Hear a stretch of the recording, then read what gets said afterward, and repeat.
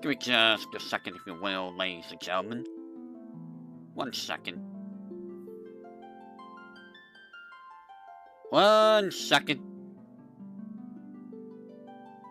Make sure things are okay. Making sure things are okay.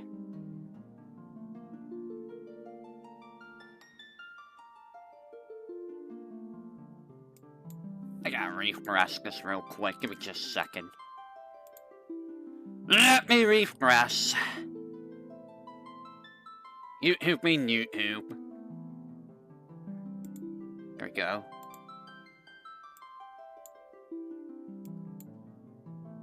YouTube mean YouTube. It has to be a little bit behind. Well, I can do that now. So, welcome back to Voidex. I am the expert, the master of disaster, the one and only Voidex Sonoma controller. That is the wrong controller. I am so used to picking up a PlayStation controller that I immediately went to the PlayStation controller and not the Pro controller. It feels like it's been a while since I touched the Switch, and it's feeling like it because my Pro controller's a little bit dusty. We are back with the Voidex. It's been a while since we did Final Fantasy 1A. So this time we're doing Final Fantasy 2. Let's do a deep dive into Final Fantasy 2, shall we? So this is not a 100% file, because I am missing 2 weapons, and we will get to that when we get to that. Okay, encounters are all. So, Final Fantasy 2 is the sequel to Final Fantasy 1, it's obvious. It is also the black sheep of the Final Fantasy series. It deviates the most out of what all the other Final Fantasy does, in terms of the way it plays with the, level up the stat gains and the magic leveling and weapon leveling. The only game of the series that has weapon leveling the way it does. I forget which game it is, but this is the basis for a later game. I want to say it was the Saga series. I think the Saga series was based off Final Fantasy Legend, which I have not played. I'll play that at some point or another, but yeah, Final Fantasy Legend I think is the Saga series. I don't know if this led to that, or if it led to something else. Someone correct me if I'm wrong. You know what? Let me see. Final Fantasy 2. And we didn't get this originally. We got this for,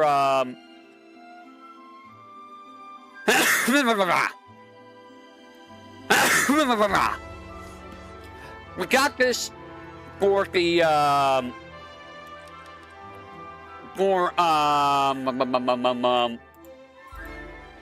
the Final Fantasy Origins version for PlayStation. We didn't get this for the NES. This was the first one of the FFs we didn't get. We didn't get the original Final Fantasy 3 until much later. So, the reason why we didn't get Final Fantasy 2 is because I think they deemed it too difficult for North American players. You know how it is back then. If they felt it was too difficult for the Western audience, they never released it or something like that. I think that was a lot of games back then, so we were missing out on quite a few games. This was one of them, and I'll be honest, in terms of my ranking of the Final Fantasy games, this is pretty far down. it tried a semblance of a story, but, I mean, maybe back then it was a little bit more interesting because there wasn't that many games out at the time. But when you really look at the story, it's just good guys versus evil emperor. That's really all it is. You're just fighting one evil emperor who's basically just a normal dude, almost. Like, yeah, he has magic, but, like, you don't know that. Like, you don't get to see his magical capabilities in, like, the Yasugia series, which, you know, that's gonna be a fun deep dive when we get that. And really, the characters aren't really that fleshed out in this game. There's some characterization, don't get me wrong, but, like, it's not really that fleshed out. And I think Guy, back in the day, like, they tried to make Guy, like, me Guy, me Hawk Beaver, me Smash, you know, that type of characters. And Maria was just the usual, lady. Arian was the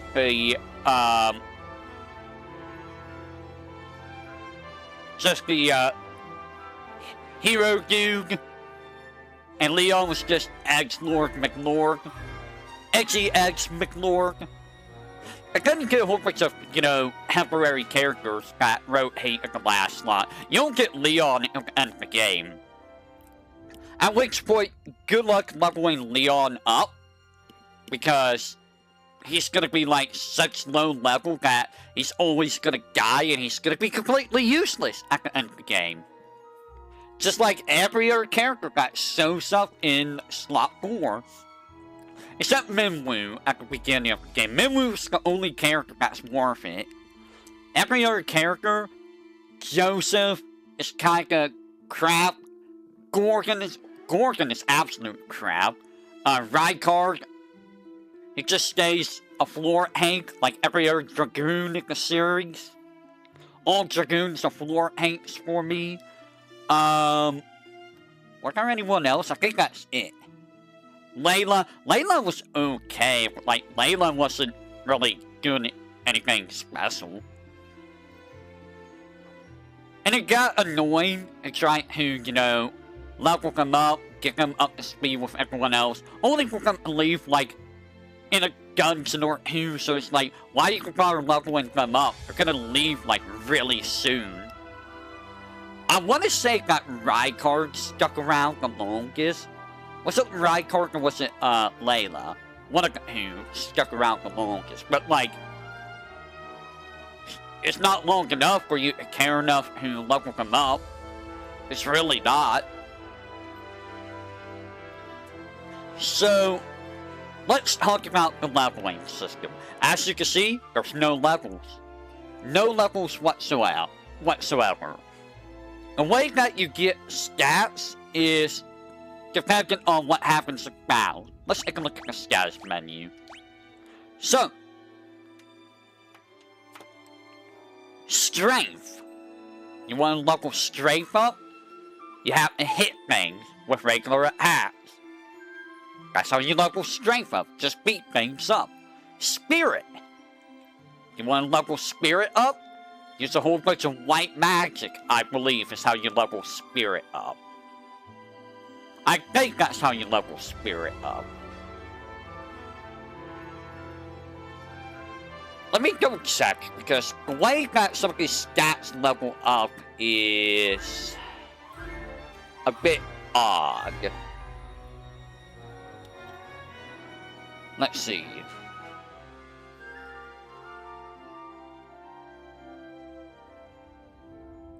Is there a way how stats work in stacks?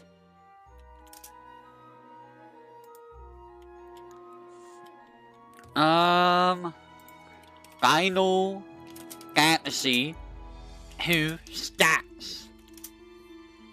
Let's take a look here. And it's different in different versions of the game, so... Let me look at Spirit. Okay, yeah, it's use white magic for that. So, in earlier versions of the game, I believe it's the NES and PlayStation version, some stats decrease based on what you do with other stats, which is very annoying, to say the least. It's exceptionally annoying. Give me just a second.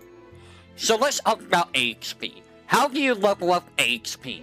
Well, the easiest way is to beat the crap out of your party members. Yourself, just beat the crap out of yourself and end the battle with very low HP. And it has a chance of increasing based on the amount.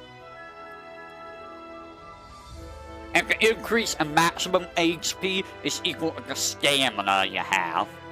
So, the higher your stamina, the more HP you'll gain.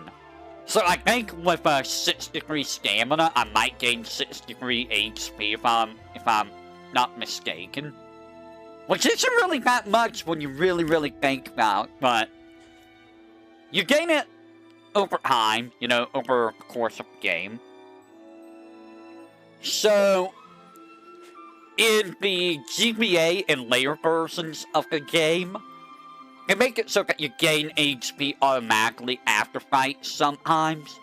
It's not very much, but I mean, it makes up for having to sit there and beat the crap out of yourself every single fight. It was very tedious to do in the NES and PlayStation version. It took forever to level HP up. Now for MP, it's the same deal. The lower your MP, by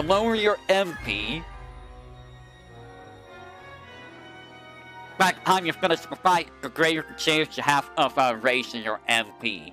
And the amount of MP you gain is equal to your magic stat. So that does matter for MP gain. And you can only get to 999 MP. Give me just a second if you will. 1 second. 1 second.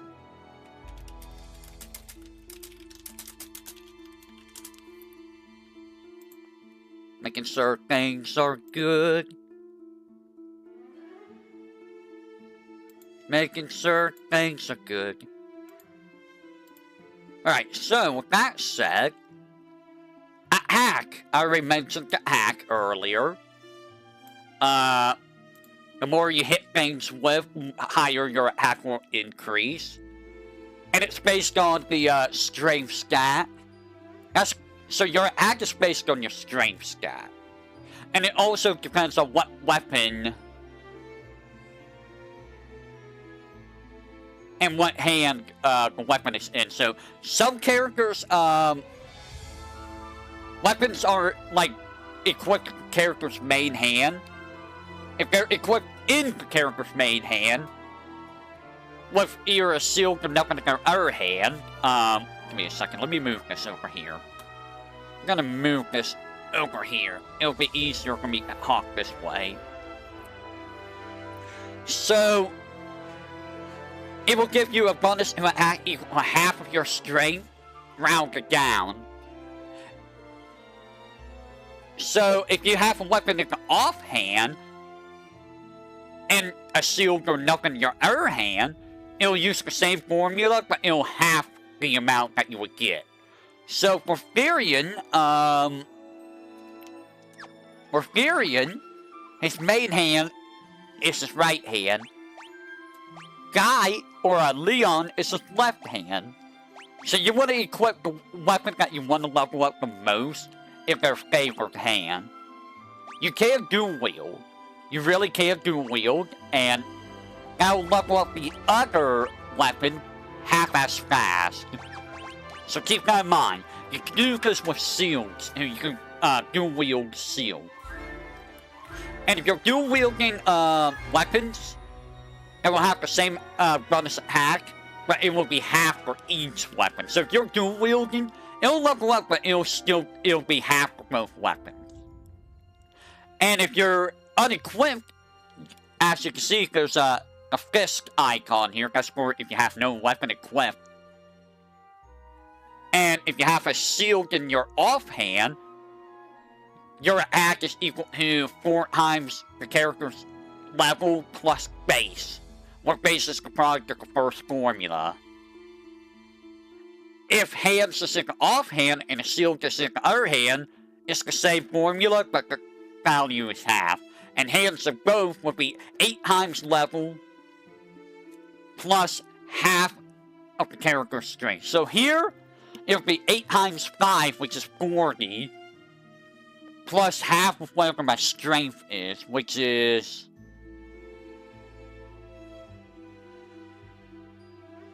what is it? 48? So 40 plus 48, that would be 98.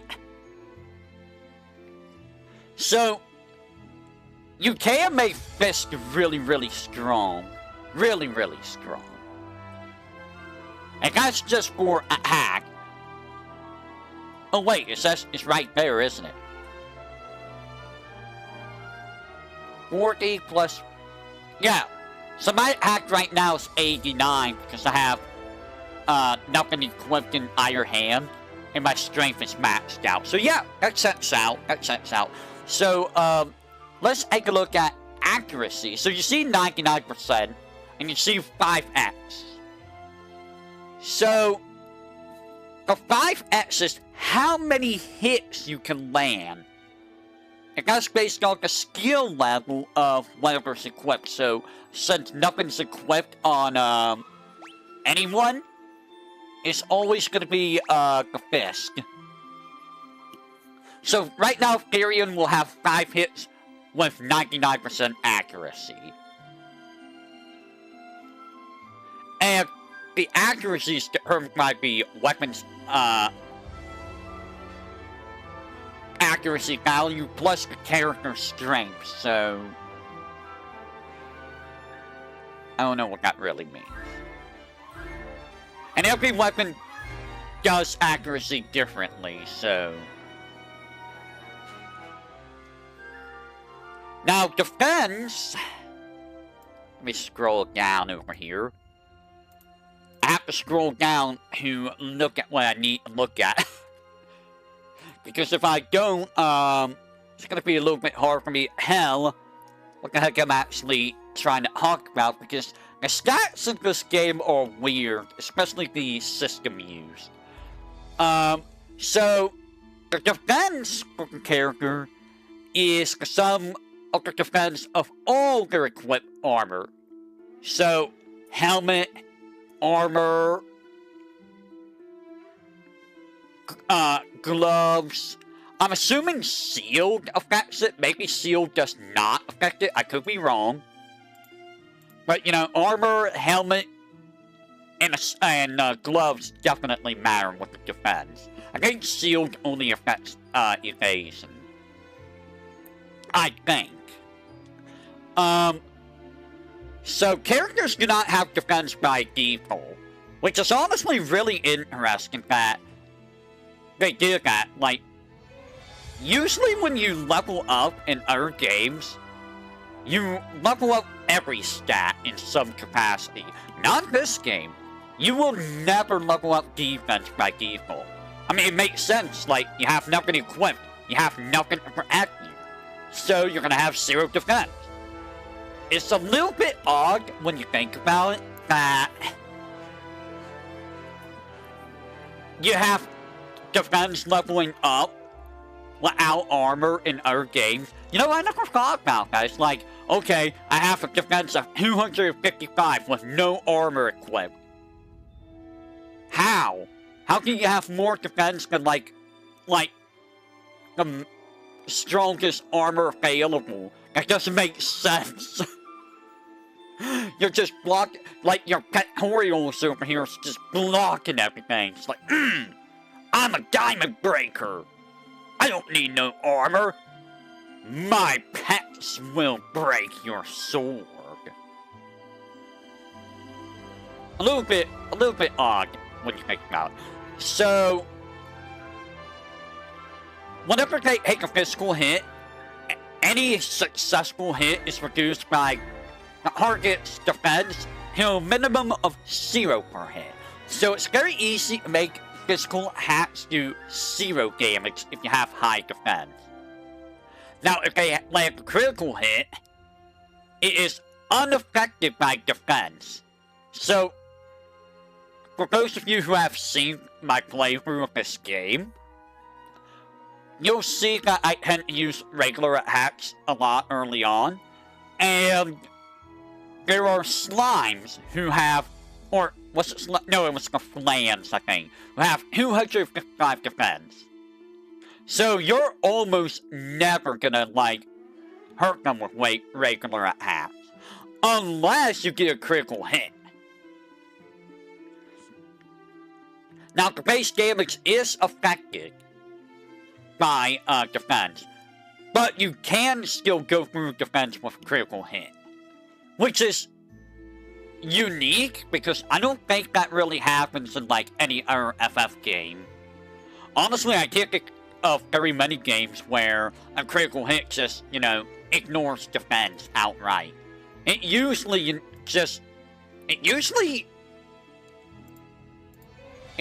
accounts for defense. Now, if you're affected by the curse status effect, your defense is half. Yeah, that's how you level up HP by punching yourself in the face. So, you can use Protect to get your defense up, and the maximum defense you could go is 255. Note, stats normally do not go above 99. I think. Let me go check. Does stats go above 99? I could be wrong. No, stats do go above 99.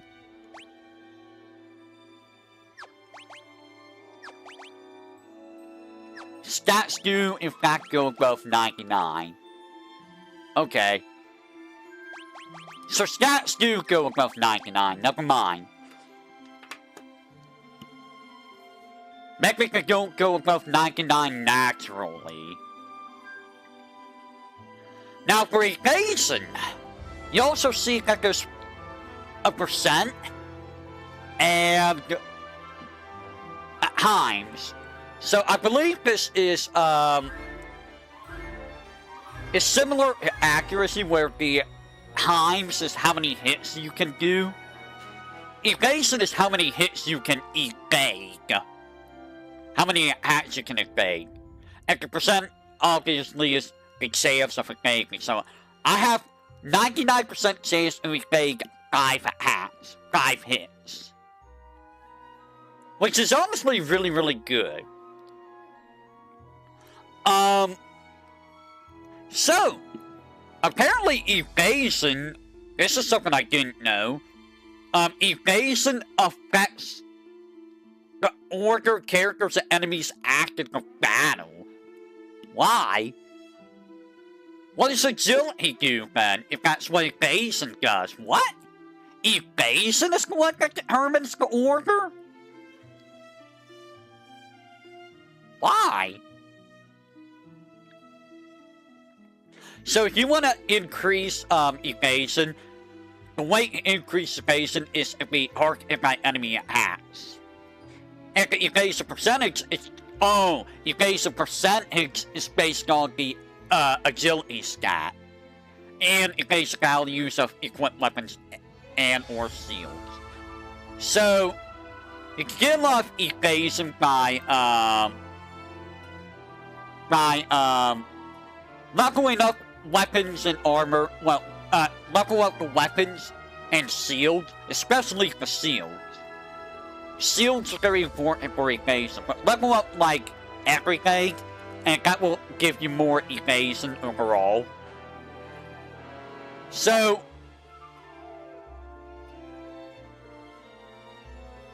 that's how evasion works. Magic defense.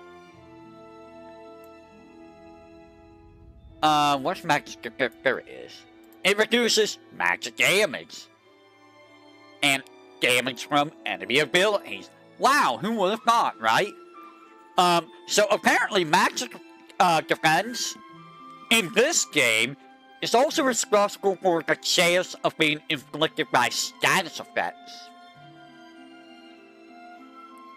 So it's basically, you take less damage from magic attacks, and it's your magic evasion stat.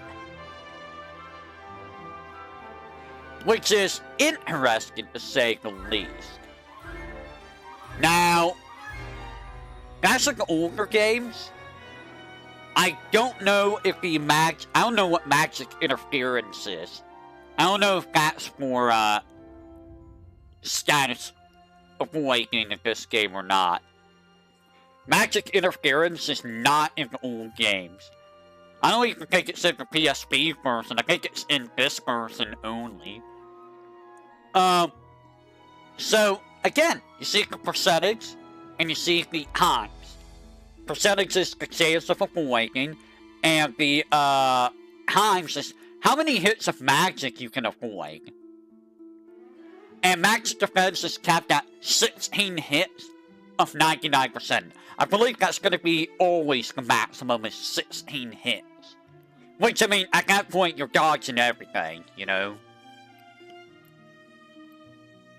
So, some spells do have a fixed value of hits. For example, Fire 8 can hit between 8 to 16 times.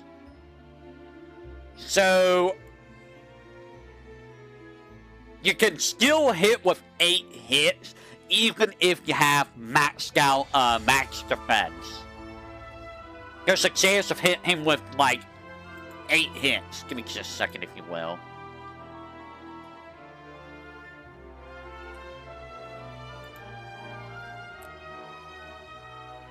And status effect spells is based on the level, so if even one hit is successful, say you have 16 hits, you block 15, but and then you get hit by 1, you will get inflicted by the status effect, no matter what. So, it's a big gamble on whether or not you block statuses in this game, and you really want to block statuses because Petrify is going to be a big problem at the later portion of the game, and in the final dungeon, you're going to run into a lot of status effects, including instant death. Instant death is very common for regular attacks in the final dungeon. It sucks. It's really bad. And you will get poisoned. A lot. You will get poisoned so much in this game. Even more than Final Fantasy 1, I feel like. Also, spells like Dispel, Slow and Fear, roll a number of hits based on their level. So, you might not even get to Dispel something because it's too low level. Which is funny, it's like, wow, awesome. Okay, so Strength. Let's talk about Strength. So, it increases the amount of damage due with the attack command. Simple as that. And it deals with accuracy. So, here's the funny thing. This is where the NES and PlayStation version makes the system annoying. So, to level up attack, you need to, like, use regular attack, right?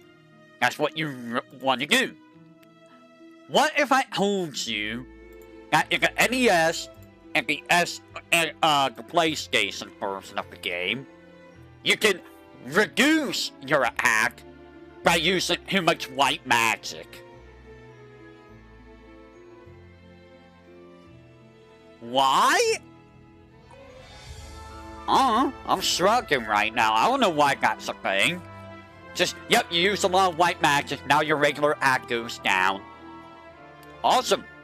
Fantastic. So, every 1 point of strength directly boosts accuracy by 1. Which is, you know, interesting that attack affects accuracy. You would think accuracy would be its own thing. I don't think attack ever affects accuracy in any other game. as far as I'm aware. And spirit is, I mentioned earlier, increased by using white magic, and it's used for white magic spells. So like cure and stuff like that. You're not going to see spirit used a whole lot. It's going to be mostly for cure and holy. Likewise, intelligence is for black magic. And it is increased by using black magic. Here's the fun fact. So, your strength goes down when you use much white magic in NES and PlayStation versions, right? In those versions, your intelligence will go down if you use how many regular acts.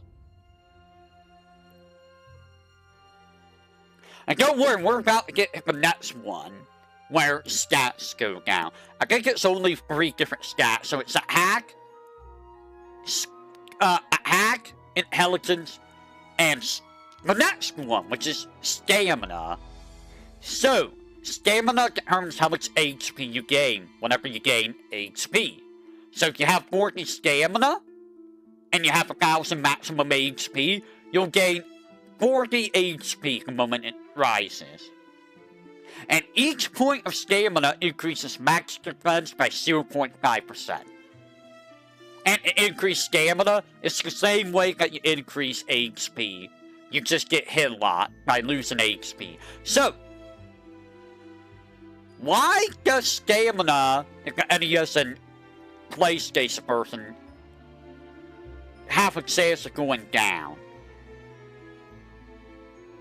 In those versions, if you use too much black magic, your stamina stat goes down. Why? It doesn't make any sense. but why? And magic is like HP. So magic determines how much MP you will gain after fight. So if you have 25 magic and you have 250 max MP, you will have 275 because you gain 25 MP. And every point of magic gives you 0.5% magic defense. So it's interesting that the magic stat acts like the stamina stat for MP and max defense. Same exact thing. So magic doesn't work like it does in any other FF game. Those are split between intelligence and spirit. So between white magic with spirit, black magic with intelligence. Very interesting. And agility is for evasion, and it just has a random chance of, increasing after each fight based on the character's evasion percent. So if you want to increase agility, don't use too much heavy armor. And on the right side for skill level is unarmed, dagger, sword, staff, axe, spear, bow, and shield. Equipping these and using them in battle will increase the level of those pieces of equipment. How you level them up, I think it depends on the type of weapon. So if you're trying to level up dagger, and you're using a base dagger, and you're at level 5, it's not going to increase at all. If it increases, at all, period. So I'm going to look at something here, because what is the magic in her... What is magic interference?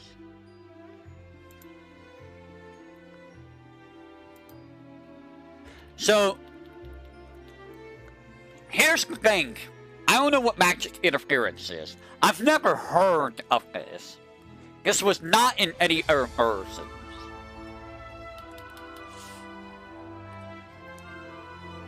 Oh, it was a hidden stat in the games.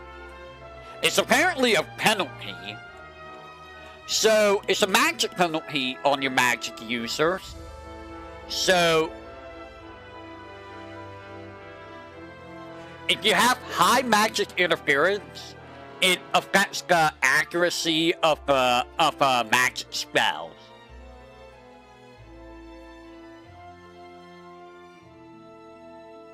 Interesting. So the higher the magic interference, the higher the chance of missing. You can actually miss with, like, cure spells. Okay. That is really weird. That is very, very weird.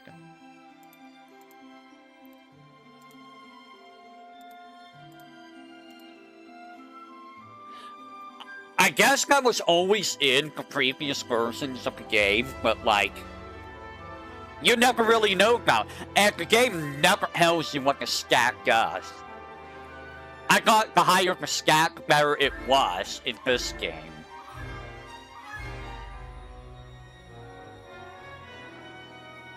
How is that supposed to... the game never explains any of these stats naturally. So, you know, that's all of the stats. So we'll go with the stats now. So now you have a little bit of a handle of the stats. Strength is for regular attacks, spirit is for white magic, intellect is for black magic, stamina is for gaining HP, agility is for evasion, magic is for MP and magic defense, attack is damage, accuracy is how many times you can hit and the chances of hitting, defense is reducing physical damage, evasion is how many hits you can avoid and the chance of avoiding, magic defense is how many hits you can avoid with magic attacks and the chance of avoiding that, as well as status ailments, and magic interference is how well you're able to use magic. It's basically magic accuracy. As well as HP, MP, and all the weapons. So we're finally done with explaining all of that. That took half an hour to explain. And we talked about the characters. The characters, there's nothing really unique about them. There's no unique commands. Temporary characters come with set spells, but other than that, like, it might come with, like, higher weapon stats or something like that. They're not really too unique, though. It's not like steal or jump. That doesn't happen until the next game. So, like, play them as you would any other character. So that is the status menu, and basically how the game plays. Use regular attacks with equipped weapons to level up the weapons. Use spells as much as you can to level up spells. The maximum level is 16. And you can level spells up outside the battle, so you can get Cure up to level 16 fairly easily. Same with Teleport. And Teleport is one of the most broken spells in the game. They did nerf it in this version of the game, though. They did nerf it heavily in this version of the game. So as you can see, I do have, like, a whole bunch of spells. I don't know if I have every spell available. I might. But, like, it's kind of hard to really tell. You can see I had some kind of setup going for characters. We'll go over the magic later. Let's take a look at the map. So, this game is unique in that you can physically walk everywhere in this game. Almost everywhere. There's really 3 locations you cannot walk to. Which is the island down at the bottom center, the island just south of me, and the island at the northeast of me. But everywhere else, you can basically walk to. for the most part. So, if you wanted to, you could go straight to Mysidia at the start of the game. Are you gonna get there? Probably not. You're probably gonna die. Because the enemies are fixed in, locations. So if you try to go to Mysidia early, you will fight cockatrices. You will fight, black flames. I don't know if you can fight behemoths right out the get-go, but you might run into behemoths. So I wouldn't recommend trying to do that. Likewise, if you stray too far away from where you're supposed to be, like if you try to go to the northwest of, Finn, try to go all the way up to, the desert area over here to, the bottom right, you're gonna die if you go there too early. You're probably not even gonna make it there that early. And this is the first game in the series that has, areas you cannot go back to. So, there's a lot of areas that are not on the map anymore because they got destroyed. A lot of the hounds are just gone. So, Old Hare, which is the starting hound, is gone. There's a couple other hounds, I can't remember the names. And this is what caused me to not get all of the equipment. 2 pieces of equipment. Because I forgot that all the hounds get destroyed after you do, the Mysidia Tower. Once you do the Mysidian Tower, everything changes in the world. It's the point where all the random encounters of the world map are updated, and you lose access to a whole bunch of,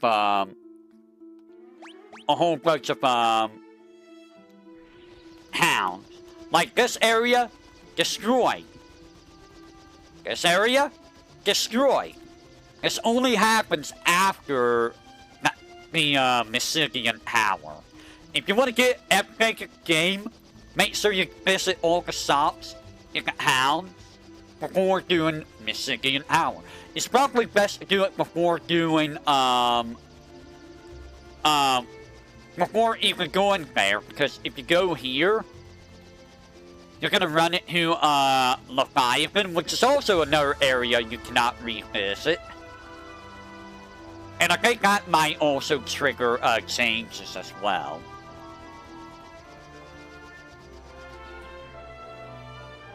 And I think there is a minigame here. I could be wrong. We'll get that in a little bit. So, that was the world map, that statuses. Let's take a look at config. So, configuration is pretty much the same in this version. You don't have... I don't think you can run normally in any other version of the game. Until, GBA. And even then, I don't think you have to run function in that game.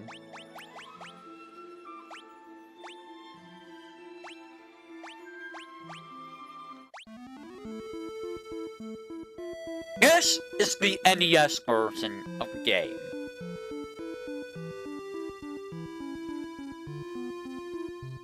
I'm not gonna lie, the NES version soundtrack is kinda just... you know? Like, it's not bad, but like... in some dungeons it does get a bit like, oh my god, please stop, you know? That kind of thing. Everything else is pretty much the same as Final Fantasy 1. So,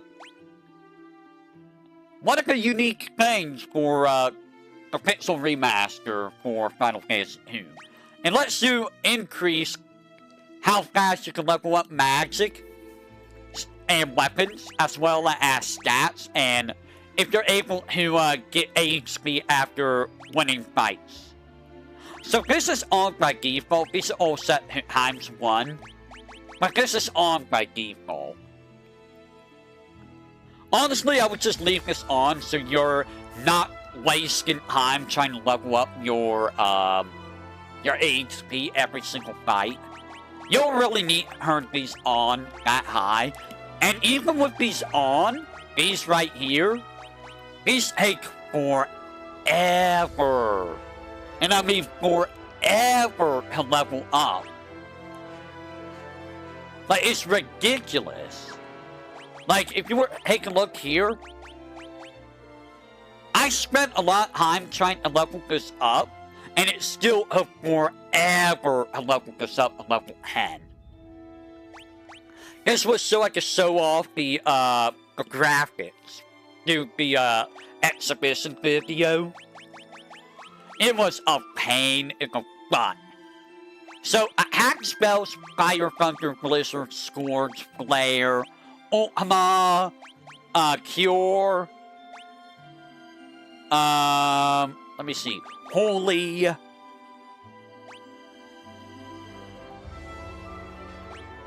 those all have different animations, depending on the level. So, level 1, level 3, level 6, and level 10.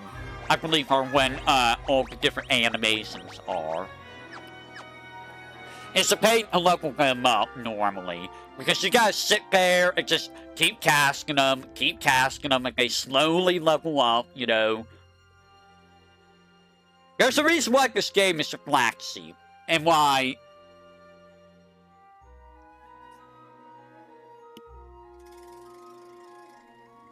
people kind of, you know, don't really like the game that much. It's very slow and tedious on leveling up. And it's also very easy, if you don't know what you're doing, it's so easy to get lost in this game. Like, you have no idea how easy it is to get lost. The first time I played this game, I had no idea what to do. Obviously, even the second and third time, I would get lost in this game. And to make matters worse, they introduced this thing called the key terms. So, the key terms, throughout the game, you will be talking to characters, and you'll see text that is in red. And you want to use the key word on those and learn them. If you do not use the keyword, you will not have it in your glossary. And you kind of need it in your glossary in order to progress the game. Whether it's by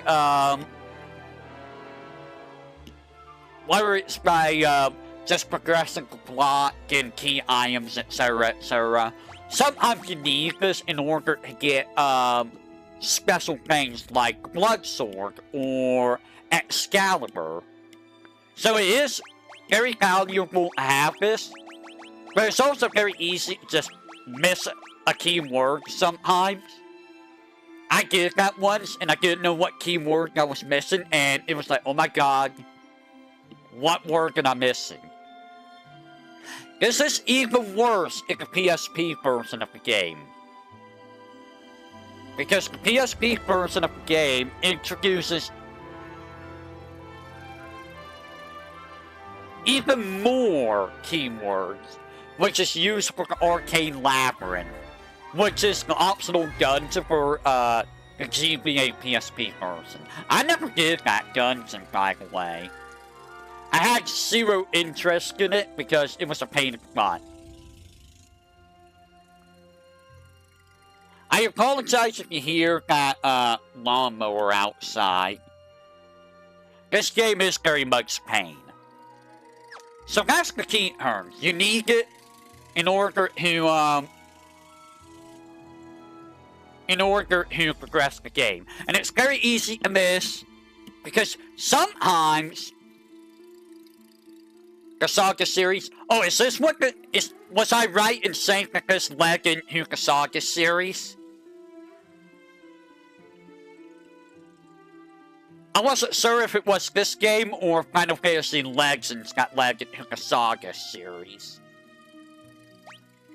I really wish this guy with the lawnmower would go away from my window.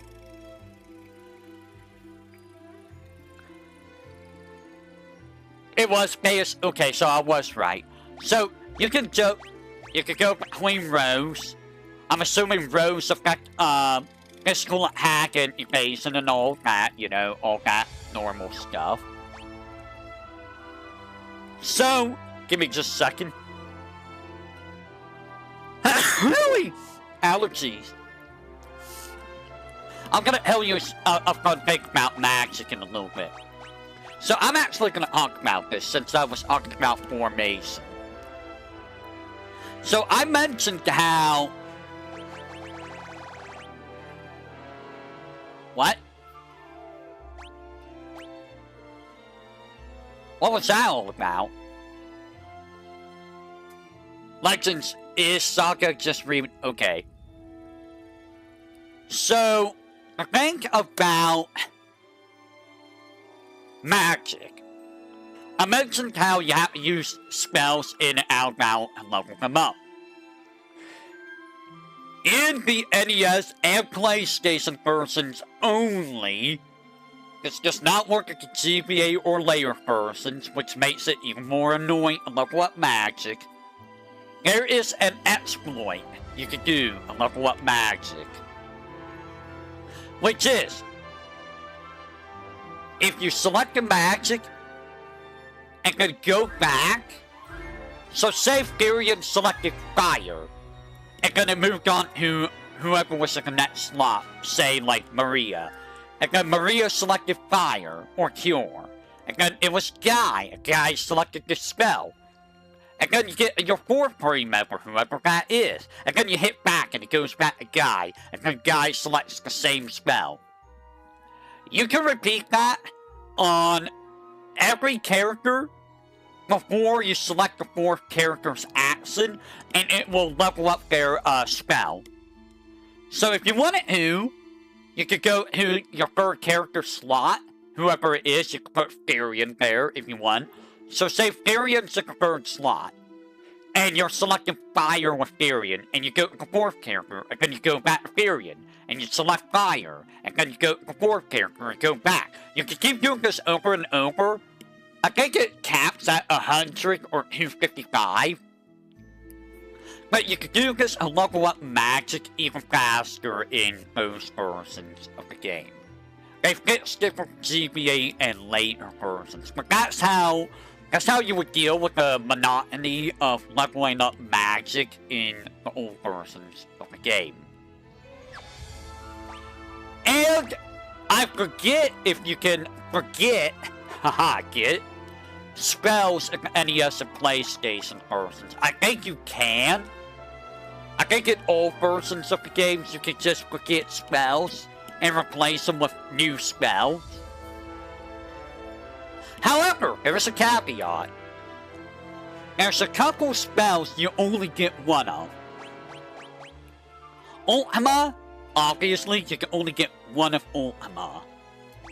And, interestingly enough, Break, I think, is the other spell you can only get one of. I don't know why you can only get one of Break, because it's kind of useless at that point in the game. Yes, Ultima is back in this game. I'll get into the spells themselves when we talk about the spells. But yeah, you can only get one Ultima, makes sense because story stuff, and only one Break, which does not make sense. So yeah, that's how you can level up magic easier in the NES and PlayStation version. If, for some reason, you're playing those versions. I don't know why you would play the NES or PlayStation versions, but I mean, more power to you, I suppose. They're slower than a Pixel Remaster. Anyways, that is status, formation, key terms, and configuration done.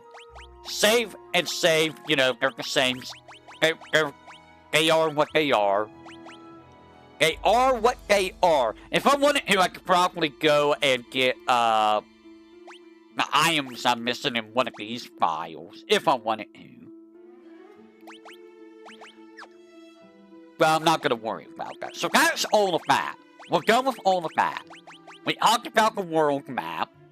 I will go over the treasures later. We'll try to get going with the menu stuff first. So, and I talked about equipment. You could equip 2 of any weapons or shields if you really wanted to.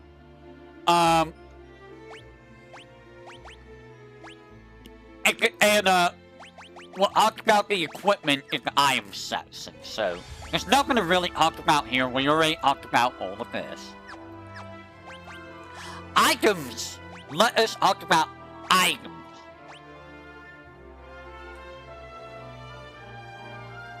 Before you forget why Legends is called Legends and not Saga, is they thought it excelled better as a side game in FF than as a Saga game. Makes sense.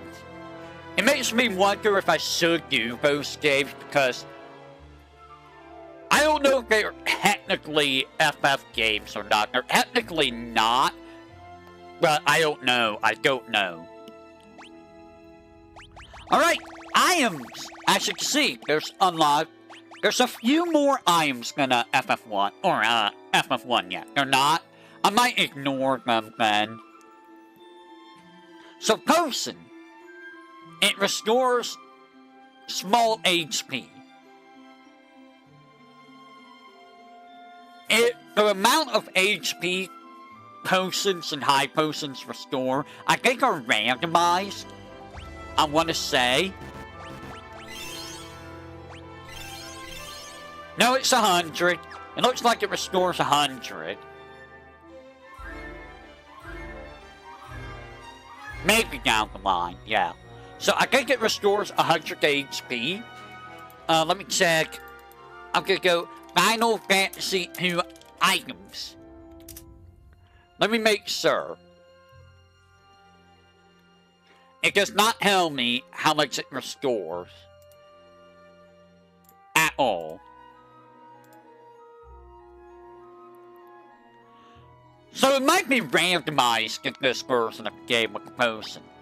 Cures venom and poison. So, I didn't talk about status effects. We'll talk about the status effects here. So, poison. Poison is poison. Wow, I know, right? Let's talk about poison. Well, actually, let me talk about... I'm gonna talk about the, statuses right now. Alright. So, let me talk about this. These are all your status healing items right here. Darkness, Amnesia, Hope, Curse, Stone, Venom and Poison, as well as... There's no remedy. So those are your status heal items. It does not heal all statuses. So, I'm gonna talk about the status effects right now. Esuna and Basuna are what you use for statuses. You're not gonna run into too many statuses, but when you do, it can be annoying. So, Amnesia, which is cured by using a mallet. What Amnesia does is... It's basically a silence spell. It prevents the use of spells or enemy abilities. I believe you just use silence. And to cure it with Esuna, Esuna must be at level 3 or higher. Confusion. There's no item to cure that. You can, I don't think you can heal it with hitting people either. I could be wrong. It wears off over time or at the end of the battle, or you can use Basuna at level 6 or higher to cure it. What Confusion does, it attacks random allies with regular attacks. Curse halves the character's stats. You can cure that using the cross.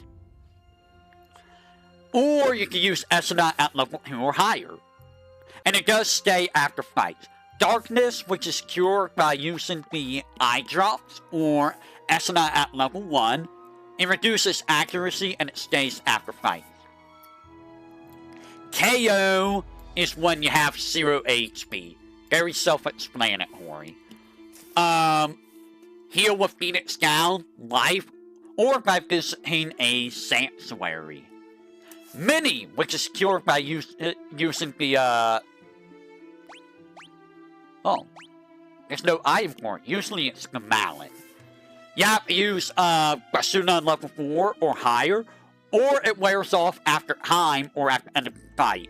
Why does it wear off after time? That's odd. It reduces the party members' attack. Or, if it's inflicted on an enemy, it instantly kills them. Why? I don't know. If there is an exploit with this in the NES version, with Mini and Hogue in particular, in fact, you can kill anything in the game with Mini and Hogue if you use a specific set of abilities. I think you have to use Barrier or Aura?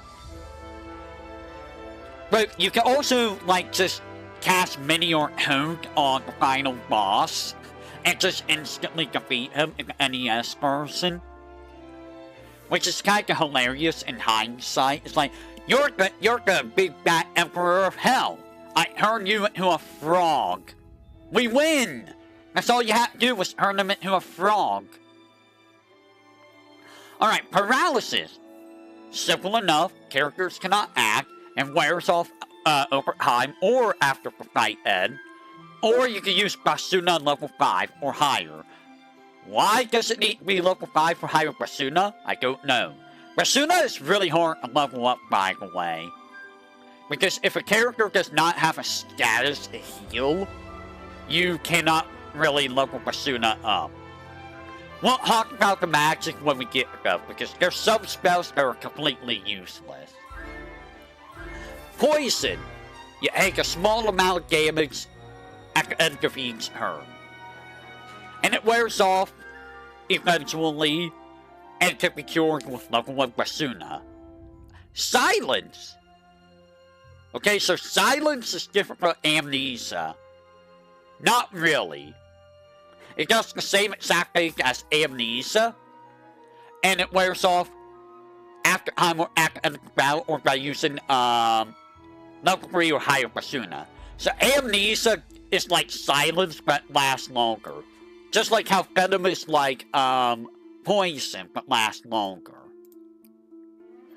Sleep. They can't act. And you cannot, like, I don't think they wake up when you hit them with physical attacks in this game. Level 2 or higher Basuna, after time expires or end the fight. That's how you cure it. Petrify is a game over status. You use a golden eagle, which is right here. Or you can use level 5 Esuna to cure it. Now here's a funny thing.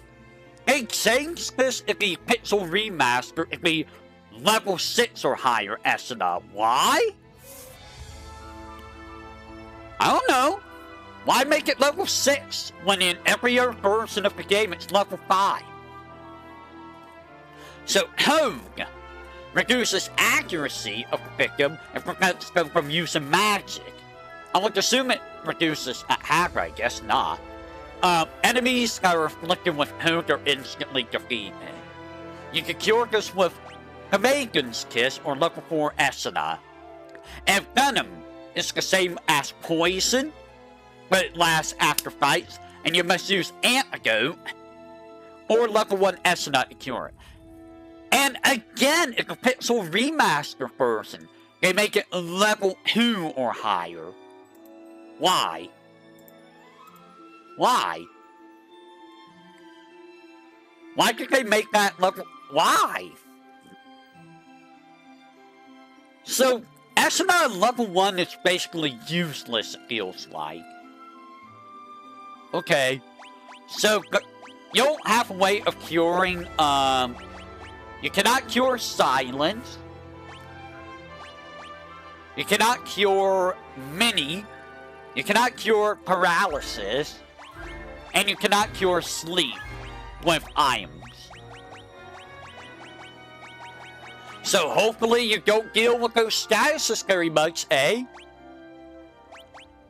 Elixir restores all HP MP. You can actually buy elixirs at the very start of the game. They are 50, I think they're 50,000. Let me check. I believe they're 50,000. There's always like 3 dudes. It is 50,000. So you can just buy elixirs whenever. Now, if the NES and PlayStation version, there is an item limit. And unlike Final Fantasy 1, where key items do not take up your inventory slot, I think, if the NES and PlayStation version, Final Fantasy 2 is exceptionally bad about items. So, in this version of the game, your items stack up, right? In the NES and PlayStation version, items do not stack up. If you buy 4 potions, there's 4 potions. There's just 4 different potions in your inventory. So, you have, I think, 32 item slots, right? Now, do you want to know what makes this even worse? This. You may be wondering, why does this make it worse? In the NES and PlayStation versions of the game, there was not a key item section. Key items were in your regular item slots. So by the end of the game, you had half of your your inventory to use. Because half of your item slots would be taken up by key items. You could not throw away key items. Key items are forever in here, taking up a spot. It's what made playing the PlayStation of Final Fantasy 2, the PlayStation version, so infuriating for me. That and you couldn't carry more than like you couldn't stack items. So you had like 5 potions and like 2 Phoenix Downs. Yeah, they were smart enough to not soft lock. Now here's the other thing. Here's the other thing about the NES PlayStation version. And this is also what made them infuriating. In the Game Boy Advance and later versions, so GBA, PSP, and Pixel Remaster, you can use all items. All of these items you can use during battle. You can't do that with the NES PlayStation version of the game. If you want to use items during combat, you must equip the item to a character. And you can only equip 2 items per character. 2 items. So 2 Ethereum, 2 Maria, 2 a guy, and 2 whoever was in your 4th slot. Now note, when you equip these items, it does take it out of your inventory, so you can equip the item and make room in your inventory, excluding key items. But the fact that you have to equip the item to use it in battle, and you only get 2 items, is kinda not good. It kinda sucks, honestly. Not gonna lie. Kinda really, really bad.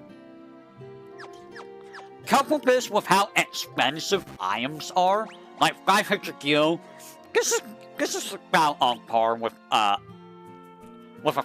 Honestly, it's not on par for how much things cost. 2,000 for cottage is a lot. I don't think there are pence in this game. Yeah, these are on par for how much they usually cost. I think they cost more at the NES and PlayStation version, though. And I think the items are always like this in every sock of the game.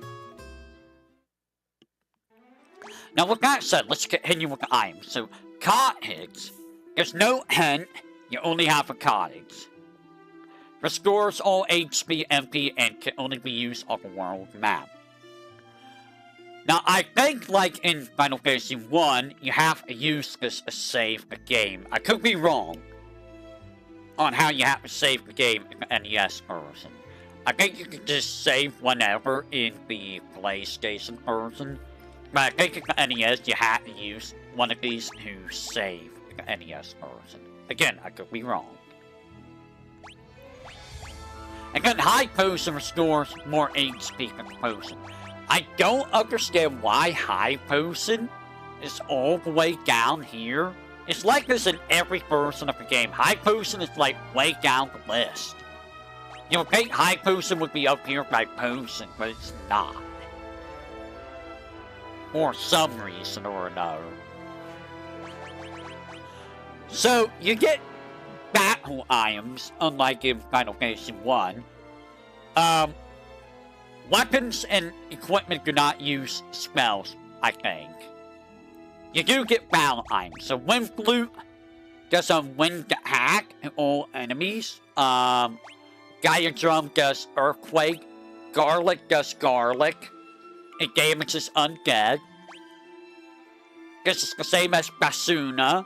I think this is like Basuna 8. I think. Let me check.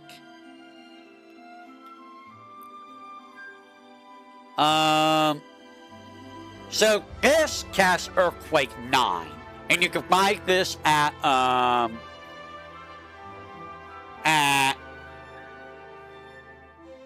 the Tropical Island. Unicorn Horn is the same as Basuna 16. Okay, this is the same as Basuna 16. This uses Garlic 3, which you can't use Garlic normally anyways. So, I don't know why it's Garlic 3. That's weird. You're never gonna use Garlic 3. You're never gonna use that item, by the way. Anarch Wind lets you use Ice Storm 16. This increases your intelligence, and this increases your spirit. And it sets your spirit and intelligence to max values. This basically casts Haste 8, Slow 8, Silence 16. Actually, this is Slow 9. Silence 16.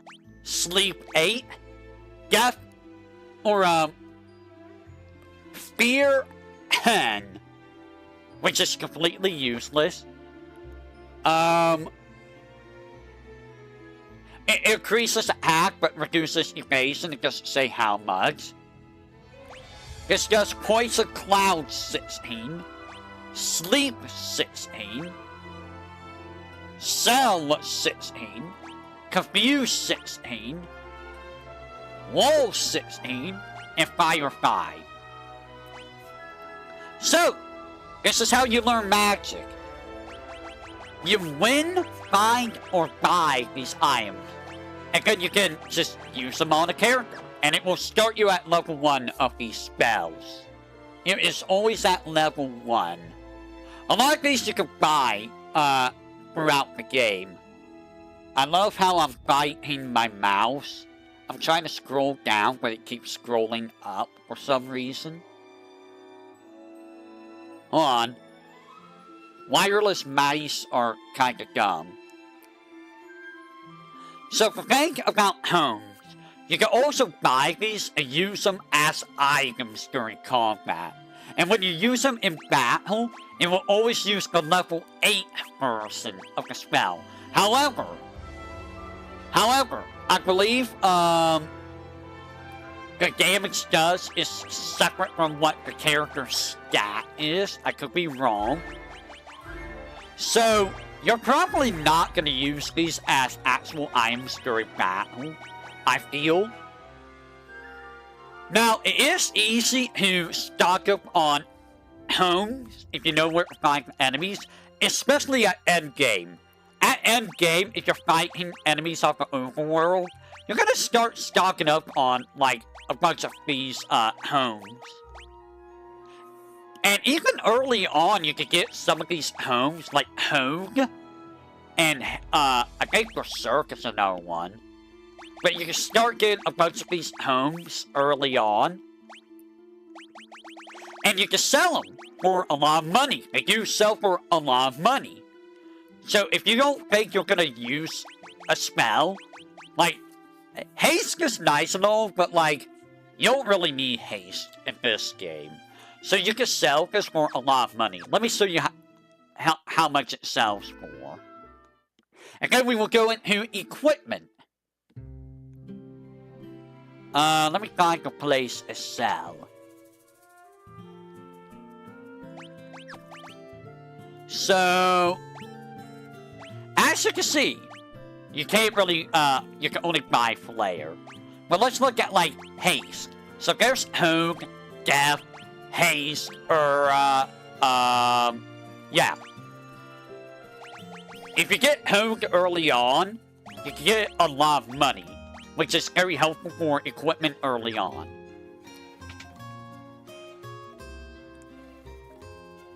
Granted, it might be a rare drop at that point in the game, so, you know.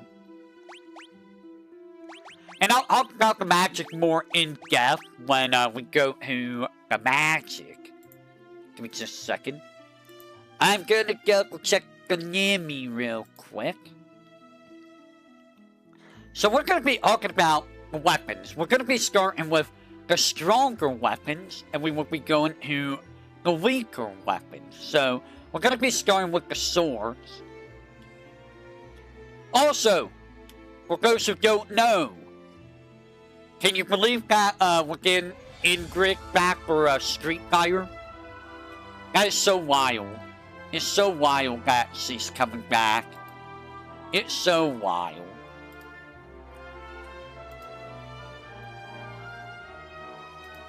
Just for the simple fact that, you know, it's like, she was such a forgotten character.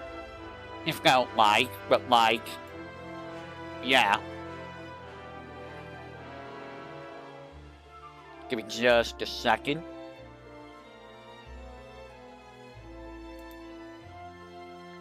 Go checking. Go check and see if the enemy is doing anything real quick. I cannot see anything. Alright, so, Excalibur is the strongest regular sword in the game. As you can see, 100 attack, 75 accuracy, 2 evasion, and 3 magic interference. So, Excalibur is interesting in that, you can see it says, effective against many types of enemies. What that means is, it deals extra damage against beast, dragon, giant, magic, and undead. So Excalibur is very, very strong. It's also interesting to note that it's omni-elemental. So it uses every single element in the game. That's kinda cool. Enemies do not absorb attacks in this game, I believe, so you can just smack them with whatever element. I think they still reduce it or reduce it to 0, but like, they don't absorb it.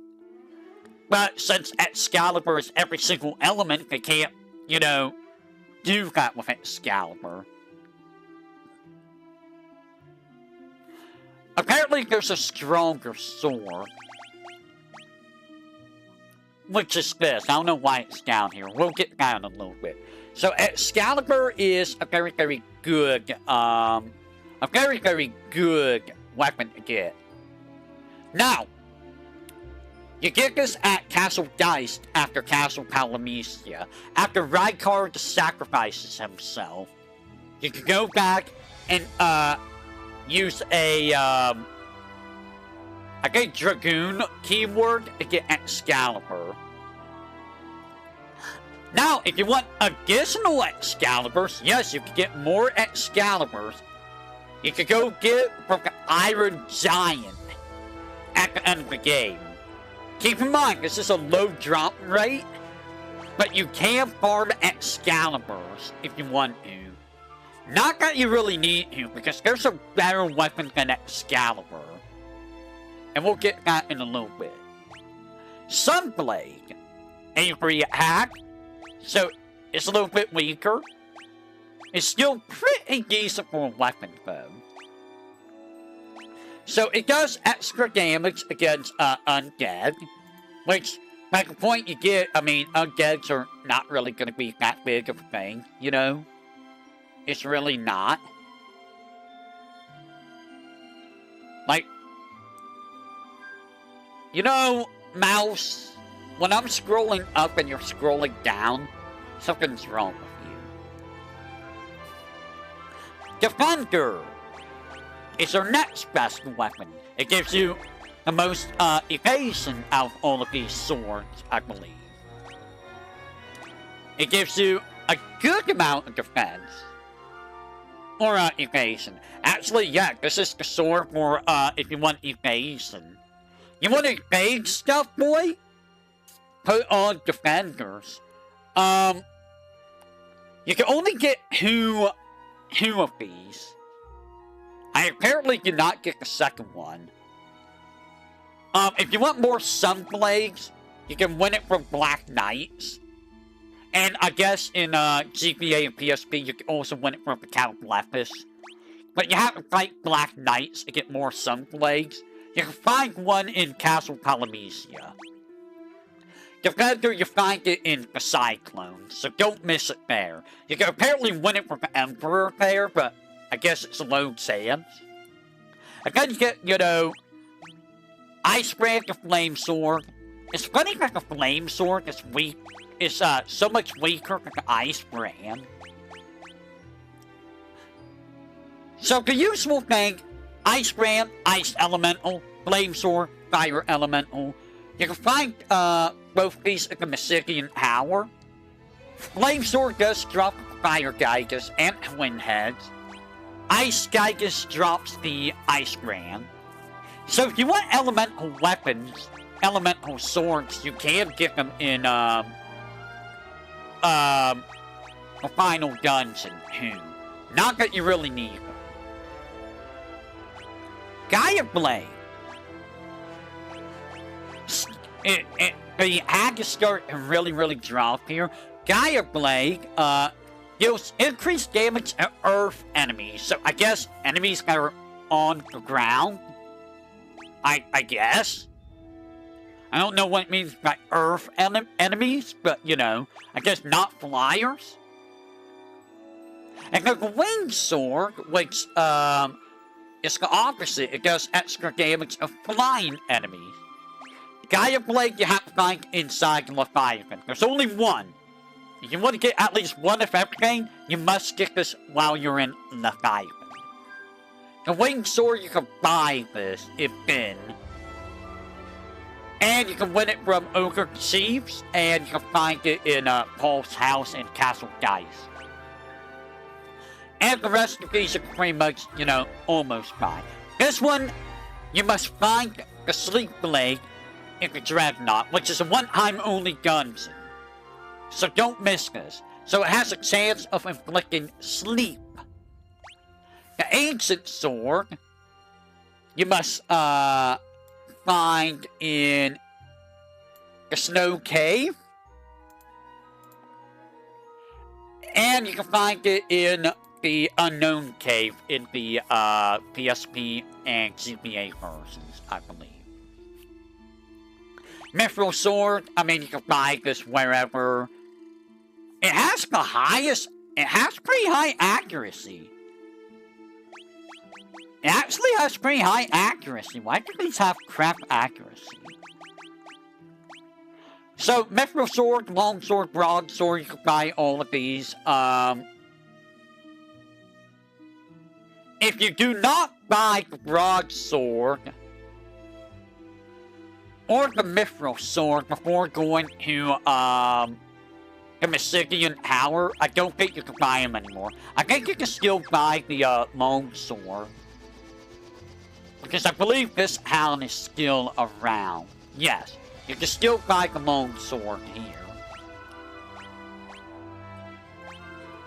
Again, the legendary Blood Sword.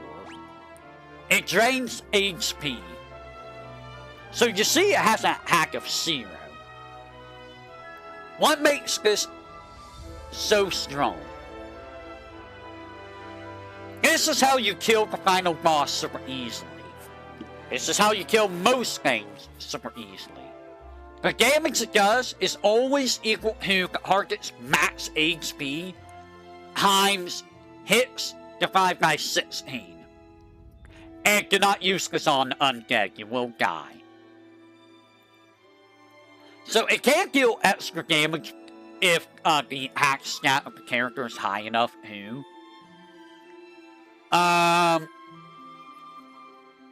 So you can only get 2 of these in previous versions of the game. You can get one at Paul's house and one at Finn Castle. Apparently, this is exclusive to NES, WonderSwan, and PlayStation versions. In GBA and later, you can only get 1 Blood Sword, apparently. Which I'm assuming is at Paul's house. They removed the one in Finn's Castle. Because you could dual wield both the 2 of these and, you know, just destroy everything in the game. So they probably removed the second Blood Sword. But I mean, Blood Sword is still broken. It's still super broken. And then the Masamune, which is the ultimate weapon in the non-GBA versions of the game. So, I mean, it is still the strongest weapon for the most part. Alright, Masamune. Apparently it does cast haste, items, or weapons do cast, spells of battle. They do not break when used to battle. This casts haste 11. So this does give you a big boost to, hits. Very, very powerful. It's more powerful than Excalibur, even though Excalibur does more damage because it's Omni Elemental and it hits enemy types. But Masamune is very strong. You can find this in a hidden room in Pandemonium. In that same room, you can refight like Behemoth, the Elemental Dragons, and Iron Giant. I believe you can get more Masamunes in another manner. Good luck with that, though. I will talk about that in a bit. Now, in the GBA and PSP version of the game, for Scott is the playable first character in the extra dungeon. I think that's the PSP version only. There's a weapon called the Wild Rose. It has 100 attack, 99% accuracy, 99 strength, and intelligence. And it casts Berserk 16 when used as an item. You find this in the Unknown Palace. And for VTuberEN, you get this for Arcane Lab or Sanctuary. 150 attack, 99% accuracy, 50 strength, 30 spirit, and 99 agility. And this is for VTuberEN. which is for Ragnarok. So there are character-specific ultimate weapons that give you like big boosts and specific stats. So for Furion, it's always 50 strength. I'm assuming for Maria, it's going to be like 50 intelligence. So that is all of that. We are going to move on to knives. So, let's move on to knives. I'm not seeing anything for Nibby yet, which is a little bit worrying. You know what? I'm going to do this so I can see what the heck I'm doing. Alright, give me just a second. I'm going to go check over here. Yeah, there's probably no Nimi stream today.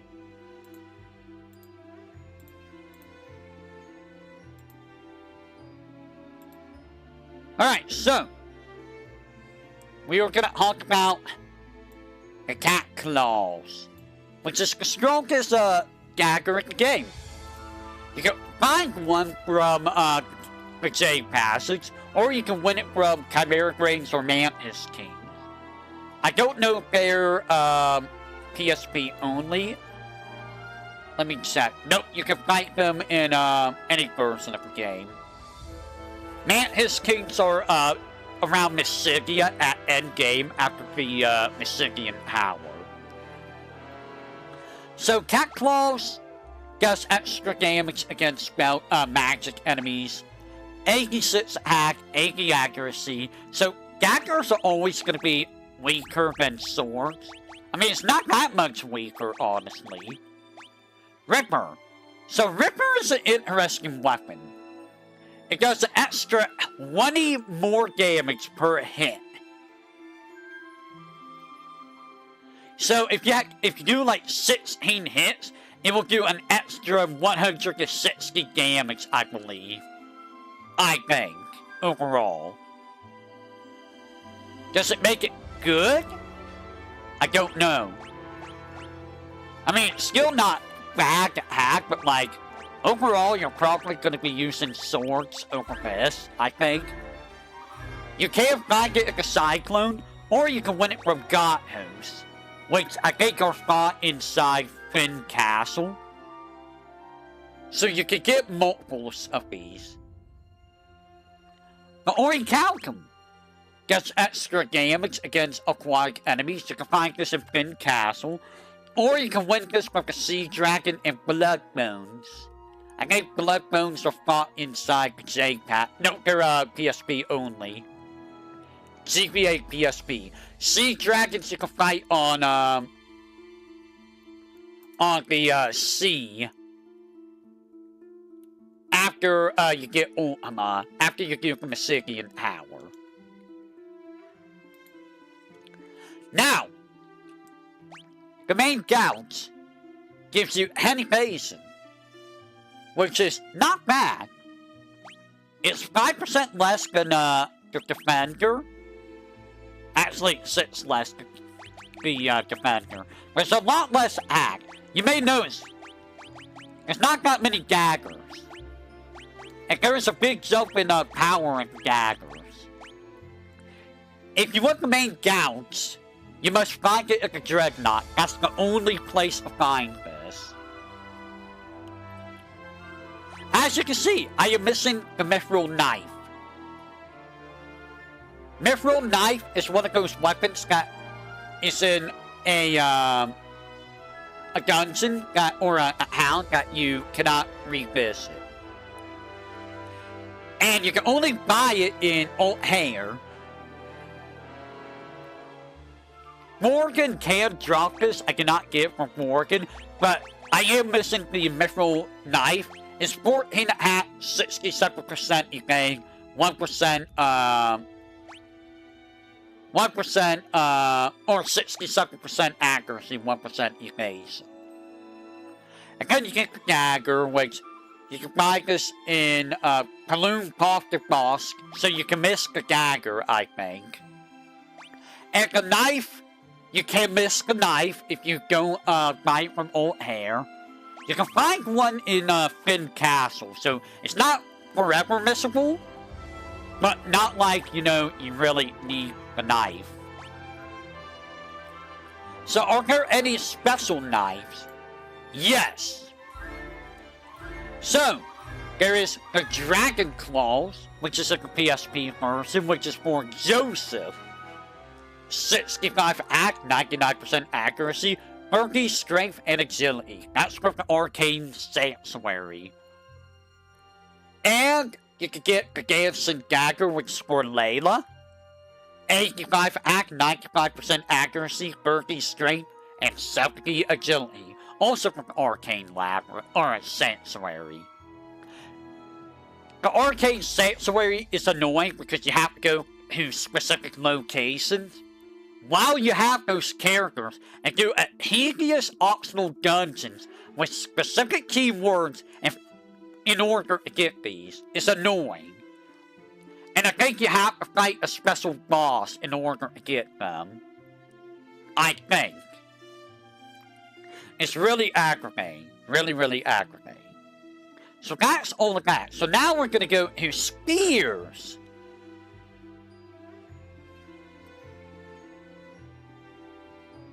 Spears are interesting because there's a few spears that you cannot get.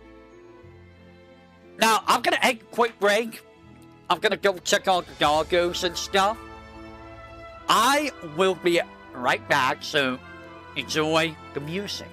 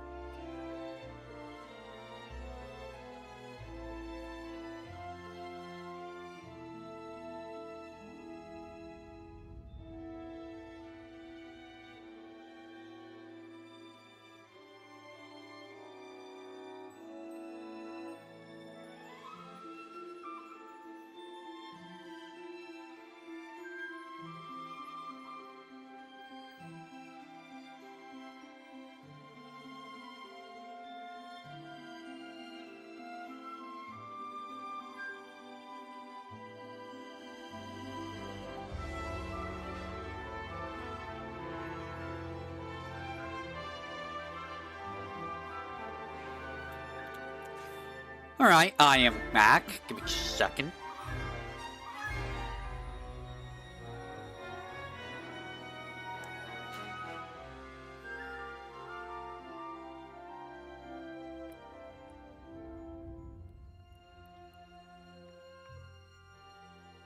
Give me just a second. I'm gonna check in a couple things real quick.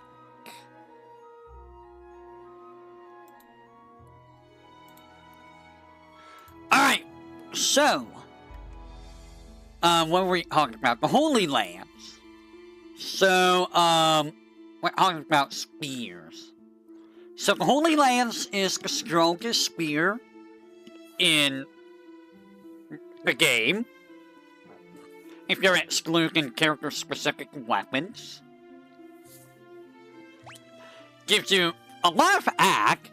And you get this before, well, you get one Excalibur, you can get multiple Holy Lances. You find one in J Passage. And then you can get it from being up, like, any of the dragons. So, Blue Dragon, Red Dragon, Black Dragon. I don't think Black Dragon is, normally around. I think Black Dragon is, yeah, it's like a PSP version. So, Blue Dragon and Red Dragon is where you're gonna get extra Holy Lances. Believe it or not, it is not Holy Elemental. There's no Holy Element, I guess. Which is odd, that there's no Holy Element. It does cast Holy 8 when used in battle. On top of that, it does extra damage when you use it against dragons. Why? I mean, you would think that all of these will do extra damage to dragons, but nope, only Holy Lands. You would think it would do extra damage in, like, you know, undead or something, not dragons. And then you get your elemental spears.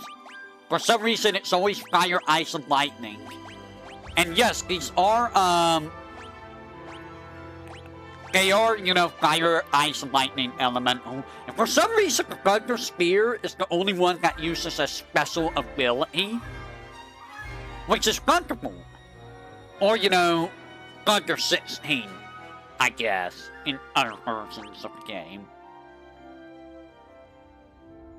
So, you could get the Thunder Spear by finding it at Castle Polynesia, or you can win it from enemies in the PSP version of the game. Icelands, you must find in the Stygian Tower. It's nowhere else. You cannot find it anywhere else. For some reason, I don't know why. And the Flame Lands, you can find this in Mysigia, or you can find it in the Cave of Mysigia or the Mysigian Tower. So you can get multiples of the Flame Lands. You cannot get multiples of these for some reason. I don't know why. Is Death Rider PSP only? Oh no, you can get with the Death Rider. Death Rider is around. Lamia Matriarch is GBA and PSP only.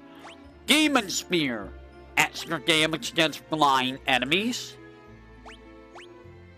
Spears give a lot of evasion. Never mind. Everything gives evasion. So this does extra damage against flying enemies. You can buy it at the Tropical Island, or you can find it at the PSP version of the Unknown Cave. And then this does extra damage against aquatics. So you must buy this from Finn, or find it in the Dreadnought. So Finn does stick around, so you can get more Tridents. I think. Mithril Spear. You must get it.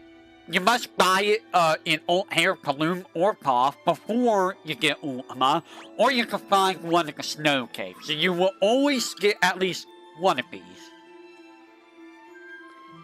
The Spear. You must buy in Fast. You can miss this permanently. And the other weapon that I am missing is the Javelin, which you have to buy in Old Hair or Goldtria before getting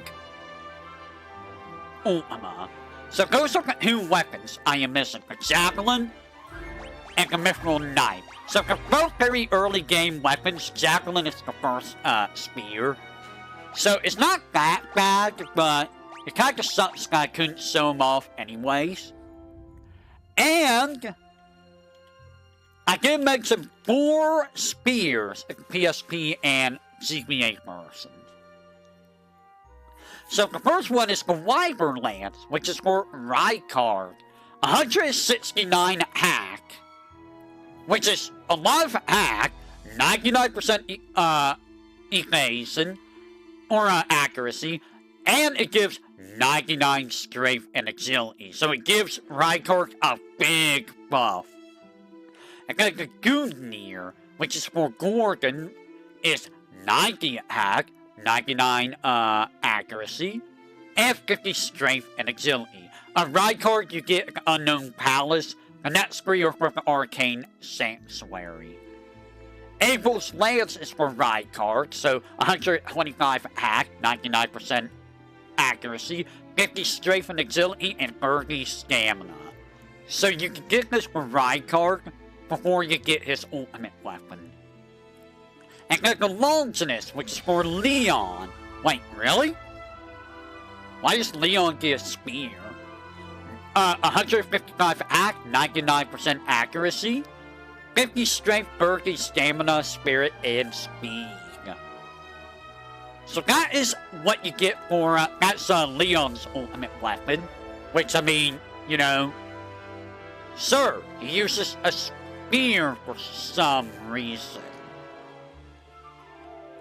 And axes. So there is only one axe, which is in the PSP version, which is the Gigant Axe, which is Guy's unique weapon. 199 hack, so it's the strongest weapon in the game. 99% accuracy and 99 strength and stamina. That is really, really strong. That's stupidly strong, and you get that with the Arcane Labyrinth. Alright, Rune Axe. It casts Fog 8 when used in battle, or Fog 6. You're not going to use Fog, really. Fog is how you inflict amnesia, but like, you're not going to really use it for that. In addition, it does extra damage against spellcasters. So, it has high hack, it's got good accuracy. Magic interference is, you know, it is what it is. You can find one in the J Passage, and you can win it from the General, who is, it's a Cyclone, so it's a rare, a one-time area-only enemy. You can also win it from the Chaos Rider, but that's GBA and PSP only. Poison Axe. So if you want more Rune Axe, you're going to be grinding in the Cyclone. Poison Axe is Poison Elemental. I did not know there was a poison element in the game. It can inflict venom, so it does do a strong version of poison. It can be found in the Cyclone. You can also win it from the Royal Guard and Death Knight. So you can find the Royal Guards during the boss fight with the Emperor. And Death Knight, I believe, is yeah, Death Knight you can only fight in the GBA of PSP version. So you're not. It's a little bit hard to find the to get extra poison axe. Ogre Killer does extra damage against, you know, giants. You can find one in the cave with Mysidia, but you can also buy it in Mysidia. So if you're in Mysidia, you're probably gonna buy this for the hack. Now the Demon Axe, you can buy this on the Tropical Island. It's not really that good. You're not really going to be needing this. Mithril Axe. This is bought in Paluma Cough, so if you don't buy it there, it's just forever gone. You can find it at Cast 1, so you will always be able to find one. But you can also win it from the Sergeant at Beast Scabble. So if you run at those enemies before Ultima, I don't know if they're around after you get Ultima, you get more Mithril Axes. Battle Axe. You can buy this as Salaman, so you can never ever miss this. You can win it from Dual Heads, and you can find one in the Snow Cave. And the weakest weapon, the Axe, which you can buy in Gatria, Paloom, and Puff. So you can miss the Axe forever if you don't get it. Now we're going to move on to Staves. So, there are two that are GBA and PSP only. The Stardust Rod, and they're both for Minwu. So, Stardust Rod is his ultimate weapon. 90 attack, 99% accuracy, 99 spirit, intelligence, and magic. That is a big boost of magic. It makes him into, you know, a true wizard. And it casts Fire 16 when, you know, used as an item. And then the Staff of Light, which is PSP only. 60 attack, 75% accuracy, 50 spirit, agility, intelligence, and magic. And you get that from the Arcane Sanctuary. Now, for everyone else, the strongest staff is the diamond mace. You can only find one of these, and it's in the Jade Passage. Only one. The healing staff, it does heal non-undead targets. If you use it on undead, it hurts them. So, healing staff, this is the first time in the series that the healing staff shows up. It is nice to have on hand if you are not using Cure very much. So keep this in mind. Just be careful if you're dual wielding and that you're not bopping your target with a weapon that hurts. You can find one of these in Castle Palamecia, so make sure you get there. You cannot go back there. Or you can win it from a green dragon. If you run it in green dragon. I don't know if you can fight the green dragon more than once.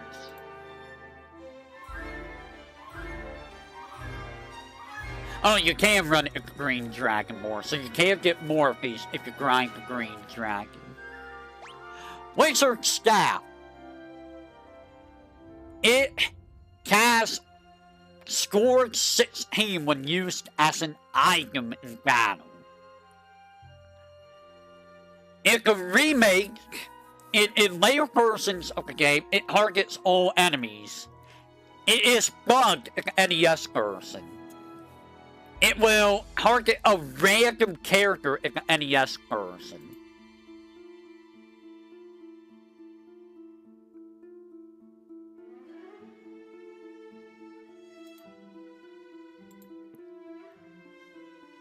So yay, bug! And yeah, no Nimmy stream today, sadly. So you can find this in the Mysidian Tower and Castle Palamecia, so you will always get at least one of these. And can drop a Bunker Geigus, and in the PSP version, and probably GBA, the Little Murderer will drop this. Power Scaff. Power Scaff, for some reason, gives you a lot of magic interference. I don't know why. You can buy this in Mysidia, or you can find it in Finn Castle and Cave of Mysidia. And then you start getting into, you know, weaker stuff. Mage's Staff uses Thunder 5 when used as an item during battle. You can win it from the Magician and the Dark Magician. Dark Magician, I believe, is in PSP version. Or you can find it in Geist Cavern or Castle Palamecia. So you can get multiples of these. It's not... You can always at least get 2 of them. Okay, the Werebuster does extra damage against bees. You can buy it in Finn, or you can find it in Castle 1 Keep in Finn Castle.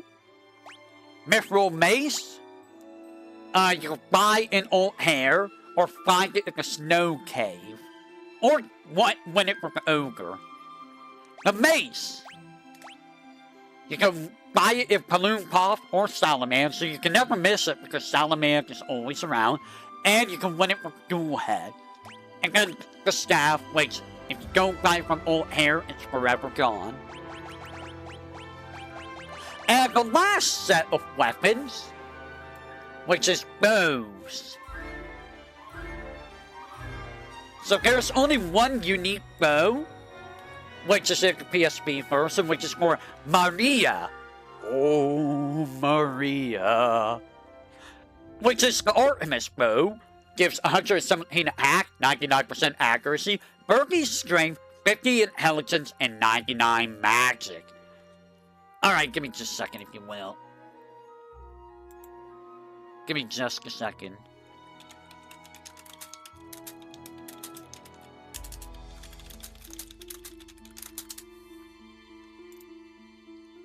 So, the only downside to using bows is it takes both hands. So you can't dual wield with them. And honestly, I feel like bows, they're not really that good. They let you have back row for full damage, but like, they're not really that good. In most games, bows are generally just kinda whatever, in my opinion. They're usually one of the worst weapon types. Yoichi bow, which is your strongest weapon in other games. Cast Berserk when used to Bowser. It will use Berserk 3 when used as an item. You can find one in the J passage, or you can win it from the Black Knight and the King Behemoth. And in other versions of the game, you can win it from the Malgor, Menace, Cataclysmus, and Dark Behemoth. And then you get your elemental bows. So, Ice of Flame. They don't really do anything special. Ice you can buy in Mysigia. And you can find it in the Cave of Mysigia. And win it from the White Dragon. Flame bow, you can buy it Finn. You can find it in the Dice Cavern and Mysigian Tower. Or you can win it from the Captain, Perguros, or Mini Satana. The last two enemies, I believe, are PSP and GBA only. Yes. The Captain you can fight, like, early on. So, you can get the Captain very early on. They're around Finn and Dreadnought. So, if you want to get the Flame Bow early on, you can fight them. They are kind of tough. But you might get Flame Bows, which, I mean, they sell for like 2,500 apiece. The Dark Bow, you can only get one, and it's in the Dreadnought. It can inflict darkness. Remember, you can only get one, so if you miss this, it's gone forever. The Mithril Bow. You can buy it in Plume and Puff, or you can win it from Sergeant and Beast Devil.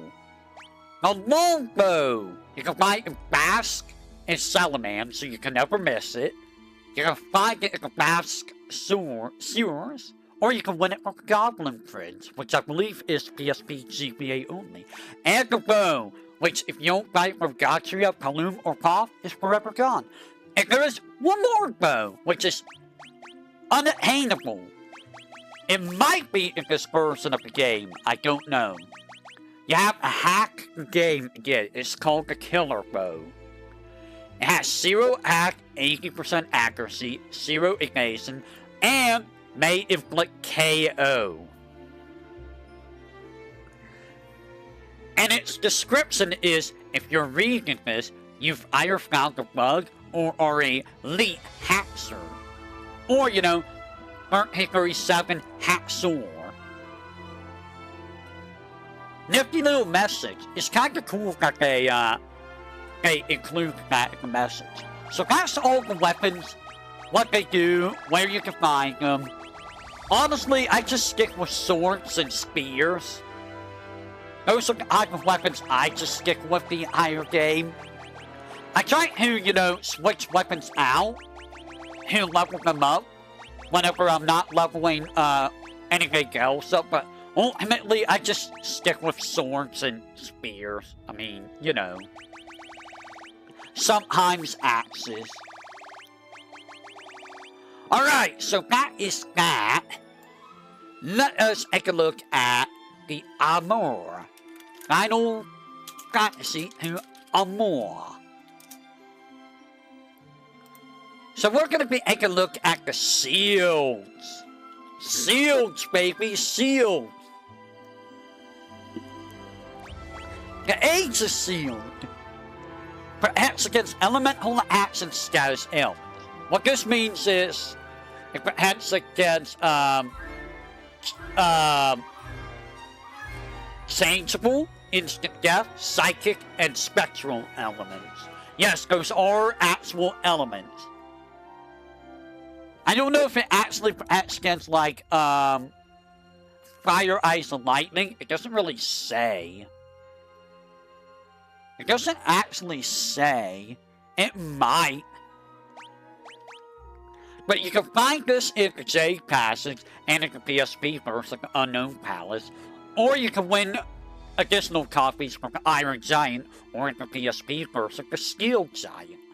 So you can get more of these. Dragon Shield. Resistant to elemental attacks. So this resists fire, ice, lightning, and poison. I'm assuming the Aegis Shield does that too. It just doesn't say it on the wiki. So the Dragon Shield is unique in you can only get this from winning it from the Blue Dragon or Red Dragon. And in the PSP version, the Black Dragon. You cannot get this from a chest. You cannot find it. You have to win this from a dragon. If you don't have the Aegis Shield, this is your next best shield. And honestly, the Dragon Shield isn't that much weaker either. It's like a miniature version of the Aegis Shield.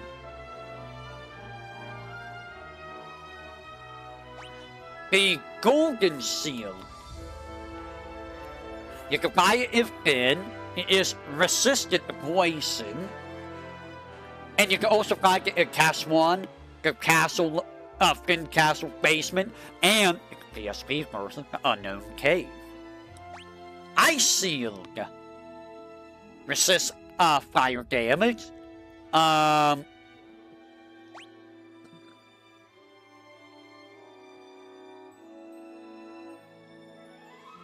The wiki needs update is like super badly. Like super badly. You can find it in Mysidia, and you can find it in the Dreadnought and Mysidian Power, or win it with the Ogre Seed. Flame Shield. It resists ice. Find it in Castle Basement or Mysidian Power. You cannot buy this.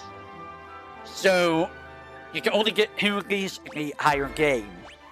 It's basically the same as the Ice Shield, just different elements. Same with the Diamond Shield.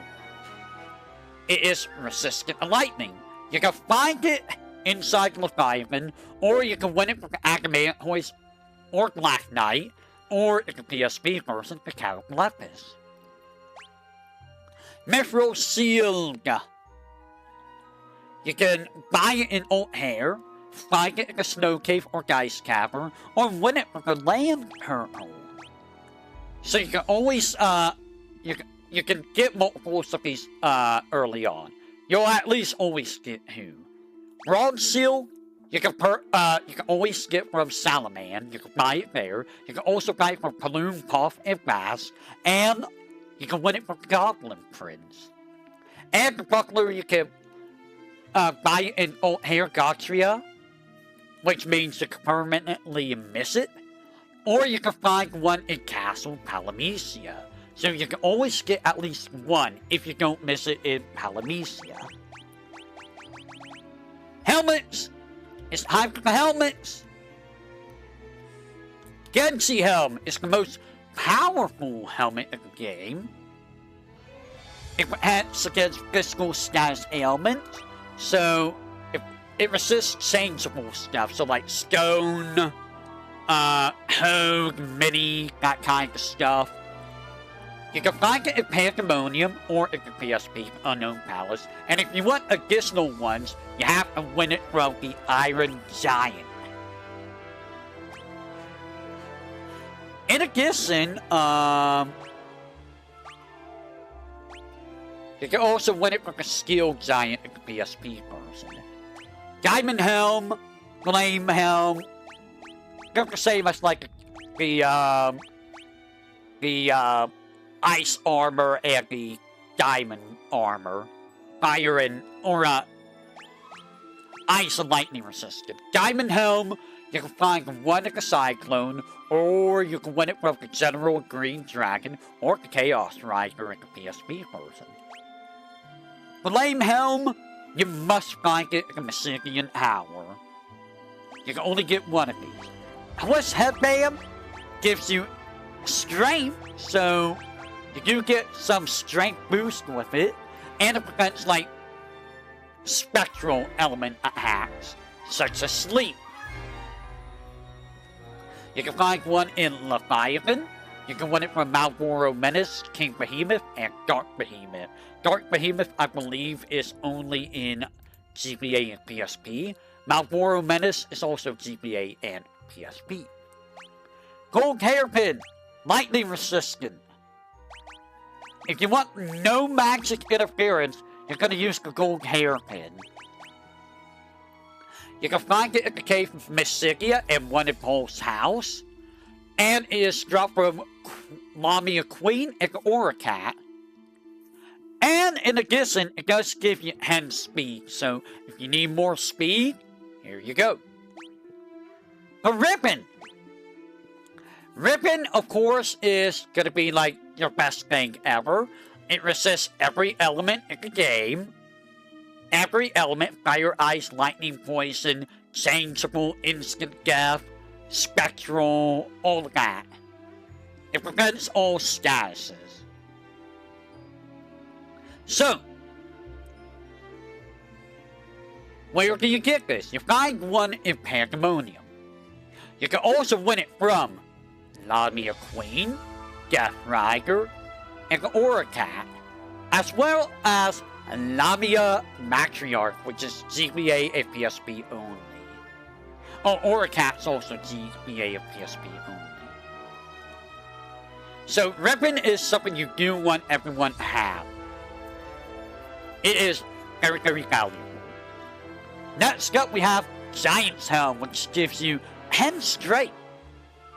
You can buy it if thin, you can find it at Dreadnought, and it's dropped by Hill Geiges.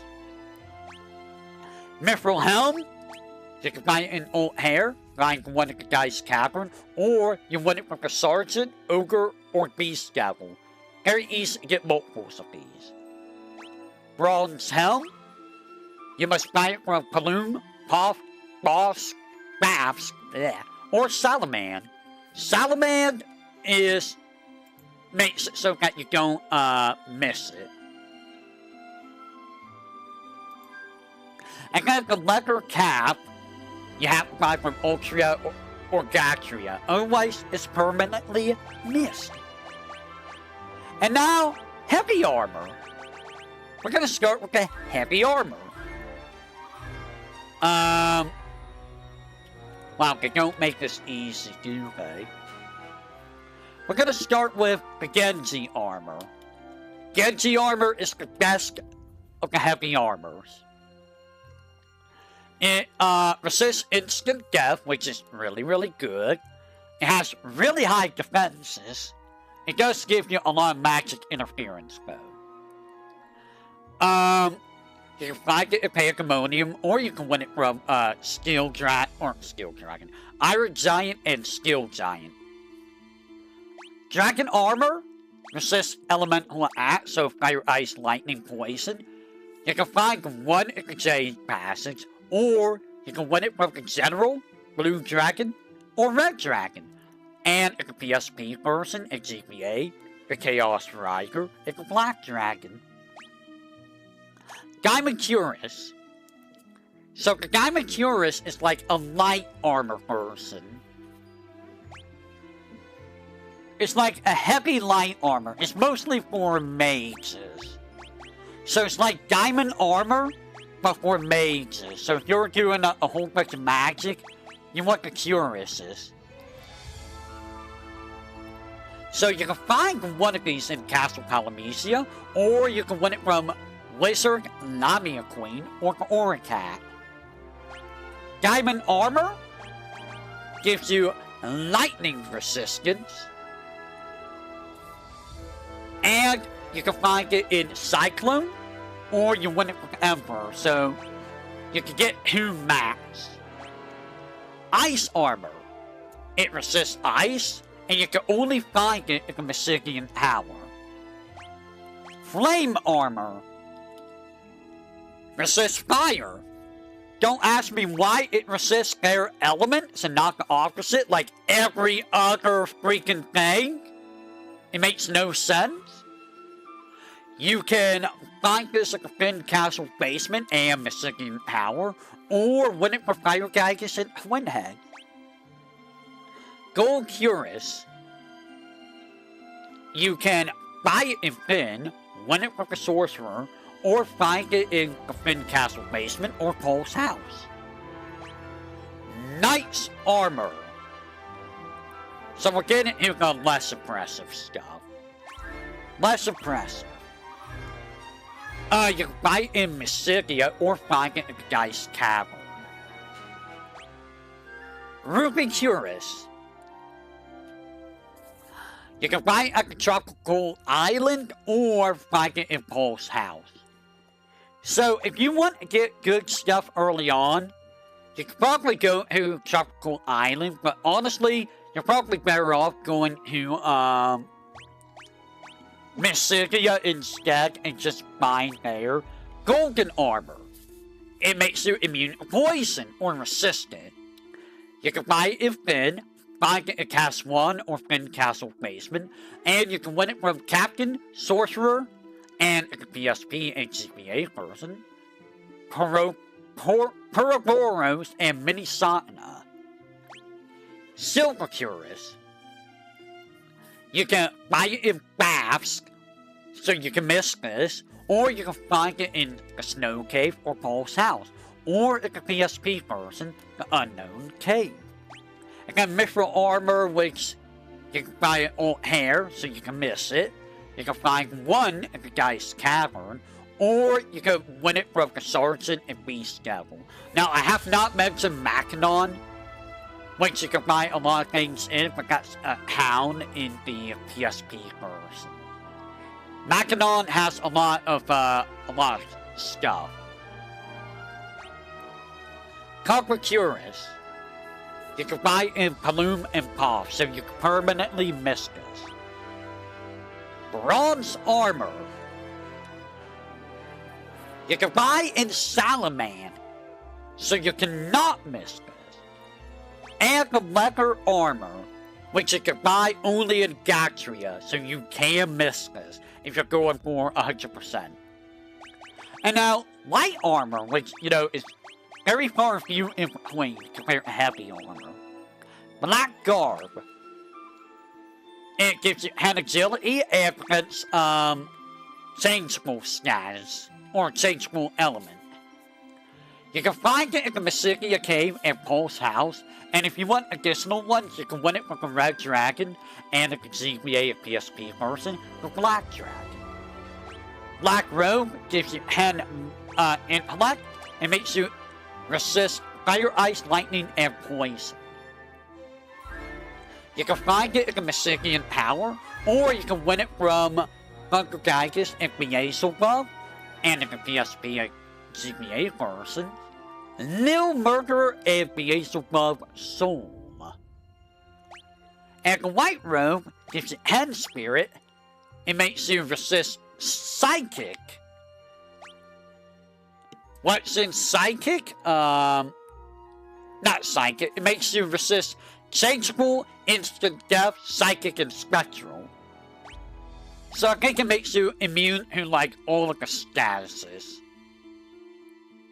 You must find it in Mysidian Power. You have a chance of winning it from Astroth, but it's a low chance. And in the PSP and GBA versions, you can win it from Lucifer. And then the Power Sash, which gives you Hand Spirit or Strength.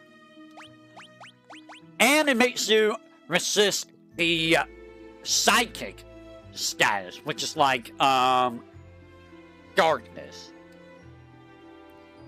So you can find one in Leviathan. You can also win it from King Behemoth, and in the GBA PSP version, Dark Behemoth and Malboro Menace. And clothes, you buy in old hair, or you can find one in the Finn Castle basement. So you can always get at least one of these. Otherwise, you cannot buy them. And finally, we're almost done with equipment. It is time for gloves.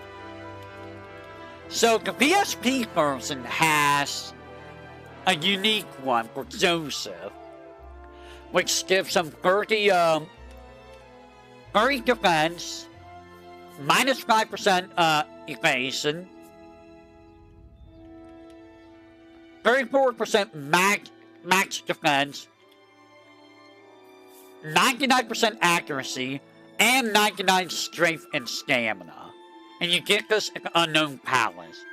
I really wanted to make Joseph good somehow, so I guess I did that. Now, Genji Gloves. It resists the spectral elements, so things like sleep. You can find one at Pandemonium and at the Unknown Palace at the PSP version. And you can win more from the White Dragon and Iron Giant and at the PSP and GBA version, the Steel Giant. It does give you 100 magic interference, so keep that in mind. Gloves. A lot of these heavy gloves give you a lot of magic interference. Diamond Gloves resist lightning. You must find one at the Cyclone, so you can't miss it, or you can win it from General and Chaos Rider. Ice Gloves resist fire, and you can only find one, and that's in the Mysidian Hour. Power Armlet gives you 10 strength. You can buy these, or you can find it in Leviathan, or you can win it from King Behemoth, Dark Behemoth, and Malboro Menace. Protect Ring protects against instant death. Very nice. You can find one at the Jade Passage and one at the Unknown Cave at the GBA and PSP version. And you can win additional items from Lamia Queen and Oracat. Actually, I think you find 2 of these in, the Jade Passage. Beef Glove gives you 10 agility. You can buy these in Mysidia. So these are going to be really good to get early on. You can also find it at the Dreadnought and Pulse House and at the PSP and GBA version. You can find it in the Unknown Cave. Giant's Glove gives you 10 strength. You're probably going to get this over the Beef Gloves, in my opinion.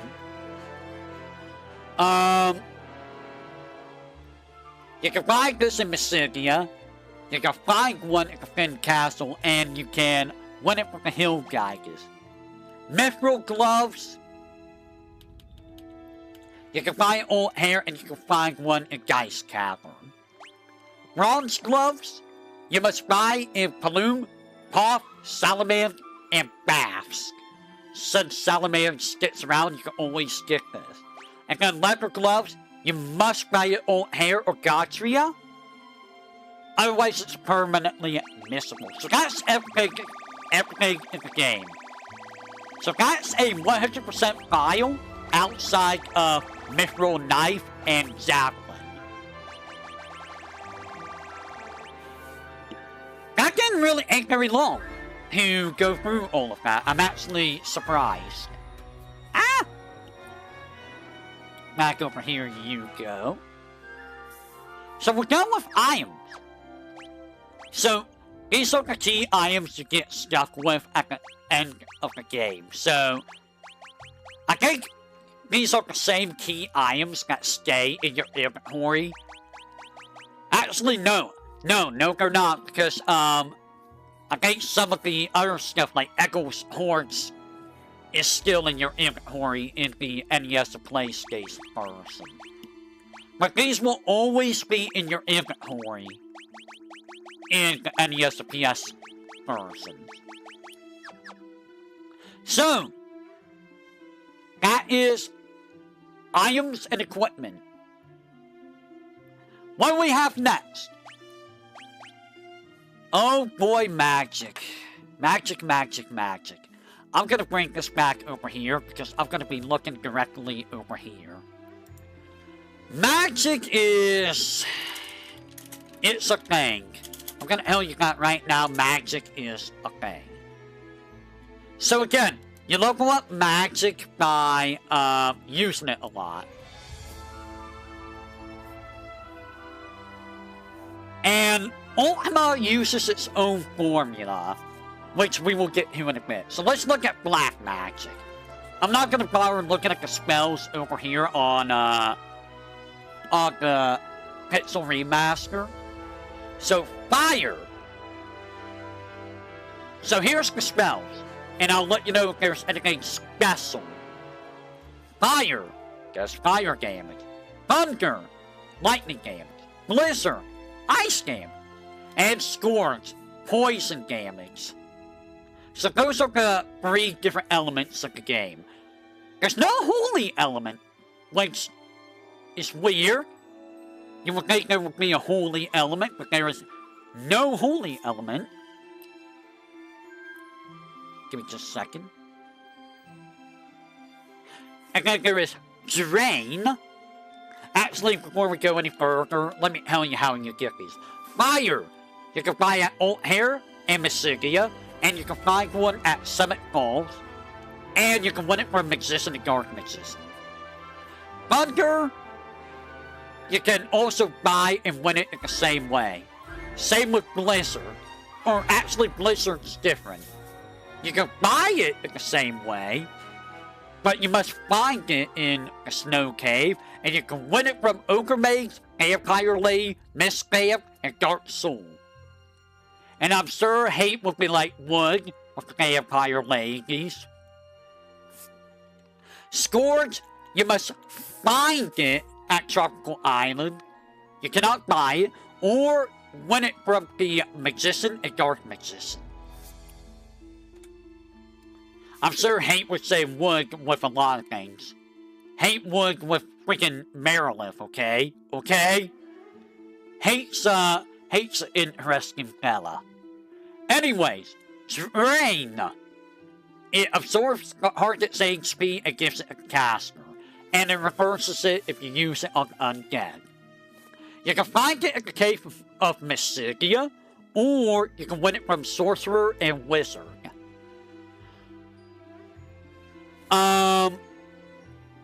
And then there is Osmos, which is the same cave, but drains empty. You can find it also in the Cave of Mysigia, and you can only win it from a wizard. Flare does non-elemental damage to enemies. You can buy it for 40,000 gil at the J Passage or the Unknown Cave in the PSP version. You can find one in the Mysigian Tower, or you can win it from Wizard, Thundergaigus, and Tiamat. In the GBA and PSP version, you can also win it from Lil Murderer and Yamahano or Roadseed. Sleep inflicts sleep. It's spectral elemental. It can be found in Tropical Island or one from Ogre Mage and Dark Soul. Stun is psychic elemental. Inflicts paralysis. You can find it in Castle Dice or win it from Royal Guard, Magician, Death Knight, and Dark Magician. Stop is changeable element. You can it's basically just inflict stop or a paralysis, which I mean, you know, why? Why is there 2 different types of paralysis? One is psychic elemental, the other is changeable elemental. You can find stuff at Castle Dice or win it from Ice Geiges. Confuse is spectral elemental. It inflicts confusion. You win it from Fire Geiges or Thunder Geiges, or in the PSP and GBA version, Lil Murderer and Twin Heads. Blind, which is psychic elemental, inflicts darkness. You can find it at Tropical Island, or win it from Ogre Mage and Dark Soul. Curse is spectral elemental, and it inflicts curse. You can find it at Castle Dice, or win it from Captain, Perboros, or Minisatana. Hogue is changeable element. Inflicts Hogue. You can find it at Finn Castle, or win it from Captain, Sorcerer, Perboros, or Minisatana. Break, which is changeable elements, inflicts Petrify. You can only find it once, and it's at Finn Castle. Why? No idea. I guess they thought Brave was too good? I don't know.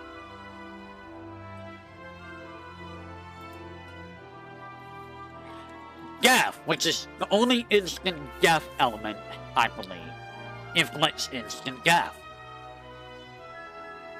Undeads will absorb it, so don't use it on undead. You can find for 10,000 gil at the J Passage. You can find one at Finn Castle, or you can win it from the Sorcerer. Warp, which is changeable element. So if an enemy is immune and changeable, Warp will not work. Outside the battle, it transports you to the previous floor you were on. In battle, it helps to do instant death. Warp is better in the Pixel Remaster over Teleport, because Teleport's accuracy got debuffed. So Warp you can buy in Salamand and Mysidia, or you can win it from the Ogre Mage, Royal Guard, Wizard, Death Knight, or Dark Soul. Berserk, which increases the attack of the character by the potency value per successful hit. So you can get a hack up to 255 using Berserk. You can buy it at the J Passage or Unknown Cave for 10,000 gil, or you can win it from Magician and Dark Magician. Haste, which increases the number of hits the target can do by 1 for each successful hit. It does not stack, but if there is a stronger haste spell cast, it will overwrite the previous haste. And the max amount of hits you can get is 16. So you can find this at the J Passage or Unknown Cave for 20,000 gil, or you can win it from Godhost or Sorcerer. Ura, which is an interesting spell. Ura puts the Ura stance on a character. What this means is it makes the target's physical attack against certain enemy types better depending on the level of the spell. So each height bonus will give 20 extra damage per hit for physical attacks. In the Pixel Remaster version, it casts 1 level lower when multi-hard is. So if you cast like a level 2, it will go to level 1 for everyone. So what this means is, at lower levels, it doesn't tell me the exact levels, it will make you do more damage in order: flying, non-dragons, aquatic, earth, giants, spellcasters, dragon, werebeast, and undead. You're not going to use the spell. I'm going to tell you that right now. You're just not. I'm going to tell you which of the black magics are worth using here in a bit. And in the PSP and GBA version only, there is a spell called Destroy, which does 9,999 damage to all enemies and allies. And it leaves the caster alive with 1 HP and 0 MP. Why? Why does this even exist? Why does this spell even exist? This PSP only, by the way. And you get this by beating the super boss of the game. But why? Why would you want this spell? What's the point? There's like no point in ever using the spell. So out of all the black magic spells, if I were to recommend black magic, Fire, Thunder, and Blizzard are must-haves. You want to have those on at least one character. I would recommend having it on all 3 of your characters. So, Furia, Maria, and Guy. Just so, you know, you have a way of dealing damage against monsters weak to that element. Or, you know, if you have a monster that's physically resistant. Scourge, you can kind of just skip over. Drain, you don't really need. Osmos can be useful. So, if you want Osmos, you can go ahead and get Osmos, but you might not really need it so badly. Flare is a must-have at endgame. Flare will basically overwrite Fire, Blizzard, Thunder, and Scourge, I feel. And then things like Sleep, Stun, Stalk, Confuse, Blind, Curse, Hold, Break, Death. You can ignore those. They're not really worth using. Warp, on the other hand, I would have at least one character level up Warp. Just get Warp up if you want to break the game. Warp will break the game as much as Teleport. Because bosses are not immune to Warp and Teleport usually. So level up Warp so you can just instantly kite bosses if you need to. Berserk, you can get Berserk, I guess, but you get Berserk so late in the game that you might as well just ignore it. So Berserk, Haste, and Aura, you basically ignore. So out of all black magic, Fire, Thunder, Blizzard, Osmos, Flare, and Warp, those are the best ones to get. Everything else you can ignore. You don't really need them. Light magic. So you get Cure. Restores HP, deals damage undead. And you can use it outside of battle, so you can level Cure up very easily. Which may or may not be a good thing, because it does take a lot of MP. You can buy it in Hair, Paloon, Puff, and Mystigia, or you can find it in Castle 1 and Castle Dice. Life revives one or more allies, and when they revive with their HP restored to 1 divided by 16 minus the successful hit. So if it's level 1, it will be 1/15 of their HP. If it's max level, it will be 100% HP. And it will always instantly kill undead. And you can use it outside battle. So you can buy this at Salamea, Mystigia, or you can win it from Tiamat, or Yamaha, or Roxy. Basuna, your status got taken away after a battle is over. And it will cure status based on level order, so from lowest to highest, Venom, Sleep, Silent, Mini, Paralysis, and Confuse. You can buy it at Mask and Mystigia. Same with Esena. Esena is for statuses that are for statuses that last for after battle. And in order, it will be Poison and Darkness, Curse, Amnesia, Home, Stone, and KO. And outside of battle, Esena has to be at least the same level of the status in order to cure it. So Stone cannot be cured unless Esena is at or above level 5. You can buy this in Mask and Mystigia. Barrier, you can buy in Mystigia. What it does is, it grants a character resistance against elements by halving their damage, and granting immunity to ailments of the resistant element. So, in order, that means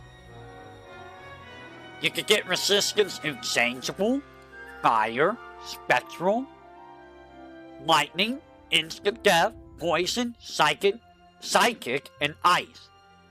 Which, why is Psychic, why is Ice the last thing? Why?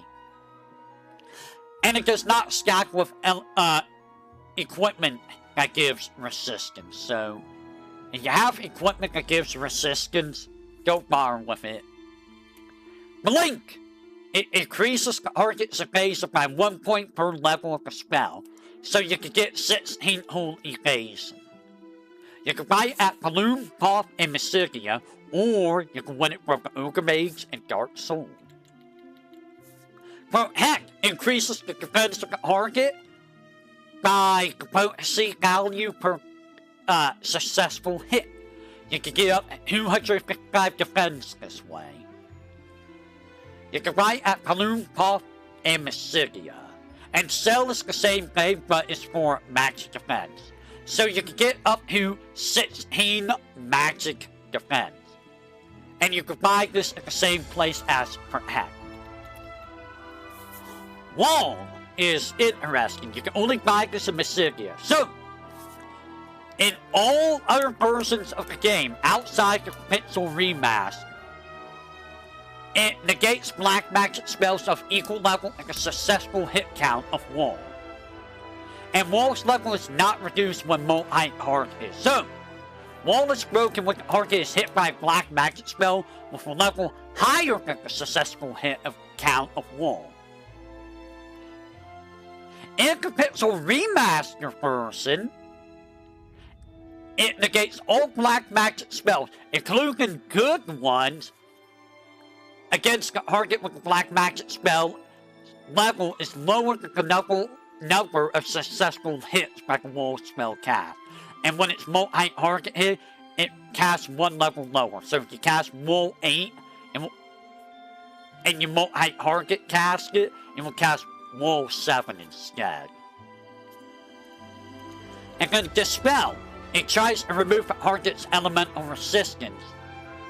It does not affect elemental absorb. So, in order, it will try to remove elemental resist for changeable, fire, spectral, lightning, instant death, poison, psychic, and ice. So it tries to remove the elemental resist, which, you can buy this in Finn. Mini is changeable elemental. It collects mini, and when used on enemy, it instantly kills them. You can buy it in Finn, and you can find it in Cave of Mystigia. Silence. You love FF2? It's not one of my favorite games, in all honesty. It's probably one of the least favorites for me, personally. Like, I can see how people can like it, but for me, it's just... you know? It's just... For me, personally. Silence. The Saga games... I haven't played any of the other Saga games, so...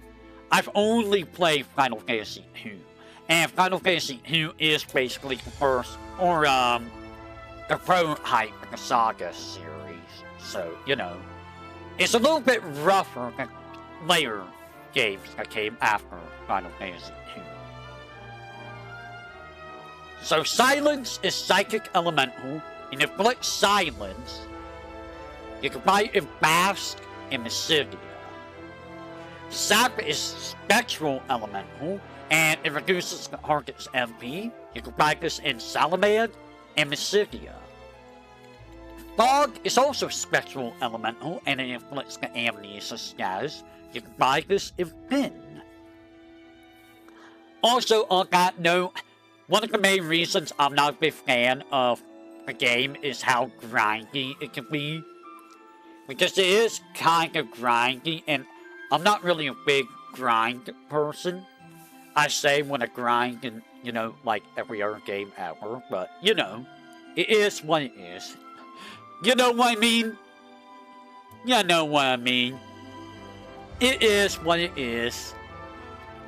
Slow. I mean, I talk about how I don't like grinding because I grinded in, Genius of Sapphires and 100% it. Or, you know, Final Fantasy 12, which is also a game I don't really care much for. just who 100% it. So, I mean, what do I know? What do I know? Slow is Psychic Elemental, which inflicts slow. You can buy it in Fin. Swap, which is Changeable Element. It switches target's HP and MP with the caster. You can buy it in Mysidia. Fear is Spectral Elemental.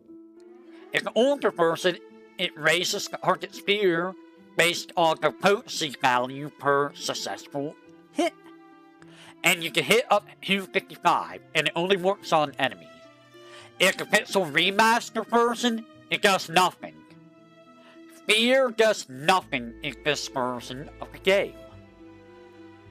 So it's a waste to buy it. You can buy it at Flask in Mysidia. Holy does non-elemental damage. There's no holy element, which is weird. You can buy it in Mysidia, if Unknown Cave, if PSP version, or you can win it from Tiamat and Yamahano Orochi, if PSP version. Teleport is a changeable element. Outside the battle, it gets you out of dungeons, but it reduces the character's HP to critical. In battle, it does instant death. In the Pixel Remaster version, it has 20 accuracy. Before the Pixel Remaster version, it has 55% accuracy. So it got nerfed a lot. Like, a lot. You can buy it in Salamanca and Mysidia, or you can find it in Summit Falls. And the final white magic spell, Ultima. The ultimate spell of the game. Which sucks. Hilariously. It does non-elemental damage that ignores max defense, is unaffected by armor penalties on the caster, and damage based on the sum of the weapon skill levels, and their magic spell levels. And for Minwu only, the damage is based on his spirit stat. You can only get one of these in the Mysidian Tower. So, in the NES version,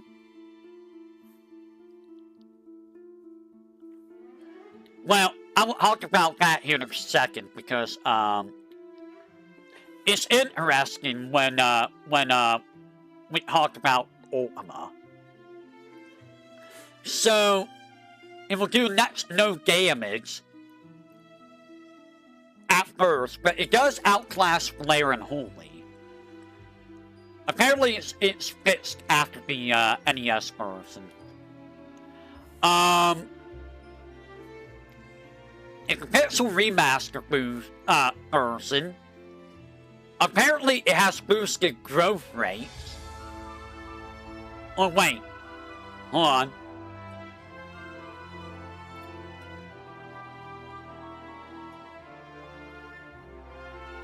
Hold on. I'm looking. Let me look it up. Let me look at this. Yeah, when it was released for the NES version, it was bugged at the point where it only did about 500 damage at most to one character. So, if you're wondering why it does so little damage, is because there is a bug in the token, right? And the developer at the time didn't know why it was bugged. Nobody could figure out why it was bugged, right? Because there was only one coder that worked on it. And no, this coder never worked on a single game ever again after Final Fantasy II. So the developer, the guy in charge, went to the coder and asked him to fix it. And the coder said, no, I'm not going to fix it. Because the way it is, the coder thought of it this way. It is such an antiquated spell that future spells were probably stronger than this one ancient ultimate magic. And that it probably lost all of its power over the years. So that was his reasoning for why it was so weak, is that it's been around for so long that it lost so much of its power that other spells later on just were just stronger. And then ultimately, I think he encrypted the coding. Yes, I think it was Nasir. I think that was Nasir. Like, he encrypted the coding so nobody could figure out what the problem was. Because only he knew how to get into coding. So yeah, that's the reasoning why Ultima is the way it is in NES version. Because he equated it to Ultima just being a long-forgotten spell. It just lost power. Which makes sense. I mean, it makes sense, you know?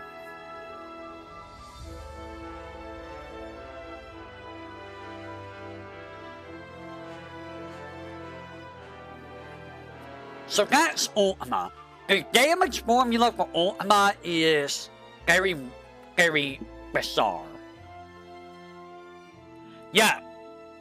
Well, it is a penultimate spell, but like, when you also think about it, it's like, you work all your way to this penultimate spell. It's like, man, there's this legendary spell. And then you find out, oh, the spell just, it's not as powerful as we thought it was.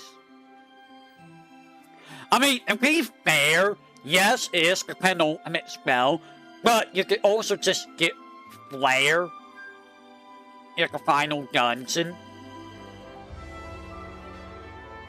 You can just buy Flare, which is just better than Ultima.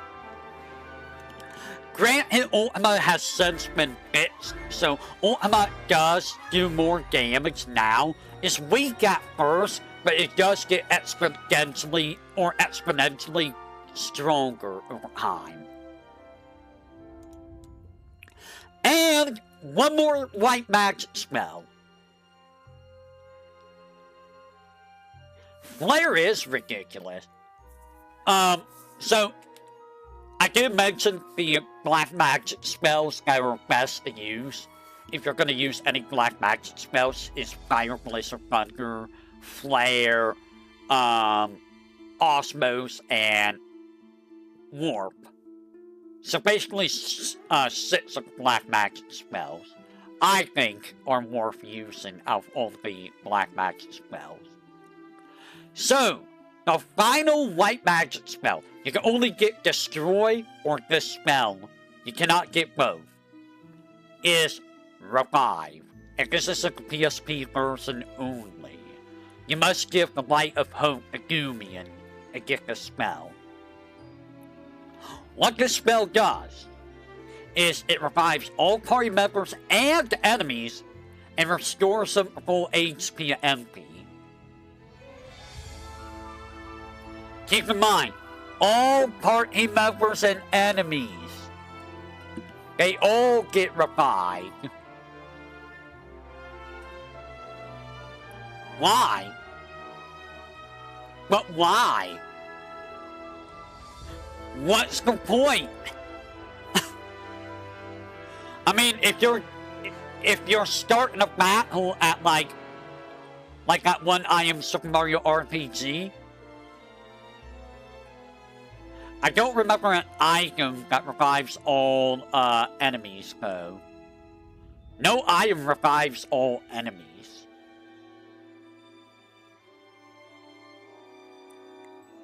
Actually, I don't think there's any item that revives all party member. Oh, you're thinking of, I know what you're talking about. What's the name of that item?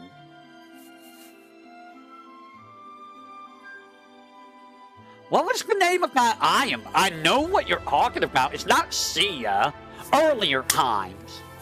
Earlier times. That's the name of the item. It's called Earlier Times. Yeah, it's basically the same as Earlier Times, for the most part. You threw a wrench in my brain there for a second. It's like, I know Super Mario RPG like the back of my hand, but like, you threw that one random item that I'm like, never really using it. It's just like, what was it?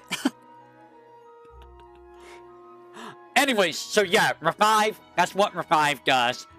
So, out of all the white magic spells, the ones I would recommend getting are Cure, because, I mean, duh, it's Cure. Life. Esuna is a hit or miss, but you might as well have Esuna just in case.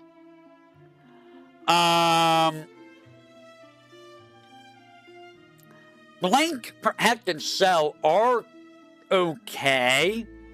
You can use them if you want, but they're not really necessary. Let me look. Teleport and Holy. Teleport is a little bit worse if the Pixel Remaster version, but I would still get Teleport anyways. It is nice to just leave the higher dungeon. But you might as well level it up inside of fights. Who knows? Maybe you'll get lucky and kill enemies with it. And Holy is just, you know, flare or white magic. Ultima, I mean, you might as well get Ultima, but you're probably not going to use Ultima very much because you're not going to have magic that high. So, that's all of the black and white magic. So, magic that are completely useless. Drain is completely useless to me. Most status spells are completely useless because of the accuracy of them. If you want to use, status spells, you're probably going to stick with, like, Toad or Mini. Those are probably the only ones you'll use. Death is useless for the most part because of Warp and, Teleport. I feel like Ura is a completely useless spell. You get it so late in the game that you're never gonna make use of Ura.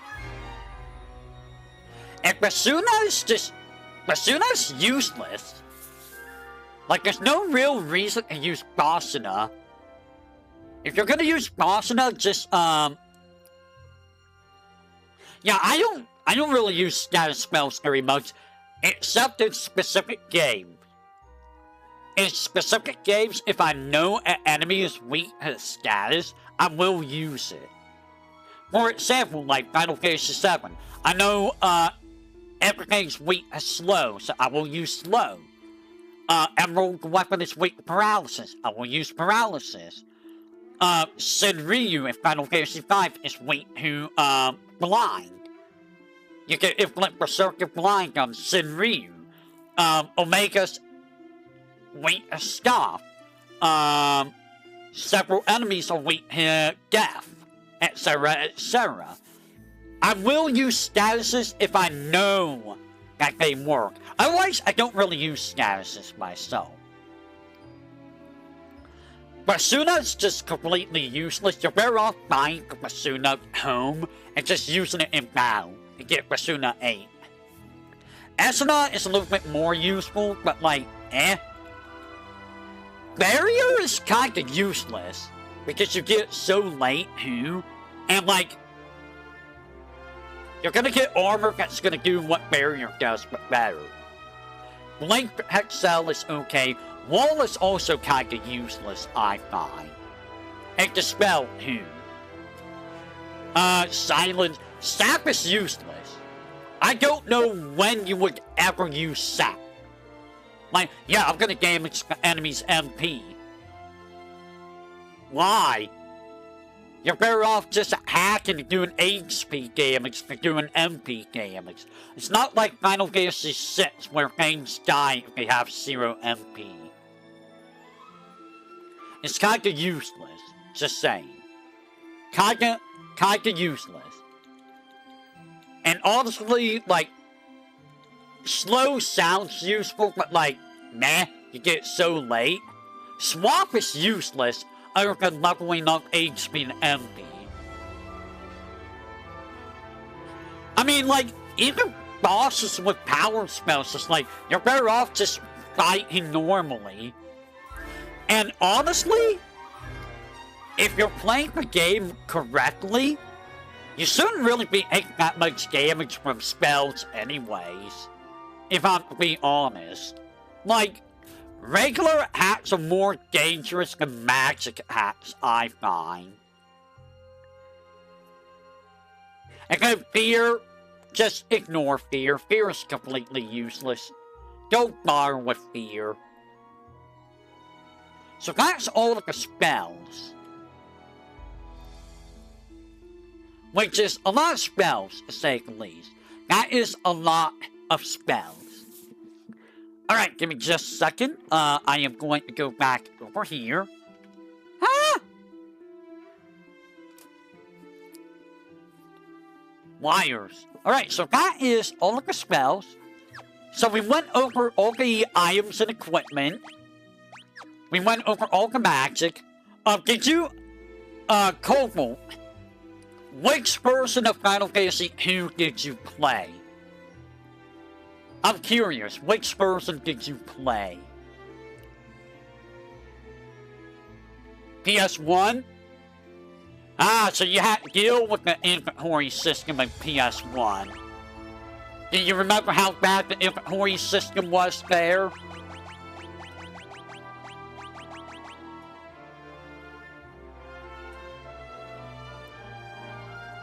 So, the NES and PS1 version were both the same in regards to that. I did too. It made the game so infuriating to play. They fixed that in the Game Boy Advance version, so it's only in the NES and PS1 versions. I don't know if the Wonder Swan version is the same, but like later versions they fixed it more like this. So you didn't have to deal with that terrible system. And I think Final Fantasy 3, they fixed it in too. So, if you're gonna buy any versions, I would get the Pixel Remaster. You can get the Pixel Remaster on PlayStation 4, Switch, and Steam. So, if you want to play, the Pixel Remaster, you can do it on, those versions. And if you don't know, I'm gonna show this to you, Cobalt. There's a couple things here. So, you can do auto battle in the Pixel Remaster. You can set your default speed to run or walk. You have a lot of Pixel Remasters. Do you know about the boost? Do you see the boost? So if you want to level up weapons or magic really fast, you can set it to 4x. Have you tried the 0x run? I don't even want to do. You know, I wonder if anyone's done a 0x run on everything. Is that even possible? Is it possible to beat this game if nothing levels up?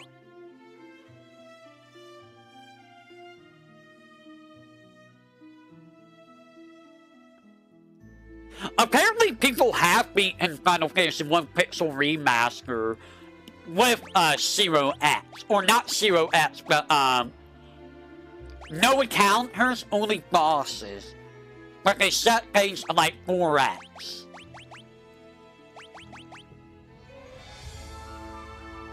Because you're not beating the games at 0x. There's no possible way. I don't think that's possible.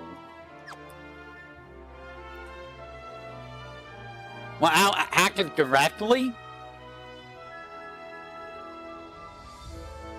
How?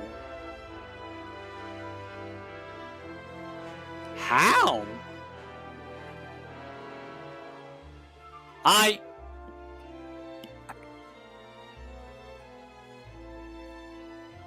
How is that? What? How do you do that without hacking directly? Or are you he used items? Ah, I see. There's also like a weird bug in Final Fantasy 1 where you can, like, I don't know if it's like earlier versions, it might be, but you can make it so that you can equip, like, different weapons and stuff on, the wrong characters. And by doing it that way, you can get equipment that you're not supposed to have at all on that character. Sometimes you can get, like, armor, weapons. I showed that off of the, Final Fantasy 1, stream. No, I think I did a, video of that. Its own video. Alright, so I think that's everything in terms of, the menus and stuff. So, there's one more thing. Before I do anything else, 1 second. I can't go back to the game yet. I need to go check on bugs. We must talk about the bugs. Let's see what bugs there are for Final Fantasy 2. There are a few.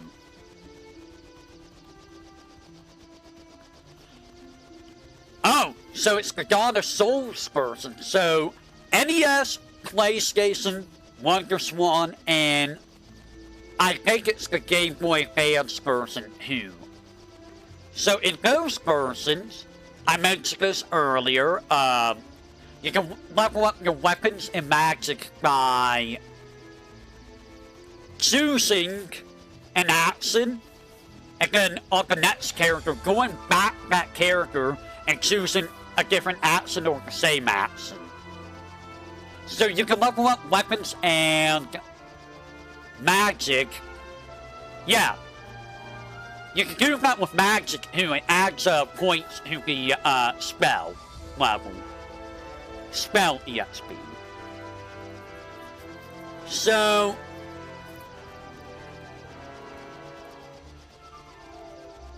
do you guys know of an interesting bug called the 0 HP character bug?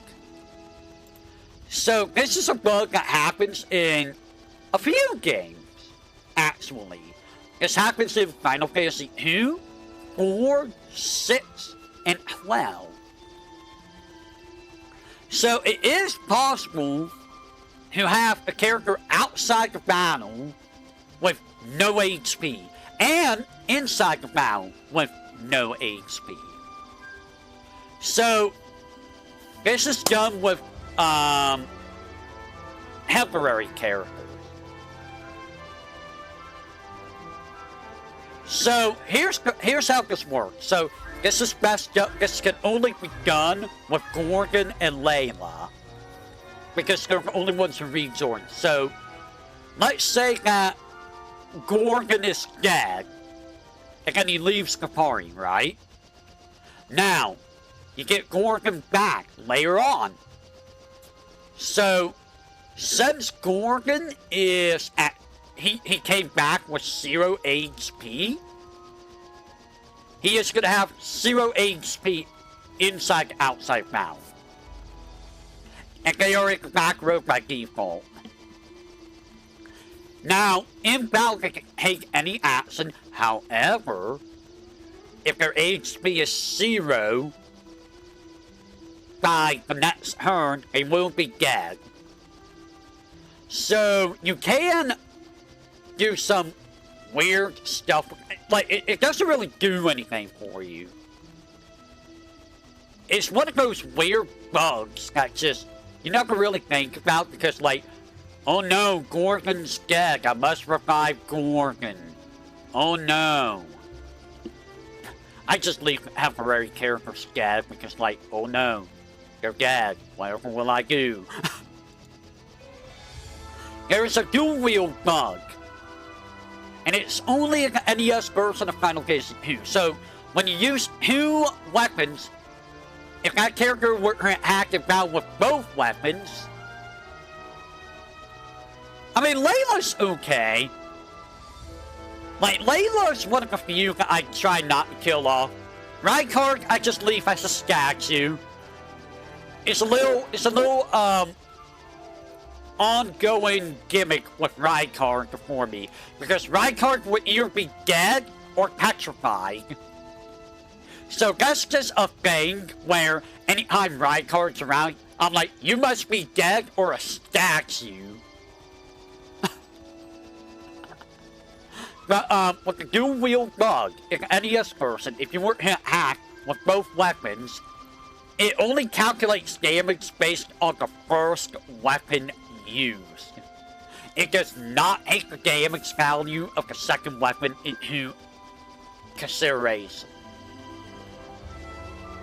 So, there's almost no reason to dual-wield in Final Fantasy 2 NES, because the second weapon's attack is excluded. Now, what kind of equipment bugs are there in Final Fantasy 2? In the NES version, the Ripper does not do 20 higher damage per hit. And the Healing Staff deals the most damage to undead enemies, but it will still heal them even with damage. So it will never kill the enemies for some reason. Those are the only equipment bugs. There is an evasion overflow glitch in the NES version. Hey guys, are you noticing a trend? It's all NES. So if a character has a very high agility stat and shield level, and has a shield equipped, their evasion may overflow, making them have very low evasion instead. So if you have, like, really high evasion and you equip, like, any shield, you may instead have, like, 14% evasion. In which case, just unequip the shield. Still, very weird that that happens. Only with evasion. There is also an HP MP bug. So, HP goes to 9,999, MP to 999, right? So, apparently you can increase their stats beyond that in the NES version, and it will be displayed incorrectly.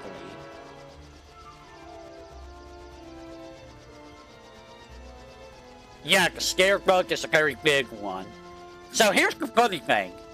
If you get HP and MP has 65,535, and then you roll over to 536, you will have 0 HP and MP. I don't have the patience to do that. So, it's never gonna, I'm never gonna be doing a video for that, because that would take forever to do, especially with how slow the NES version is. Especially with how slow the NES version is.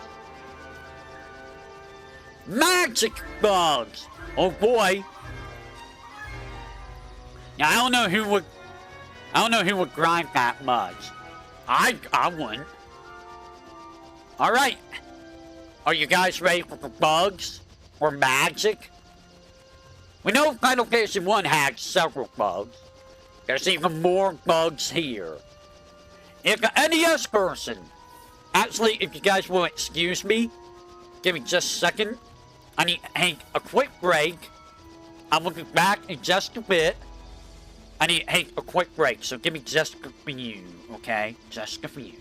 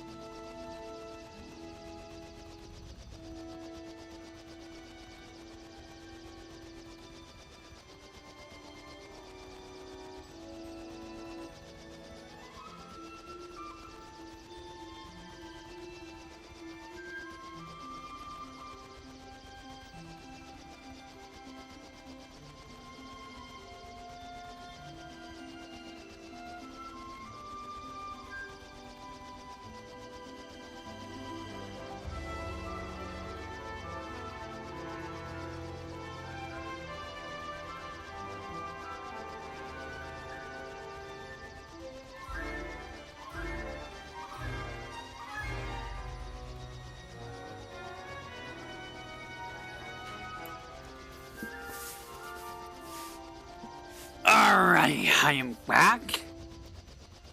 We're good to go. Just a second. I am gonna go check some things. Just good, we're checking some things. Good, we're checking some things. What is going on? Oh, that's what's going on. Alright, do that, do that. Alright, so let's take a look at some of these bugs. The bugs. So these are all only an NES version. So Aura at level 8 does not give its extra bonus. Barrier at level 8 will not give protection against ice. Oh no, not ice. Dispel does not work at all. Dispel doesn't do anything. Protect does not work on anyone except the caster. Sap. Empty holes of over 256 are hardly affected, because the spell uses spikes instead of full word. Slow. If the number of successful hits of slows equal to the physical hit count of the target, every time that target attacks from then on is foul, may glitch out due to the game trying to perform a zero attack. So you may get nonsensical exographic information windows, massive damage for being hacked, several status afflictions for being hacked, and extremely long hack and hit animations in the case of player characters. So slow is very buggy. Ultima does not work correctly. It will do a measly 500 damage at max level. And Wall blocks max spells up to its own level. But when Hold, Warp, Break, and Death are used on monsters, if Wall would otherwise stop them, the monsters are removed from combat. So you can level up Wall, and then throw it on an enemy, and then use Hold, Warp, Break, or Death, and instantly defeat the enemy. So Wall is exceptionally powerful in the NES version. Very powerful. There is a mill target bug. So the mill 2 characters in the NES version are act far more than the Hopper Bomb character. And if you put one of those characters in the back row, the character that's in the front will take as many hits as all the other characters combined. So be wary of who is in the middle 2 slots. Otherwise, you might have some problems. There's a very magic target bug. So the game denotes target everyone with the number 8 internally. It's also used for determining max defense progress. However, there is a bug that makes it so that Furion's spirit stat is increased, and nobody else gains max defense from it. Very interesting. Very interesting. And there is, in fact, a peninsula of power in Final Fantasy II. So, south of Old Hare, the very first town, there's 3 horizontal tiles. Let me see if I can find that. Can I find Old Hare? So, like, right around here is where you will find the Peninsula of Power. Here you will fight monsters from Mysidia. That doesn't seem like much of a Peninsula of Power. That just seems like you're gonna die. It is removed at the Pixel Remaster. At the V-size bug for Final Fantasy 1 Pixel Remaster, it happens in all of the versions. Sealed hack. This happens in the Game Boy Advance version of the game. if a character has one weapon and a shield, hits are calculated for both the weapon and shield. And any successful hits from the shield are added into the number of hits displayed when acting, even though it does no damage. So, it doesn't really do anything. It just adds more hits that don't really do any extra damage. So it's a little bit of like a graphical bug of sorts. Now, if the shield actually add the damage, that would be something else entirely. And then the target cancel bug, which is in the Famicom, Wonder Swan Color, and Origins version of the game. So those are all the bugs. There is one more thing we will talk about today. And it's a thing that is from, I want to say it's also in, it's in this game, right? Hold on, let me check something.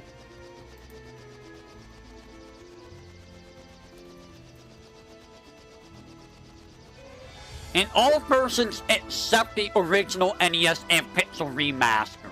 So it's not in the Pixel Remaster version.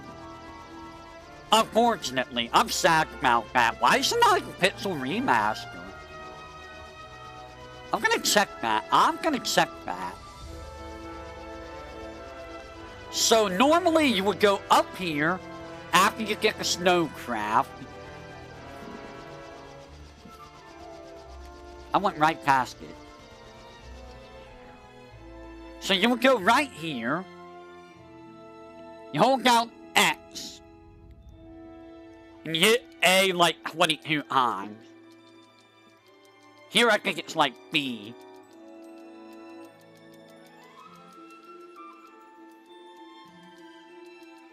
I'm gonna see how true this is.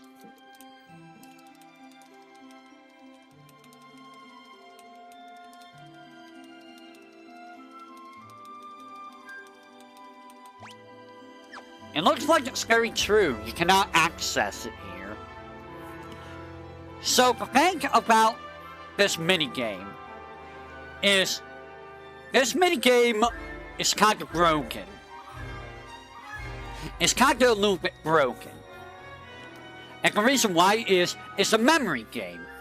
There are, the portraits are, you get to look at portraits and then you match the portraits.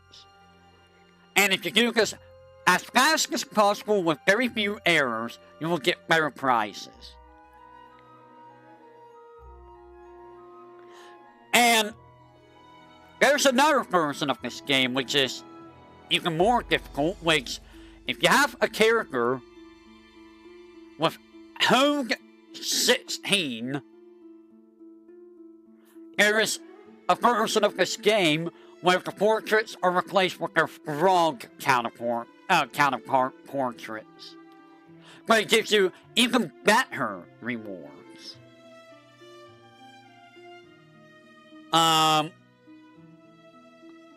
So, in the, PlayStation and GTA version, you hold down X and hit circle 22 times. If you go on the Souls version, I think that's the PSP. No, that's the PlayStation and PSP. For the Game Boy Advance, you hold down A, press B 22 times. In the iOS version, you have to shake this device, which sounds like a terrible thing to do. So, it's a 4x4 grid. It's just, you just gotta get lucky with it. So, let me look at this. That tells me absolutely nothing. I don't know what the rewards are. Welcome back. I don't know what the rewards are. Final Fantasy 2 minigame rewards.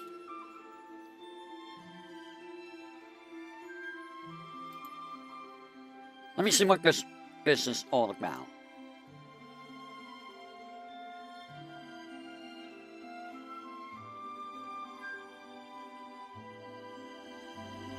Give me just a second, I'm checking. Oh god, the PSP version is a lot more difficult. So, the rewards are, if you get 0 misses, you get 40,000 gil, and a elixir, and a phoenix down. The second row is what you get if the record time is not beaten, so 24,000 gil and an elixir. If you get 1 miss, it's 12,000 gil, phoenix down, and a cottage. And if you don't beat the record time there, it's 6,000 gil, phoenix down. So it just keeps, it gives you like money and items for the regular person. For the frog person,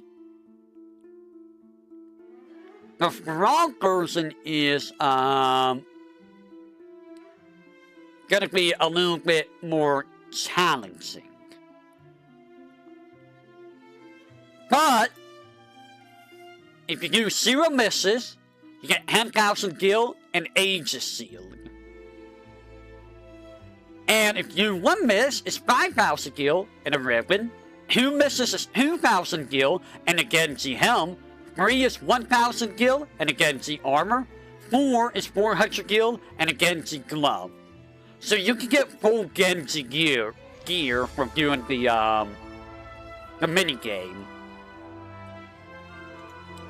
Now, I could have sworn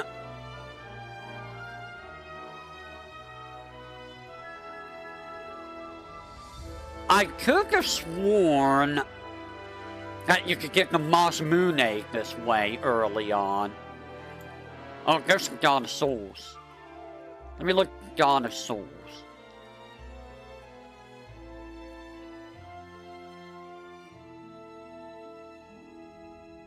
That's Final Fantasy 1. We don't want Final Fantasy 1.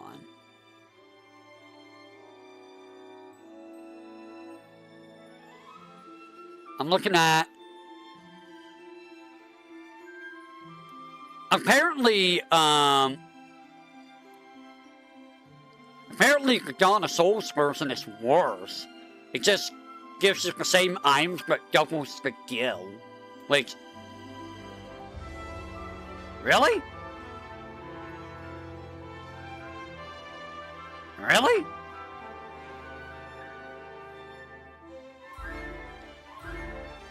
Is that bad? Wow. I could have sworn you could have got a Moss Moon Ace from this. It doesn't really tell me about the hold on, memory game. No? It's not an article on this? Really? We don't have an article of this on the wiki. Well, guess who's going to be making an article of this on the wiki whenever he gets done? I got me some work to do. How about that? I can't believe we don't have any information on this on the wiki.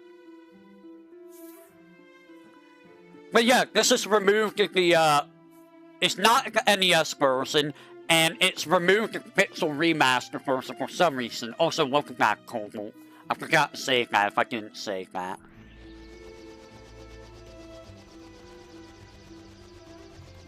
I mean, I am one of the administrators of the wiki, so, you know, I have all the rights to do what I need to do on there. So that's everything. I think we talked about everything in the game for the most part. Actually, no, we have not. We have not. I haven't talked about the areas. So you will start in this area. This is your starting area. It's nothing really of importance here. There are items to grab, of course, but like, if you're going for a 100% completion, let me, actually, talking about all the treasures is gonna be kind of tough, isn't it? No!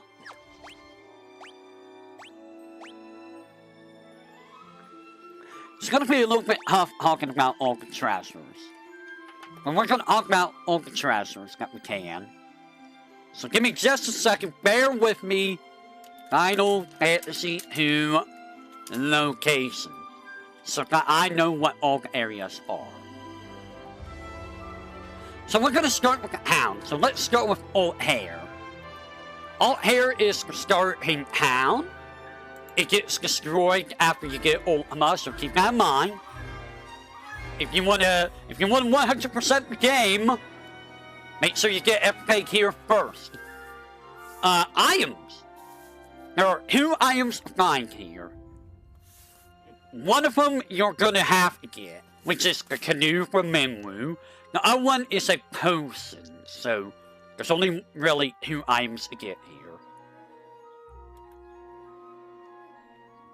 Now, the next town will be Gatria, which you will find,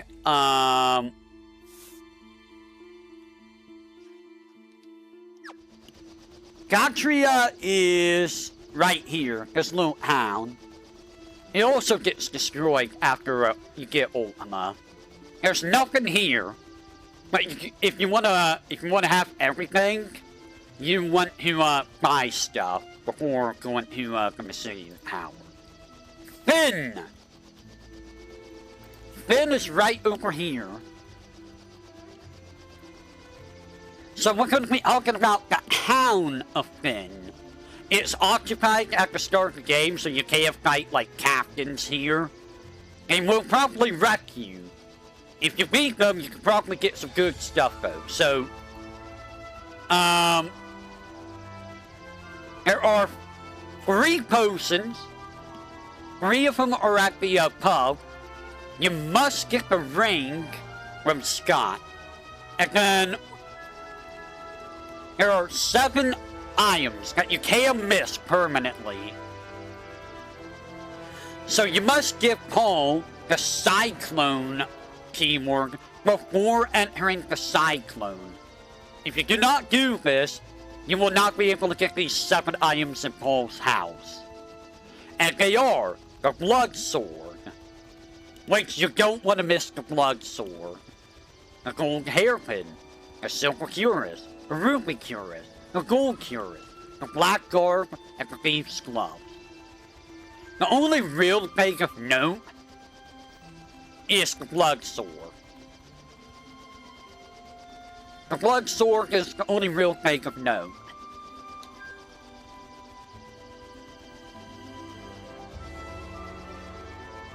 I saw this move down more than once.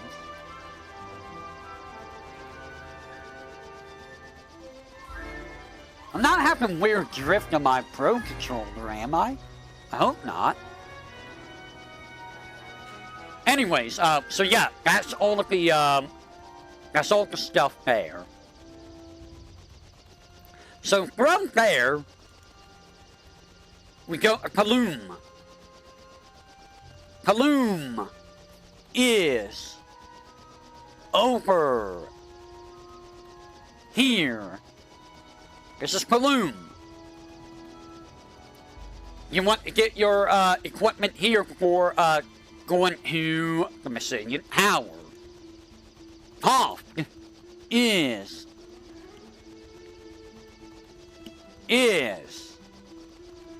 right here. Again, if you want to buy equipment, do it before Missing Tower. Salaman. You can actually go to Salaman at the start of the game, and I wouldn't recommend it. So, the reason why I recommend it is, this is where you can get, like, Teleport, and I wouldn't recommend getting Teleport, and there's a lot of other stuff. So, fun fact, I just read this. If the Japanese novelization of Final Fantasy II This is where VTuberEN is from. VTuberEN is originally from here, as well as Morgan. So Morgan and VTuberEN are from here, which I would not have guessed that.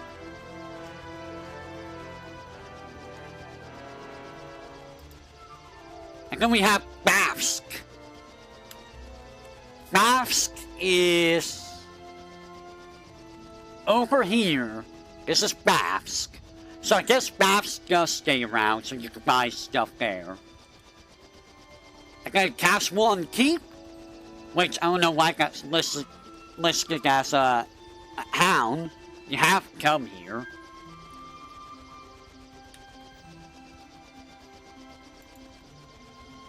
So Gorgon and Scott are from here. Apparently Gorgon comes from here. I don't know how that works. So there are how many items? 11 items. So you can get the Cure Home on the first floor, as well as the Sunfire. On the second floor is 500 gil. The first floor, it has a golden seal. You must fight a were-rat. Floor 4 has Werebuster, Mithril Axe, Mithril Sword, and Eagle's Horns. And floor 5 has golden armor, where you have to fight mines, an antidote, eye drops, and mallet. So that's where you get all of that. Castle Geist. It's all the way up here. Right here. Huh? So there are 14 items here. 14. On the second floor, you can get a Kai's. You can get the Excalibur by speaking to Elena after Palamecia Castle. And on the first floor, you can get a Cure Home, Eye Drops, Antidote, Cross, Mallet, Gold Needle, Sage's Wisdom, Sage Spirit, Curse Home, Stun Home, Stop Home, and the Unicorn Horn. And then Castle Finn, which is, you know, right by Finn. Duh. It wouldn't be Castle Finn if it wasn't right by Finn. So, the castle is full of enemies until you beat the boss of the main hall. The basement is not safe. There are 27 chests here. This includes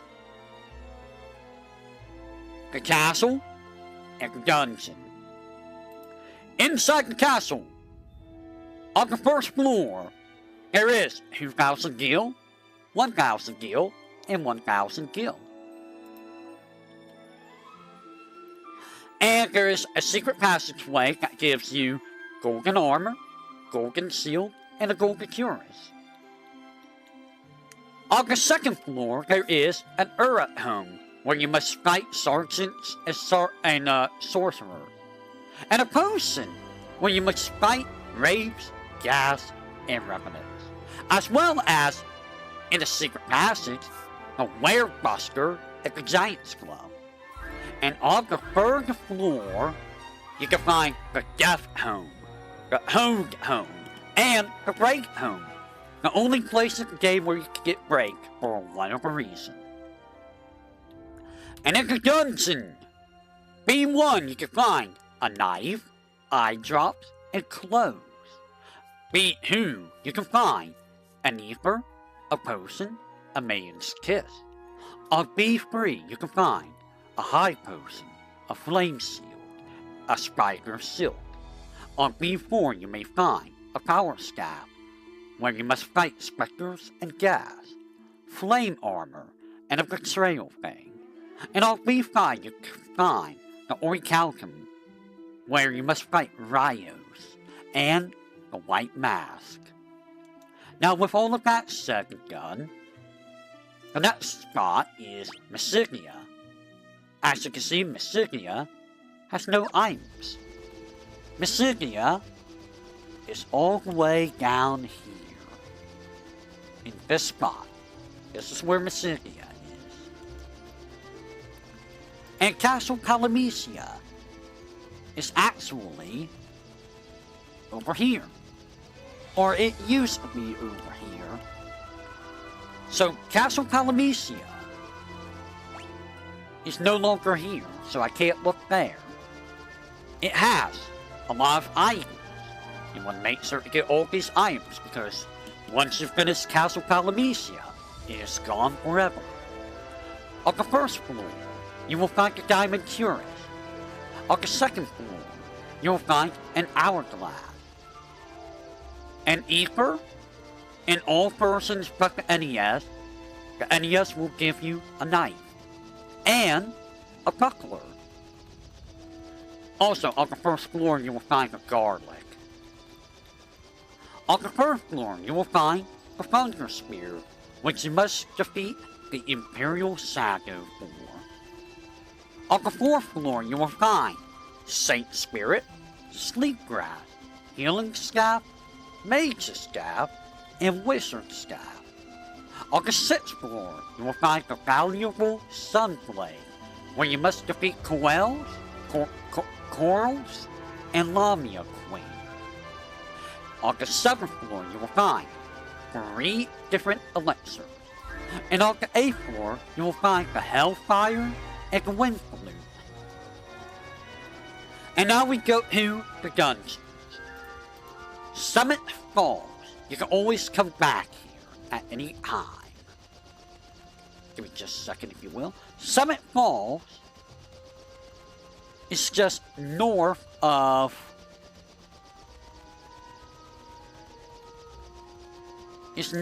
Old Air.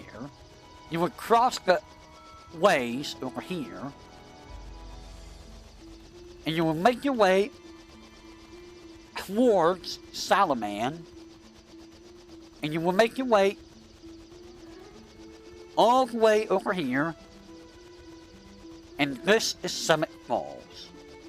This is the place where you punch yourself in the face a whole bunch and get HP and strength and defense. This is also when you teleport a bunch to get teleport leveled up. Same with warp, if you so happen to have warp. I don't think you do. So, this is an interesting dungeon because I will tell you how all of these work. So, if an NES person, actually no, here's how we're gonna do this. B1, you will find 400 gil, 200 gil, and the Snowcraft, which requires to have Joseph later on. If an NES person, you will instead find 200 gil and 10 gil. On B2, you will find eye drops, high potion, and a potion. If an NES person, instead of the high potion, you will find a potion. On B3, you will find 200 gil and 250 gil. If an NES person, instead of 200 gil, you will find 1 gil. And instead of 250 gil, you will find 50 gil. Why? I don't know, I'm not the developer, don't ask me. On B4, you will find a Fire Home. On B5, you will find Mithril and the Teleport Home, if you can defeat the Land Turtle, which is very difficult to do at this stage. Unless you looked up Minwoo's Teleport, and or you got Teleport elsewhere. And then we go to the Bafsk Sewers, which is, you go all the way over here, and you do stuff in Bafsk. This is your ultimate goal for Bafsk, is over here. There is, on B1, a pass, which you need to progress the game. And on B2, you will find a longsword and a long bow. You can always come back here in order to get these items. The Snowcapper requires you to get Joseph. You will go back to Summit Falls to get the Snowcraft, And then from here, you will work your way over here, to here, and make your way over to the snow cavern up here. Now, on B1, you will find 300 gil and 350 gil. On B2, you will find a battle axe, an antidote, and a mithril mace, which requires you to fight grenades. On B3, you will find an Antarctic wind. B4, you can find a potion, a mithril spear, and a blizzard cone. And on B5, you can find a mithril seal and an ancient sword. And B6 has the silver cuirass and the goddess's spell. You only need the goddess's spell to continue the game. And then we have the Dreadnought. The Dreadnought is a one-time only area. You will go all the way back and Old Hare. From Old Hare, you will work your way to the northwest. And around the northwest area, you will come across this spot. So, again, this is one-time only dungeon. If you don't get everything here, you won't get that 100% achievement. On the first floor, you will find 600 gil. On the second floor, you will find a thief glove, potion, high potion, the dark bow, and you must go through a hidden passage to get the sleep blade. And on the fourth floor, you will find a dragon, a main gouge, a giant's helm, and an ice shield, which requires you to fight the hill Gygus. The Gygus enemies are rough in this game. I'm gonna tell you that right now. And now, we go to the Guy's Cavern. Where am I? Which requires you to go all the way to Guy's, which is here, and then go north to here. You will visit this area twice. On B1, you will find 230 gil. B2 has a pendant, which is what you're looking for the first time, as well as an ether, the mithril helm, the mithril armor, and a mage's staff, which requires you to fight green souls. On B3, you will find mithril glove, a mithril mirror, and a mithril seal. B4, you will find an acid fire. And B5 has a flame bow, a sage's wisdom, a saint spirit, and a knight's armor, which requires you to fight an adamant poise. Next, we have the Colosseum, which is over by Castle Palamecia. You will make your way in either direction, it doesn't matter which direction, in this spot right here. I forget if you can come back in here. I think you can. You will find an elixir, an ether, a cogs, and an antidote, which it doesn't say what you have to fight for the antidote. After that, we go to the Tropical Island. And let me tell you, Tropical Island is kinda annoying, if I recall. If I recall, Tropical Island is a little bit annoying.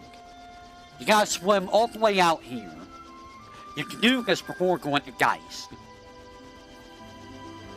So, on B1, you can find a high potion, eye drop, ether, and a spider silk.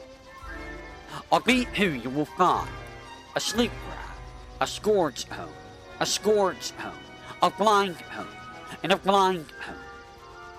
On B3, you will find a spider silk, garlic, and a phoenix down, which you have to fight wraiths, satyrs, ghouls, and ghast to get. On B4, you will find 1,000 gil. And on B5, you will find Sleep Grass, Death Idol, Sleep Home, the Gaia Drum, which requires you to fight poison hounds and wild horn, and the Black Mask, which you can get very, very early before you even need it. And you need this to progress the story later. Then we go to the Cave of Mysidia, which is over here. And this place really sucks. It sucks. It really sucks because of the cockatrices. Cockatrices are jerks. I hate them. It sucks. Have I mentioned that this place sucks? You need the white mask in order to enter here. Well, you need the white mask and the black mask. The black mask is for in here. The white mask is used at Mysidia.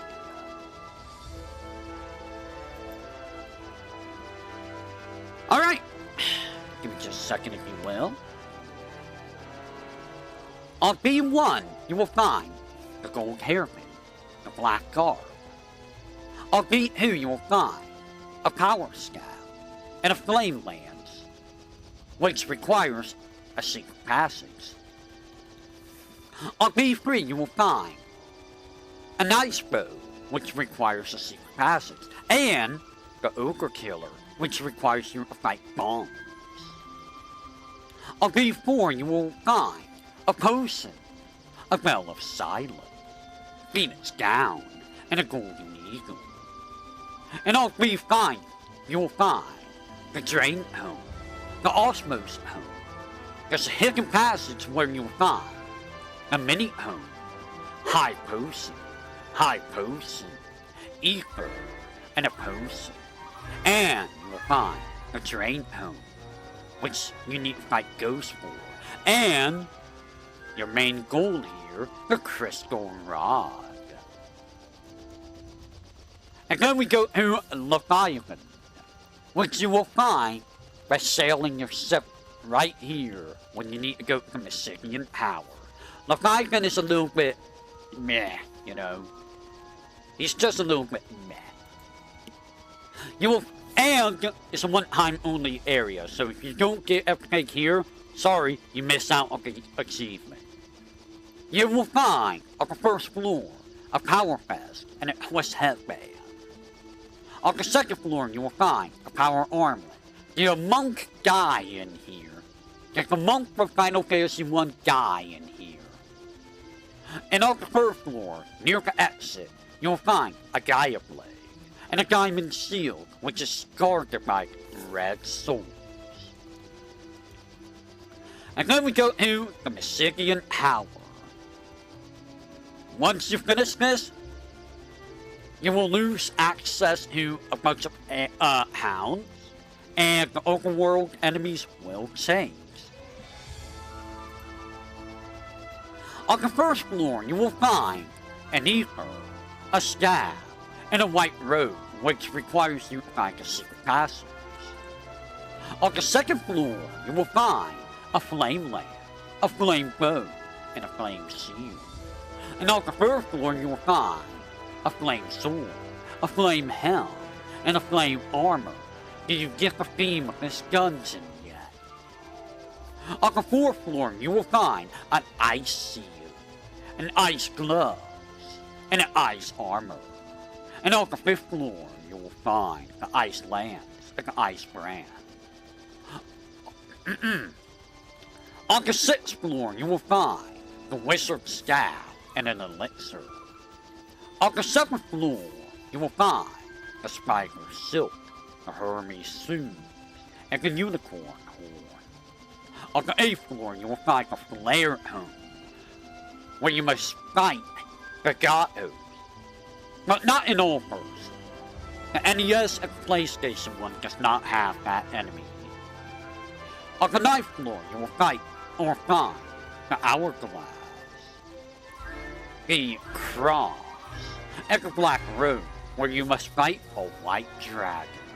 And on the 10th floor, your objective, the ultimate home, which is never really gonna get used. Ah yeah, gotta love Ultima. Cyclone appears after completing the Mystigian Tower, and it will so appear. This is also a one-time only dungeon. So if you don't get everything here, tough luck. On the 2nd floor, you will find a Ripper. On the 3rd floor, you will find a Poison Axe. On the 4th floor, you will find a Diamond Helm and Diamond Gloves. On the 5th floor, the Defender and a Diamond Armor, where you must fight a General. And on the 6th floor, you will find a Wind Flume, which is guarded by a Green Dragon. Anything but the Green Dragon. And then the final 2 dungeons, the Jaded Passage and Pandemonium. Starting with the Jaded Passage. You will enter that over here, and you will suffer. You will suffer greatly, for the Malboros will make you very, very sad. And if the Malboros don't make you sad, the Corels will, with their instant death BS. Alright, so, in the J Passage, on P1, you will find the Diamond Mace and a Hellfire. On P2, you will find Hellfire and Arctic Wind and the Cat Claws, which you must defeat the Blue Dragon to get. On P3, you will find a Rune Axe, which you must defeat the King Behemoth to get. On P4, you will find a Betrayal Fang, Dragon Armor, Aegis Seal, Holy Lamp, and the Yoichi's Bow, which you must defeat the Red Dragon to obtain. On B5, you will find a High Potion, a Protect Ring, and an Elixir. And if the NES version, instead of an Elixir, you will find a High Potion. Thanks, developers. And lastly, Pandemonium. On the 2nd floor, you will find an Ether. On the 3rd floor, you will find an Elixir. Except in the NES version, where it is an eye drops for some reason. On the 4th floor, you will find the Genji Glove, where you must defeat Zombie Gorgon. The Genji Helm, where you must defeat Tiamat. The Genji Armor, where you must defeat Beelzebub.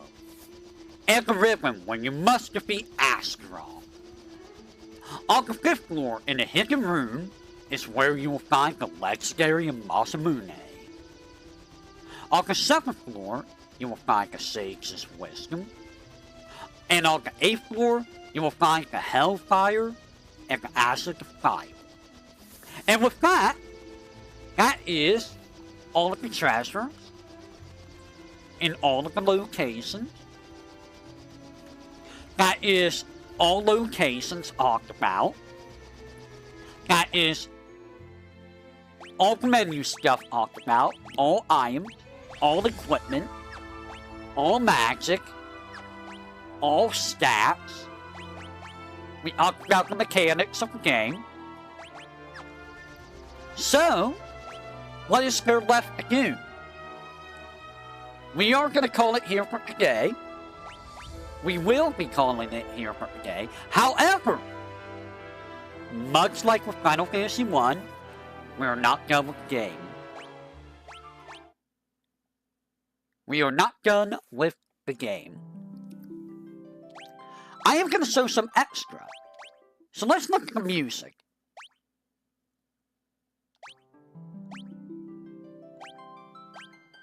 So, these are all the music in the game. There's not too many tracks.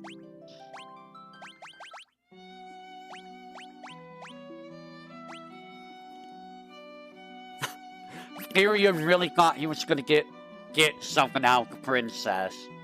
He really thought.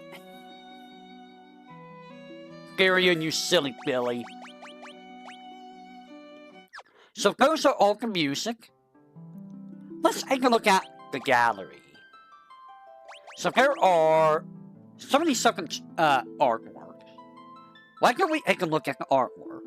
So this is the idle screen.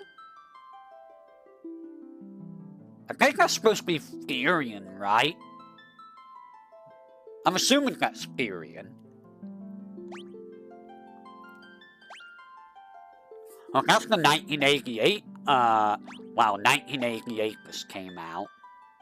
That's the idle screen. That's Tyrion. Red sword.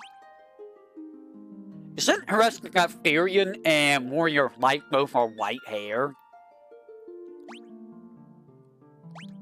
Cult of Arms. Is Guy... What does Guy have? Why does it look like a gun?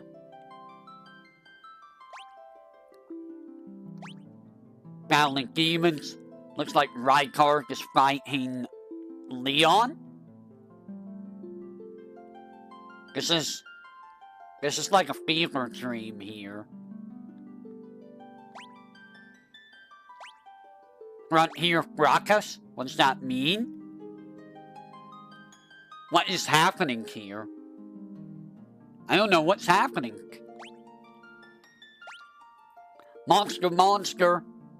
Yep. That's a lot of monsters. Lots of monsters. Comrades.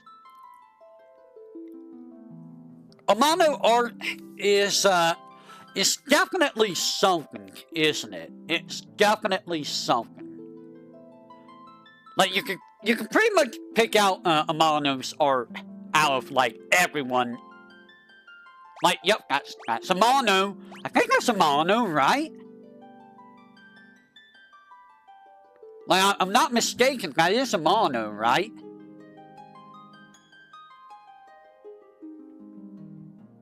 So that's Tyrion.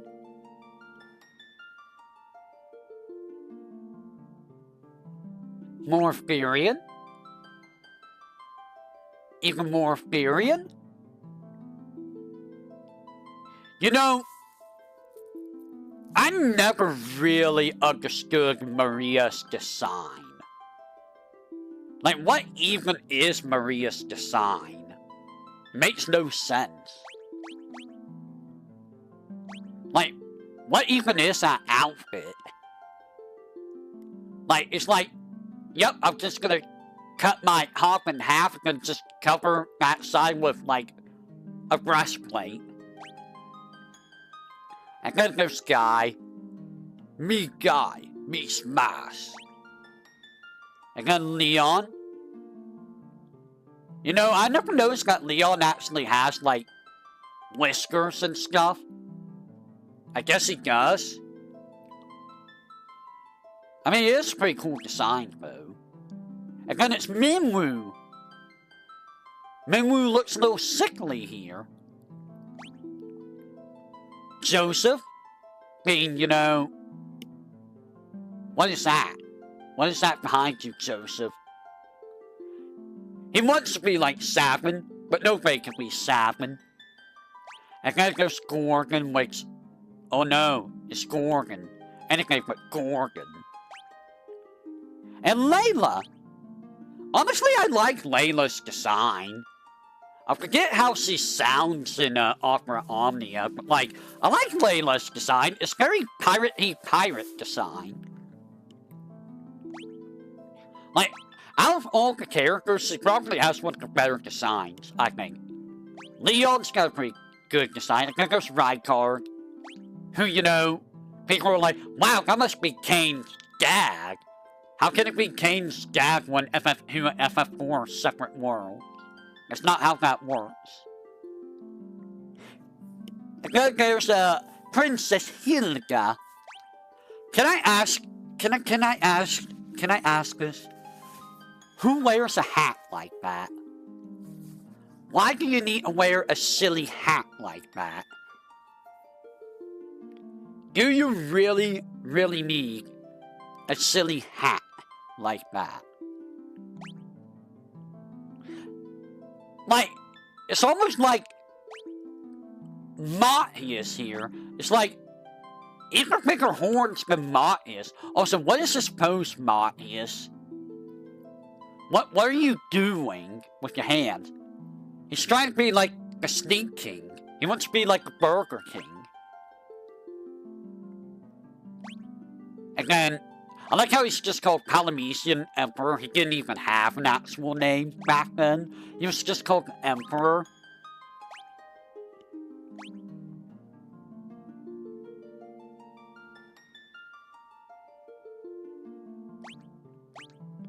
Lost in thought, sitting in the grass, Sig!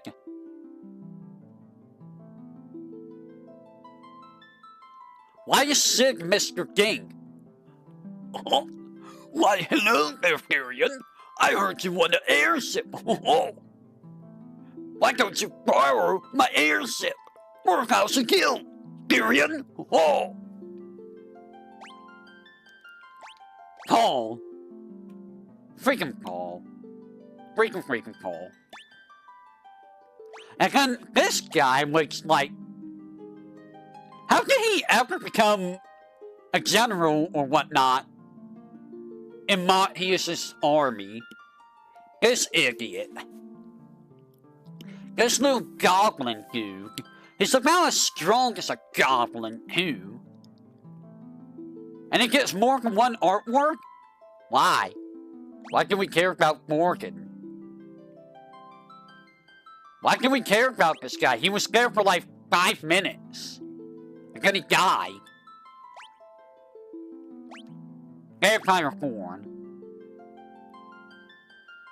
Fancy monster art. Snowman. Not to be confused with a Yeti. They don't like to be called that. Icicle.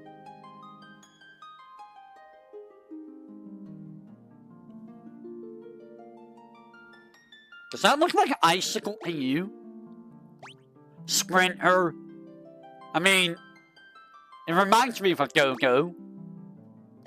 Adamant Hoist. I think this is the first game that has the Adamant Hoist. It's also the first game that has behemoths as well. And the Malboros. So a lot of the series stable or monsters come from this game. Same with bombs, I think. So while this game is the blacksheep of the Final Fantasy series, it does give us a lot of the stuff that stays in the series. Dual heads. I cannot imagine what it's like having 2 heads. Were rat. I mean, it's a giant rat. Skull. That sure is a skull. Zombie, yeah. Why? What is that zombie doing back there? It's like, oh no! I lost my pants! Ghost. I mean, this looks more like, you know, a skeleton than a ghost. It doesn't really look like a ghost. Antlion. There were antlions? Wait, there was an antlion? I don't even remember the antlion. Must have been a random encounter. Gothos, which is like a fat, evil wizard guy. Chimera. I mean, chimeras are chimeras. If you've seen one chimera, you've seen them all. Bloodflower? Deathflower. Terrifying. Cockatrice or Helldiver. I understand why they're called Helldivers. They're from hell. Pirate? Buccaneer. Why are they so ugly, though? Is this what they think pirates are like? Rhino, right? Wild horn. Yes. Yes, that's exactly what it is. Poison hoe? Kicking hoe. Someone lost their sword and Sue. It must have been Hogan. Sea serpent. Sea dragon, whatever. Yep. It's a giant sea guy. I don't know. Lamprey. Yeah, those guys. They were very valuable. Rain? Rain. Such a weird enemy. That's such a D&D enemy. Not gonna lie. Parasite. Which is kind of scary to see something like that. Imp. Imp. And there's our buddy the Malboro, who will continue to haunt us for the rest of eternity. For the rest of eternity, you will see a giant Oscar the Grouch. Basilisk? Basilisk. Basilisk kinda come and go. Orcat? Heck guys. And this is the first appearance of Heck guys. You don't see these guys very much. They were in this game, then 4, then 7. And then 9. They don't show up very often. And then you get the lamb worm or round worm. You see these worms so much.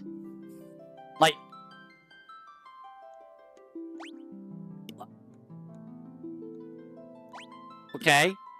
Flan, or a green slime, is basically a flan. Red soul. I mean, you can't help that it's red. It could be any soul. Vampire lady.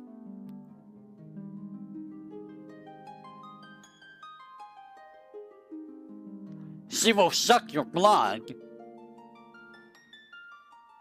And if Hate were here right now, I could hear him already.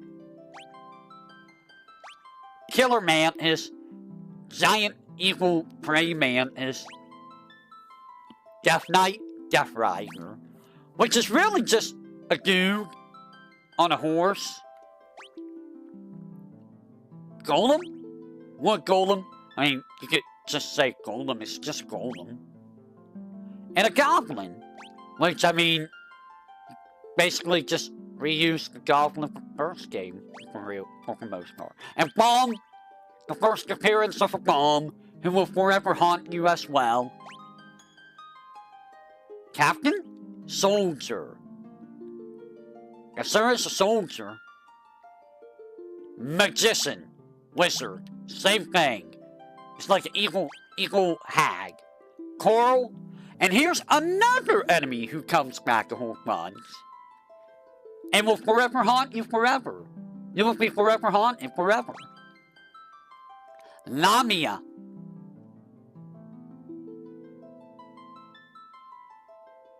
Be aware of the Lamias.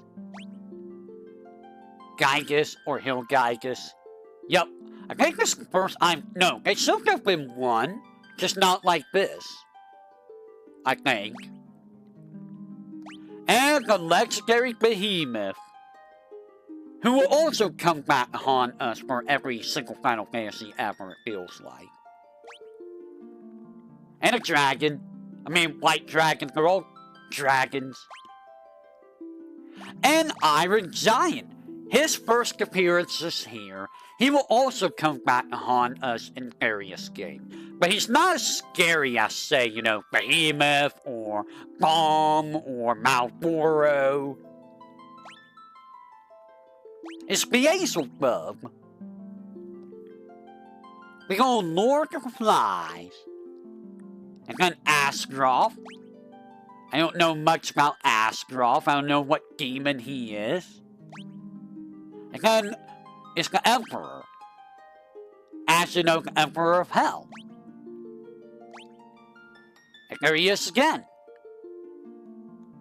And that is all of the artwork. So the only thing left to show off is the bestiary. Of which I have all the things done for. However, it has been 4 hours. So we will pick this up next. You know what? We can do this right now. Let's do this now. Let's wrap this up in one stream so we don't have to do this again. So, a lot of these enemies, they're not really anything special. It is cool how they show, the, amount of hits and stuff. That is nice. I don't know how you have different, gil values. Interesting. And they have Fire Thorn, who's just a stronger, leg eater. He literally is the exact same, except, you know, you get antidote. You get other items. And then Hornet. Hornets are kind of, well, oh, they actually have physical evasion. So they're a little bit harder to punch. But, I mean, nothing special.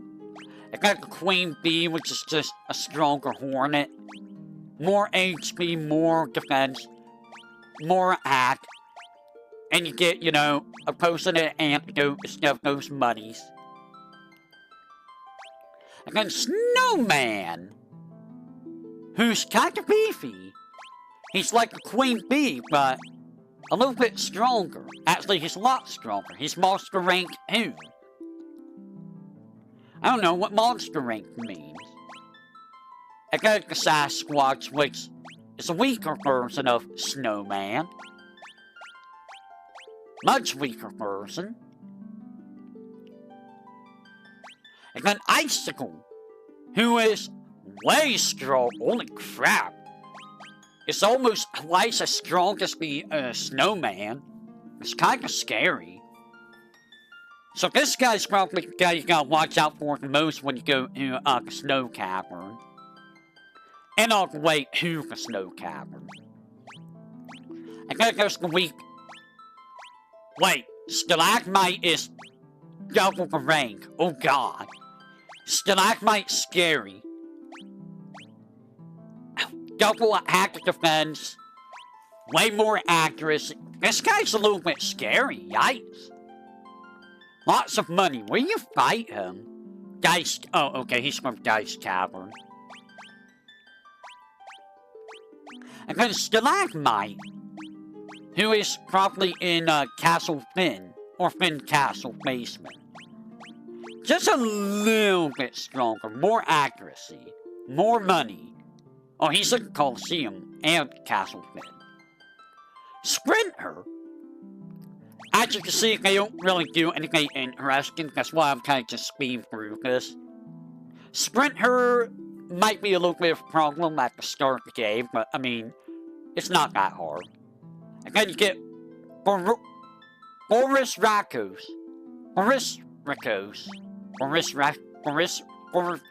Catbird. Yes, Catbird, which I only fought 3 of somehow. How? It's a lot more dangerous, as you can see, a lot higher stats. So, well, you can run into this around, I want to say around Salaman. I think these are also around Salaman, right? Yeah. Agamantoids, which is a boss fought in, the Snow Cavern. You will fight as random encounters later. They're very hanky, very high defense. Very high defense. They're very annoying. They are not immune to teleport, though. And you can get Diamond Shield from them. You can get this Diamond Shield, like, immediately. I think I did, actually. I was like, what? What do you mean Diamond Shield already? I'm not even that far in the game. Oh yeah, you fight them at Cast 1 Keep. Which isn't that far from a Snow Cavern. And then the Lantern, which is just a weaker version of the, Agamantoid. Still pretty beefy, though.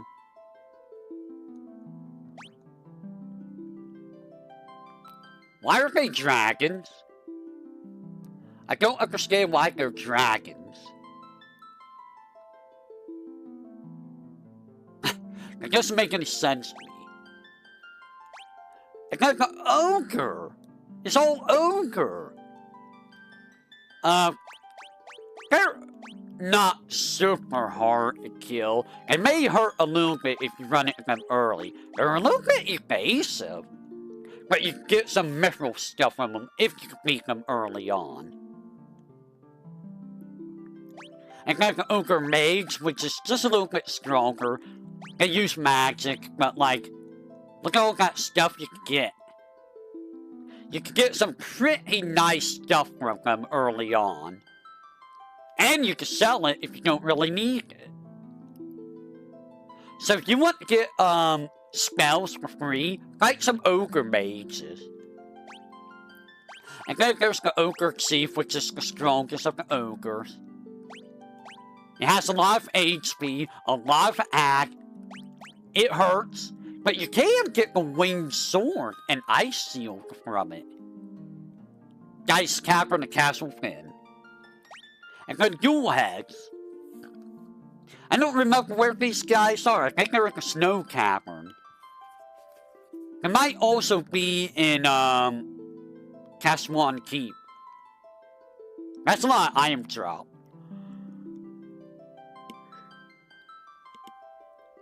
They're in the snow cavern, okay, that's the first spot. And then you get dual gags, which I believe it's, Tropical Island. As you can see, not a whole lot to say about these guys. Fun fact, this game does like throw like 3 to 8 enemies at you in the same fight, which gets very overwhelming depending on what you're fighting. So these guys are weaker, or these guys rather are stronger than them. And they are fought at Tropical Island. They're undead, I guess. Are they undead? No, he's just immune to instant death. He might be undead. Where at? Common rat. Beat him up. I think he can inflict poison by biting you. Same with the stunner. Stunner might inflict paralysis, though. He's a lot hankier. A lot hankier. Less evasion, though. Interestingly enough. Dual head, which looks like it's undead. Same attack as the rats. A little bit stronger than were-rat. A little bit weaker than stunner. But like, no HP. Yeah, it looks like it's, undead. And then the skull, which is a higher version of it. Way stronger, because I think you fight this at, Castle Finn. It's way stronger, way more accurate, too. Lots of money. Oh, it's in Castle Palamecia, so you can miss this guy. Zombie. I mean, it's a zombie. Nothing more to it. You beat him up. And then the ghoul. Which is really just a slightly stronger zombie. Not too dangerous. You can beat this guy up. If you have to use some fire, don't use ice. And then the ghast. I think they drain HP when they hit. I might be thinking of a layer enemy. So, the ghast is a little bit dangerous. They do have, higher stats, attack and defense, more HP. And then, Revenant. More HP, more attack, more defense, more accuracy. But it's still, you know, by the time you fight them, they're not going to be a threat. And then the Shadow. I think these are the guys that drain HP whenever they hit you. These are the more dangerous guys that you never want to leave alive. And I believe they're undead. Immune disguises for the most part. Use fire. I think there's just a stronger version of it. And then an even stronger person. They kinda suck. I don't know what ability this thing uses. I got a ghost, which is like the ultimate person. It drains a lot of HP. You will cry. It will hurt. I got the antlion, which is really strong. Really strong physical damage. You fight this in deserts only. Same with the scissor jaws. I don't know where you fight scissor jaws though. But they're even stronger than the antlions. Be aware of them. Oh, there's not the J Passage. And the Gothos, who I think is the boss in Castle Finn, but you can fight him as regular enemies in I want to say Pandemonium. They're not very difficult to fight. They try a whole bunch of magic. They're not really gonna do a whole lot. It's their regular attack you need to watch out for. Don't bother using magic. Just smack him with physicals. You can get haste and ripper from him. Oh, he's like a Massilian power. And then the Beast Demon. You heard me mention this guy a lot. I believe he's Pandemonium only. Maybe also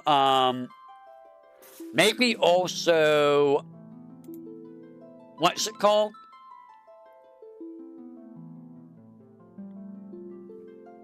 J Passage. They're resistant to elements. I am gonna have to watch Narissa later.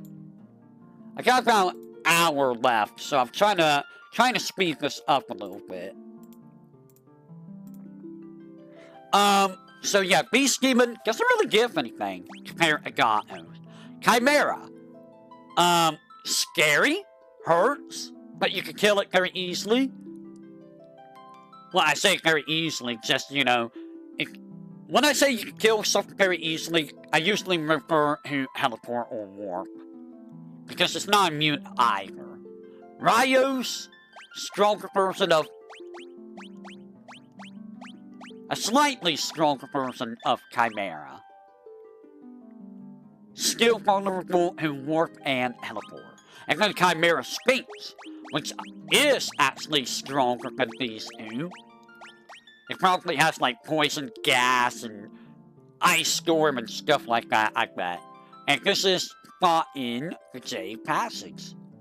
3,000 gil is all it has. Death Flower.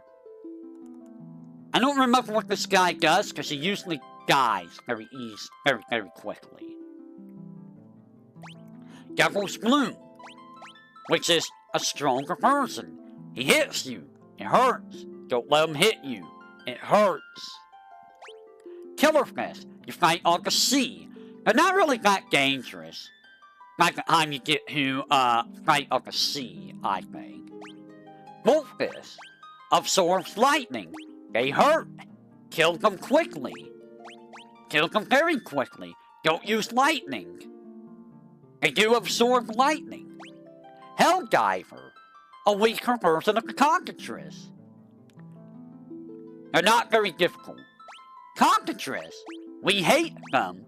We hate them so much because their regular attack inflicts petrify and it sucks. Pirate. I mean, it's a pirate. They hit you, you hit them, they die.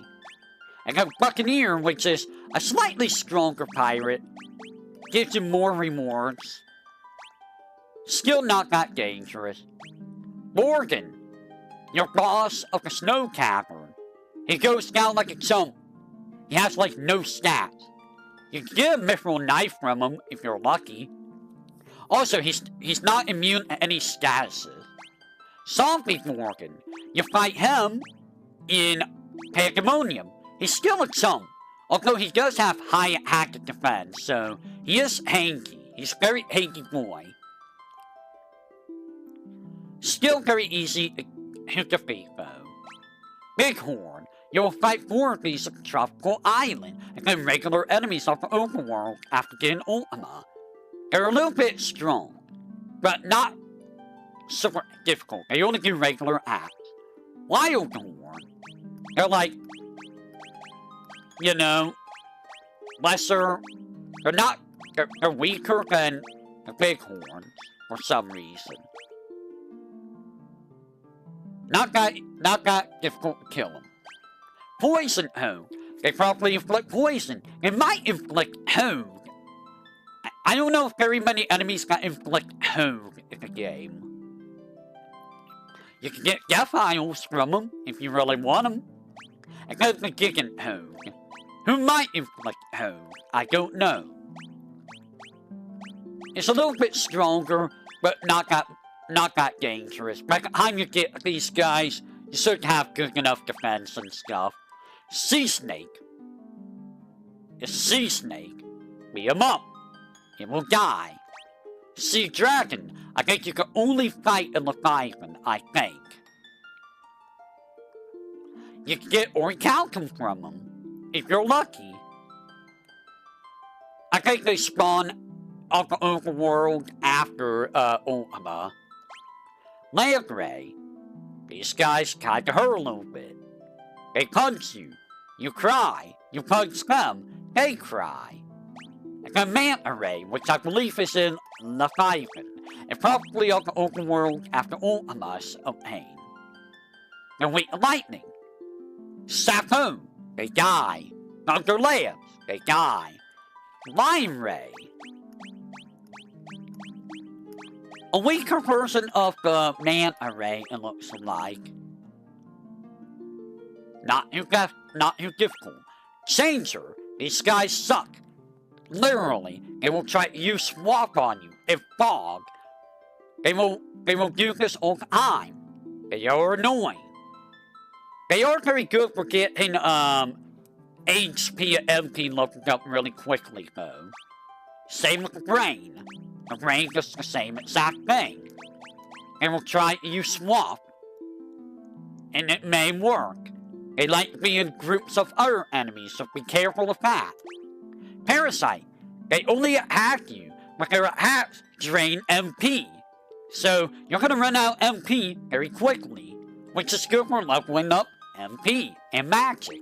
Same with the Mega Parasite. They drain a lot of MP. They probably do something else, I don't know what else. They're fought in the J Passage. Werewolf. They punch you. You might get poisoned. It hurts. A lot. Just use regular attacks. They're in the Massidian Tower. They're not immune to warp. Devil Wolf. They're stronger versions. You will fight them in Pandemonium, and probably the J Passage. Imp. They're annoying. They love using Confuse. They love using the whole bunch of spells. Fire Hen, Blizzard Hen, Thunder Hen, Confuse. They're annoying. Kill them quick. Smack them with regular attacks. Don't bother with magic. Pit Fiend. They're slightly stronger, less magic defense, higher accuracy. They're even more annoying than the Imp. I might have been thinking of the Pit Fiend instead of the Imp. Malboro. If they hit you, it's gonna hurt. You're gonna get inflicted with status effects. Maybe not with the regular Malboro. Regular Malboro doesn't really do that. This guy, however, the Malboro Hera, he will. He will inflict mini, silence, bad things. He does the bad hugs, but you can get elixirs, which is nice. Actually, it might be Great Malboro. It might be both of them. They do hurt. They all hurt. You don't want them to punch you. Or, you know, you don't want to get tentacled. Don't get tentacled. If you get tentacled, I'm not coming to save you.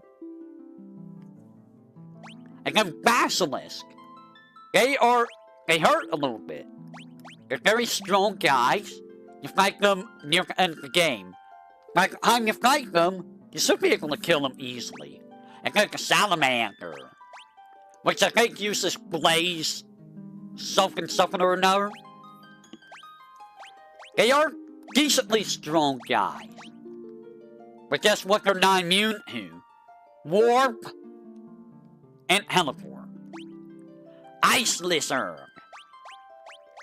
A little bit weaker, but higher magic defense. You will find them in the J Passage. Amoeba. Just hit them with regular axe. They don't have any evasion. They do hurt though if they punch you. Love you? Question mark? Don't use poison on them. These guys are weaker person, but they use spells. I don't know what kind of spells.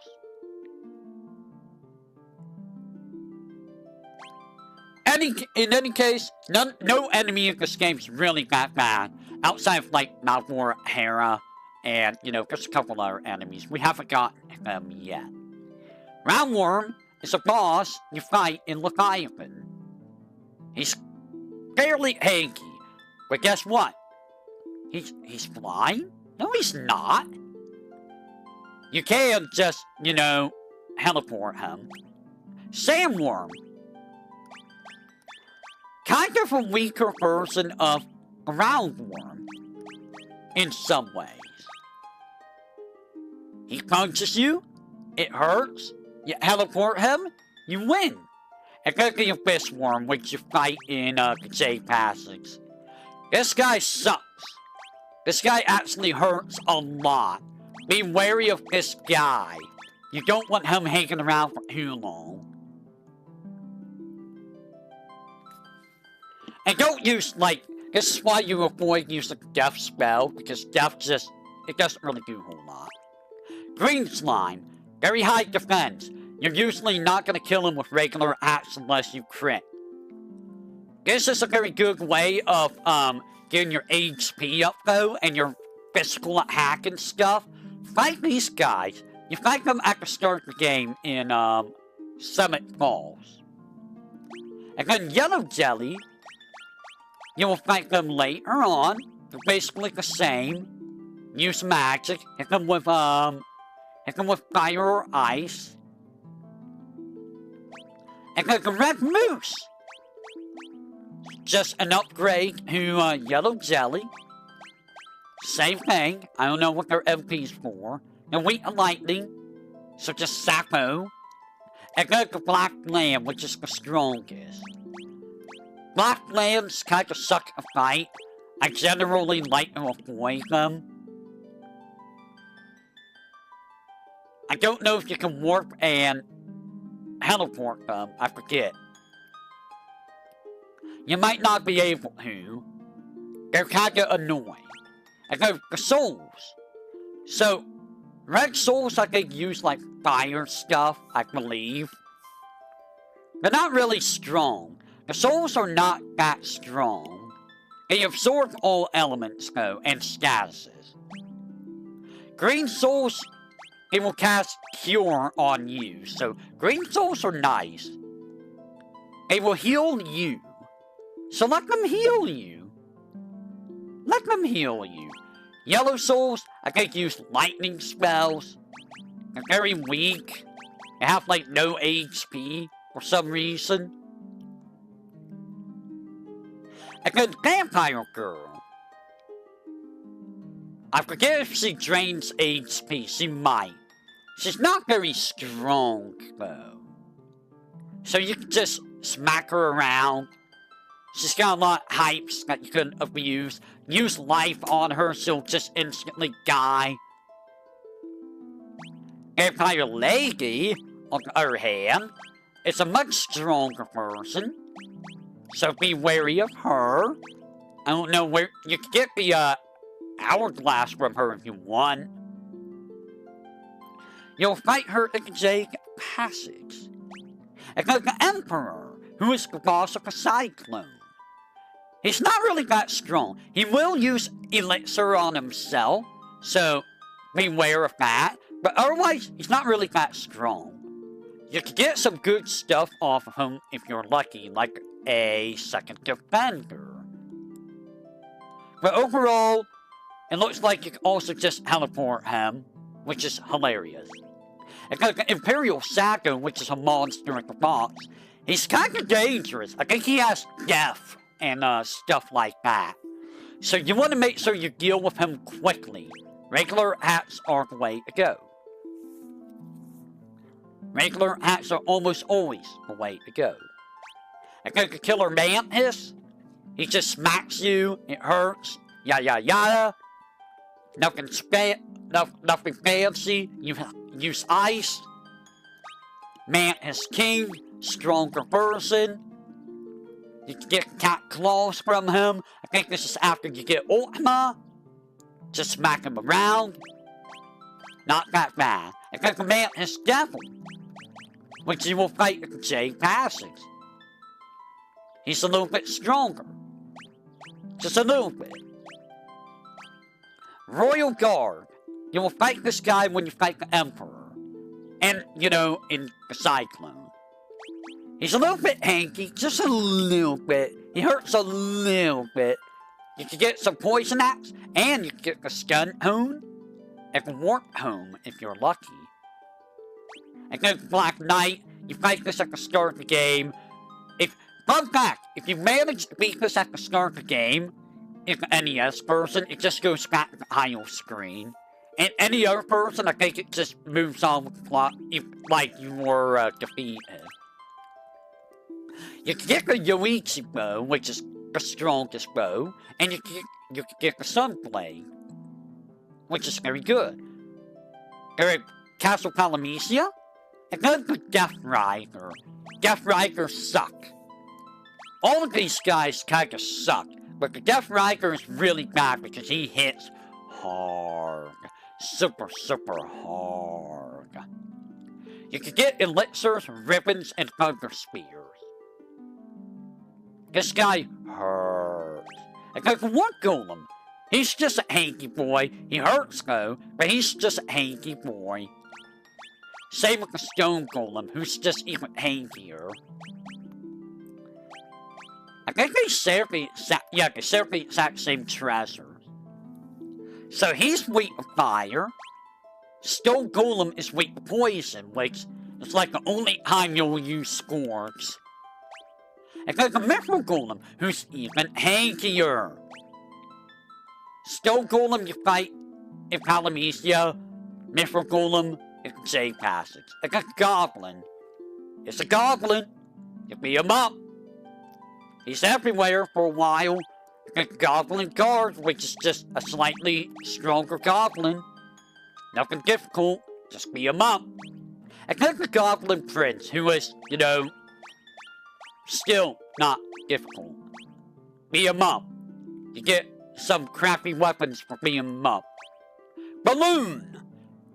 Your first bomb is a balloon. They try to use self-destruct. I think they only are able to use that if they're at low HP. I forget. I have never really seen them use self-destruct very much. I think it's only after they take damage, so be wary of that. Grenades, stronger persons. Their self-destruct is not super strong, but it's still enough to cause trouble. And then mine and bomb. So you can see how they progress the enemies. 1, 2, 3, 5. Mine. Nothing super special. Bomb. Nothing super special, really.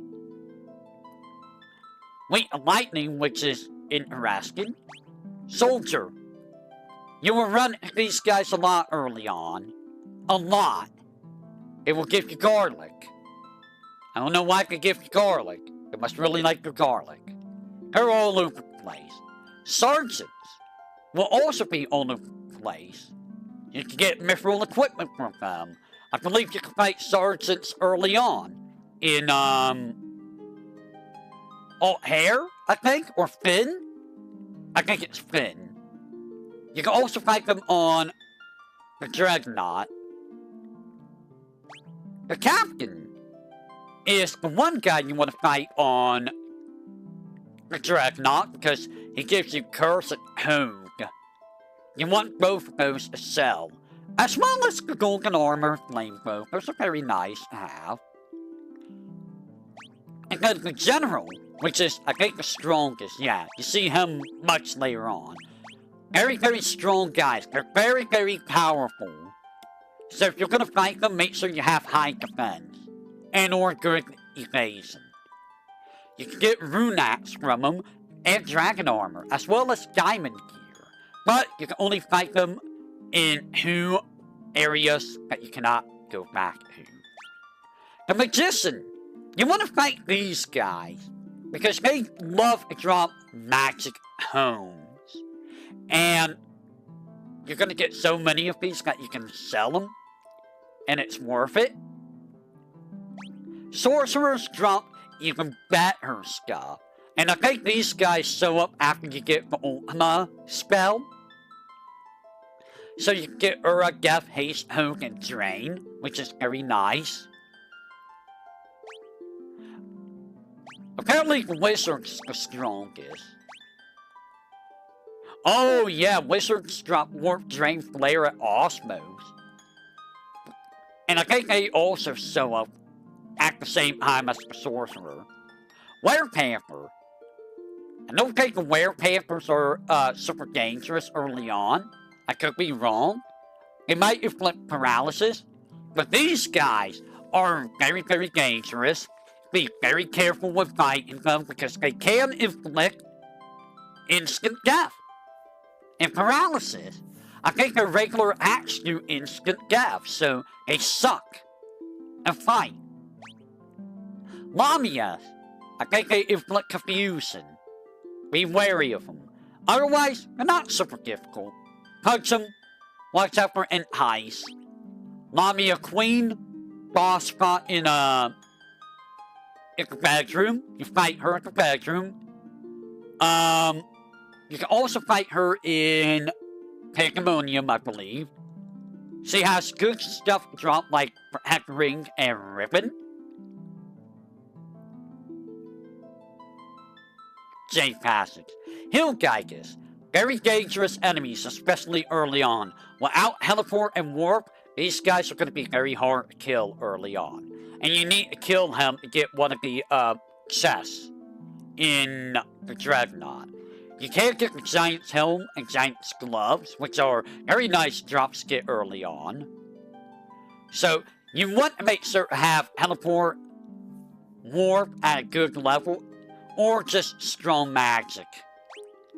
Fire, Ice, and Thunder, they're all fought as bosses in Mysidian Tower.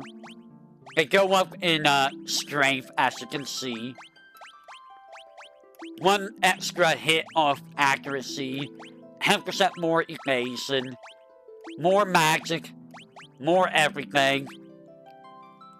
You can get Flame Sword, Flame Armor, and Confuse from him. You can also fight all 3 of them in Pandemonium. Ice Gigas, you can get the Ice Brand and Stop Home. And Thunder Gigas, you can get the Wizard Staff, Black Robe, Confuse, and Flare. So yay! And then Behemoth. You can only fight 1 Behemoth, I think. Actually, you might be able to fight more Behemoths on the overworld around the Jade Passage. They hurt, but they're not super strong. They only have regular attacks. There's no Meteor in this game. Yeah, you fight them on the world map after you get Ultima. King Behemoth is a monster in a box. You can fight in a secret room in Pandemonium. It's very, very dangerous. Be very careful. You can get the Yoichi Bow, which is the big thing you want to get. Get the Yoichi Bow if you like bows. White Dragon. So, there's all of these dragons. As you can see, they're all fairly similar in terms of stats. These 2 have the same attack. These 2 have the same attack. They do go up a little bit in terms of stats, so Red Dragon is going to be the strongest, White's the weakest. White will give you Genji gloves. I think they all give you Genji gloves. No. You can get Genji gloves with a white dragon. And betrayal thing and a whole bunch of other stuff. Green dragon. All the dragons hit hard, but they're not immune to teleport and warp. You can get healing staff, diamond helms from green dragon. He will use poison gas. He will use ice storm. He will use thunderbolt. He will use blaze. So I think blue dragon and red dragon are no. They're kind of similar. Blue dragon, you can get dragon armor, holy lance, dragon shield, which is very good stuff. And the red dragon, you can get dragon shield, armor, holy lance, and black arm, and Hermes shoes, if you really want them. And then the iron giant is a secret enemy, hidden in one room in Pandemonium. He's very, very dangerous, but if you manage to defeat him, you can get some of the best gear in the game. Excalibur, Aegis Seal, and Genji equipment. So if you want to try to farm these, they are low drops, mind you. These are very good to do. Go farm with magic, because he's immune to magic for the most part. You can hit him with ice and lightning, but like, don't even fire, just hit him with regular. Tiamat is a monster in a box. Very, very strong boss, but not immune to teleport and warp. You can try to get life holy of flare, but it's a low drop. So you can teleport and warp them. The Azelbug, I think it's the same deal. Very similar bosses. I think elemental, and I think statuses. And I think the Azelbug can also use flare, right? I can't remember. Items are kind of whatever. Earthline magic. He's not immune to teleport or warp. And then Astra, who is also very similar, just 2,000 more HP. I think Astra's the one with flare. Items don't really matter. Also not immune to teleport and warp. So if you want to use teleport warp to seize him, go ahead. And then the final boss, Emperor. Doesn't even give you the stats. If you want to deal with Emperor, just use Bloodsword. Easiest way. Otherwise, you're in for a fight because Emperor's regular attacks do drain HP. He has Starfall. He can inflict curse at everyone. He can use Stop. He kinda hurts a little bit. And with that, we are done with Final Fantasy II. That is it. We have managed to do a Voidex in one episode. Because, really, the enemies don't really matter in this game. Because of the way stats work, you can make yourself so beefy very easily that the enemy abilities don't even really matter. The only enemies to really watch out for are Malboro, Great Malboro, Corels, Death Knights. Mostly enemies of the final 2 dungeons. Mostly. As well as, like, ghosts. Watch out for ghost enemies. And Agamemnoids. Agamemnoids because they're tanking. Hillgeikers because they suck to fight. And Cockatrices because they like to inflict petrify. So with that, I will say, until next time, everyone. Whatever that may be, we are done with Final Fantasy II. There's nothing else to talk about with Final Fantasy II. So on the next Voidex, whatever that may be, we have a bit of a doozy where we begin Final Fantasy III. We are continuing with Final Fantasy, yes. We're going to get through them. We will. Final Fantasy III is going to be a bit of a doozy because there's a lot to talk about with that game. Alright, I will catch you guys next time, whatever that may be. Tomorrow will be more Hololive Chronicles. And then Tuesday will be more Metal Gear Solid 5. Wednesday will be Rabbit. Thursday will be more Hololive Chronicles. And Friday, probably more Metal Gear Solid 5. Saturday, we will see what happens. So, I will catch you all on the flip side of the void.